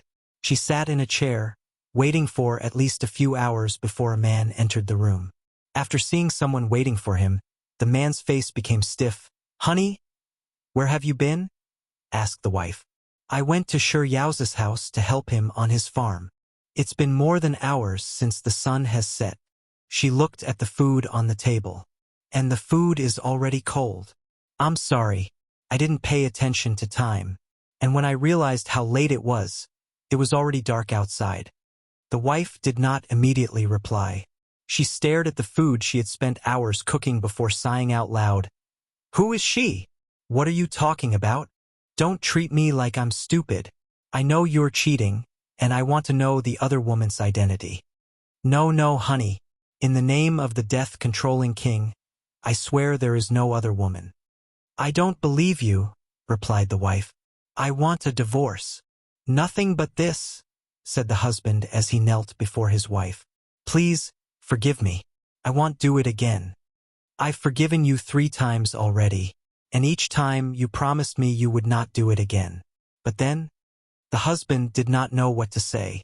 "It's because you know I'll forgive you that you keep doing it." "Well, I've had enough," continued the wife. "Tomorrow, I will apply to the magistrate to annul our marriage." After saying that, the wife stood from her chair to walk toward the bedroom. No, muttered the husband. According to the kingdom's law, he would lose more than half of his property, farm, because of his infidelity after the divorce. Then, there is the stigma associated with a divorced man.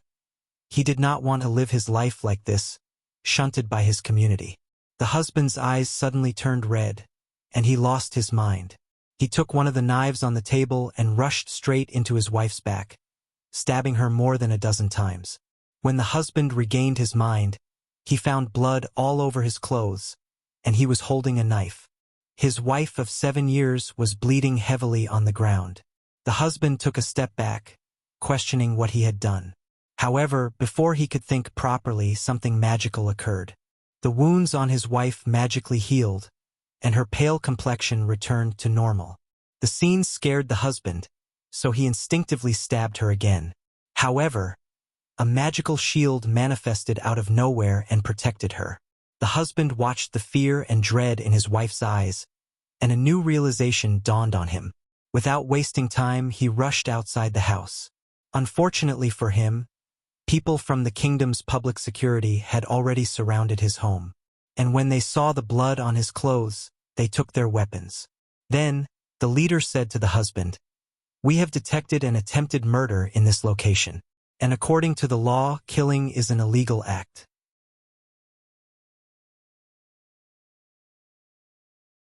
The husband did not resist since he knew it was pointless.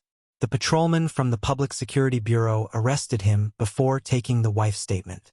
Attempted murder is one of the highest crimes in the empire, so the husband will probably spend the rest of his life in a dark cell. Undying Kingdom, Royal Palace. The death-controlling king, Li Wei, sat on his throne, overlooking his ministers. "Is this necessary?" he asked. "Yes, Your Majesty," replied the Prime Minister. "These people have committed the greatest sins and must be executed. Furthermore, our prisons are getting too crowded. We must either eliminate some people or build more." Li Wei did not immediately respond. A few minutes later, He sighed before waving his hand to manifest a black talisman that would release a strange black and white light. All the citizens of this kingdom are immortal, but only the king has the power to strip this immortality from them. I need you to supervise the entire thing, ordered the king. As you wish.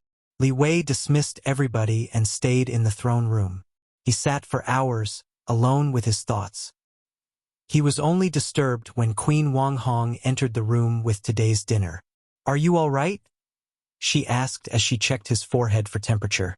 You've been distracted, even dazed, the past few days. You remember how this kingdom started? She did remember. Back then, they were struggling to feed themselves and survive. So, her husband took a job as an executioner since it was good pay, and few people wanted to do this dirty job. However, after being forced to kill a family that was most likely innocent, he began to question things, including his sanity. Then, one day, an immortal came to see him and offered him the power to create a kingdom where everybody was undying. A kingdom where only he could decide a person's fate, including life and death. Ever since that day, I've been thinking about why the immortal chose me for this mission. I wonder if there is a reason. We've had this conversation before. We cannot fathom the immortal's mind. So, for the sake of our family and this kingdom, don't think about these things, pleaded his wife. If only things were this easy, argued the husband. I can't sleep peacefully if I don't think about it. Queen Wang Hong sighed. All right, I'll indulge you. Did you find a reason? I thought the immortal wanted to test me. Well, not me but mortals in general. Test whether we would succumb when given absolute power. So, in the past 15 years since the establishment of this kingdom, I've done my best not to let power corrupt me. The queen knew it was not an easy task. Her husband is the only individual capable of granting death to people in this kingdom. And with such power, he has done an excellent job of not abusing his power and becoming a ruler dedicated to serving the people.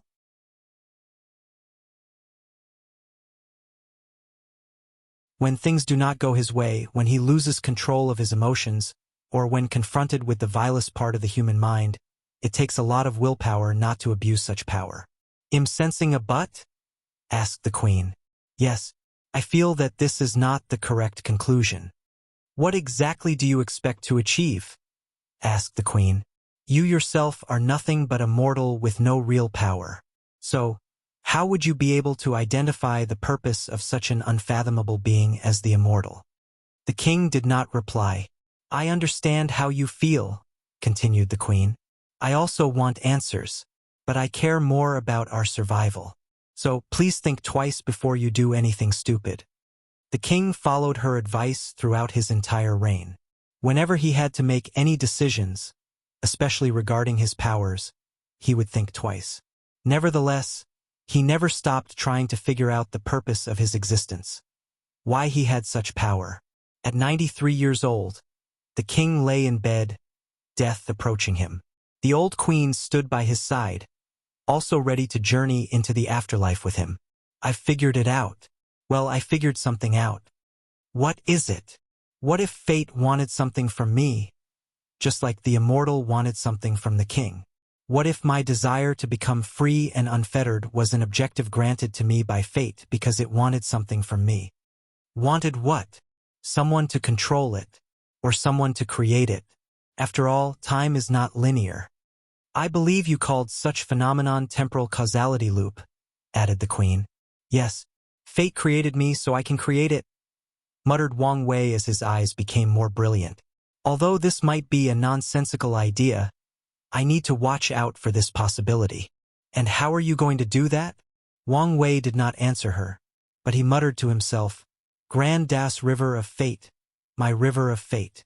As he regained his memories, power, and youth, he felt something had changed because of his enlightenment.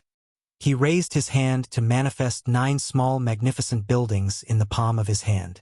There was 1 in the middle and 4 on the left and right that orbited the central one. Are those your fate palaces? Asked Wu Hong as she sensed the power fate these things emanated. Yes, he replied. Something seems to have changed with them after my enlightenment, but I can't tell what it is. Wu Hong looked at them. The Fate Palace is a form of spiritual foundation connected to your cultivation realm. The reason you only have 9 is that you are still immortal. After proving the Tao, you can condense the 10th and know what the change is. Do you know something? No, but I have some guesses. Wang Wei did not continue asking, but his intuition told him the Fate Palaces became more than tools he used to achieve 5 root strength in his 9-extremity Tao foundation. He dispersed the Fate Palaces before looking at his wife.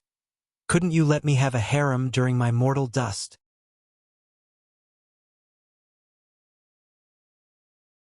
If you want to lose access to Little Wei, you can try. I won't argue with you. And better than that. Wang Wei then left for his other persona. He became an assassin tasked with dealing with corrupt officials. This person involved the concept of being the sword of fate.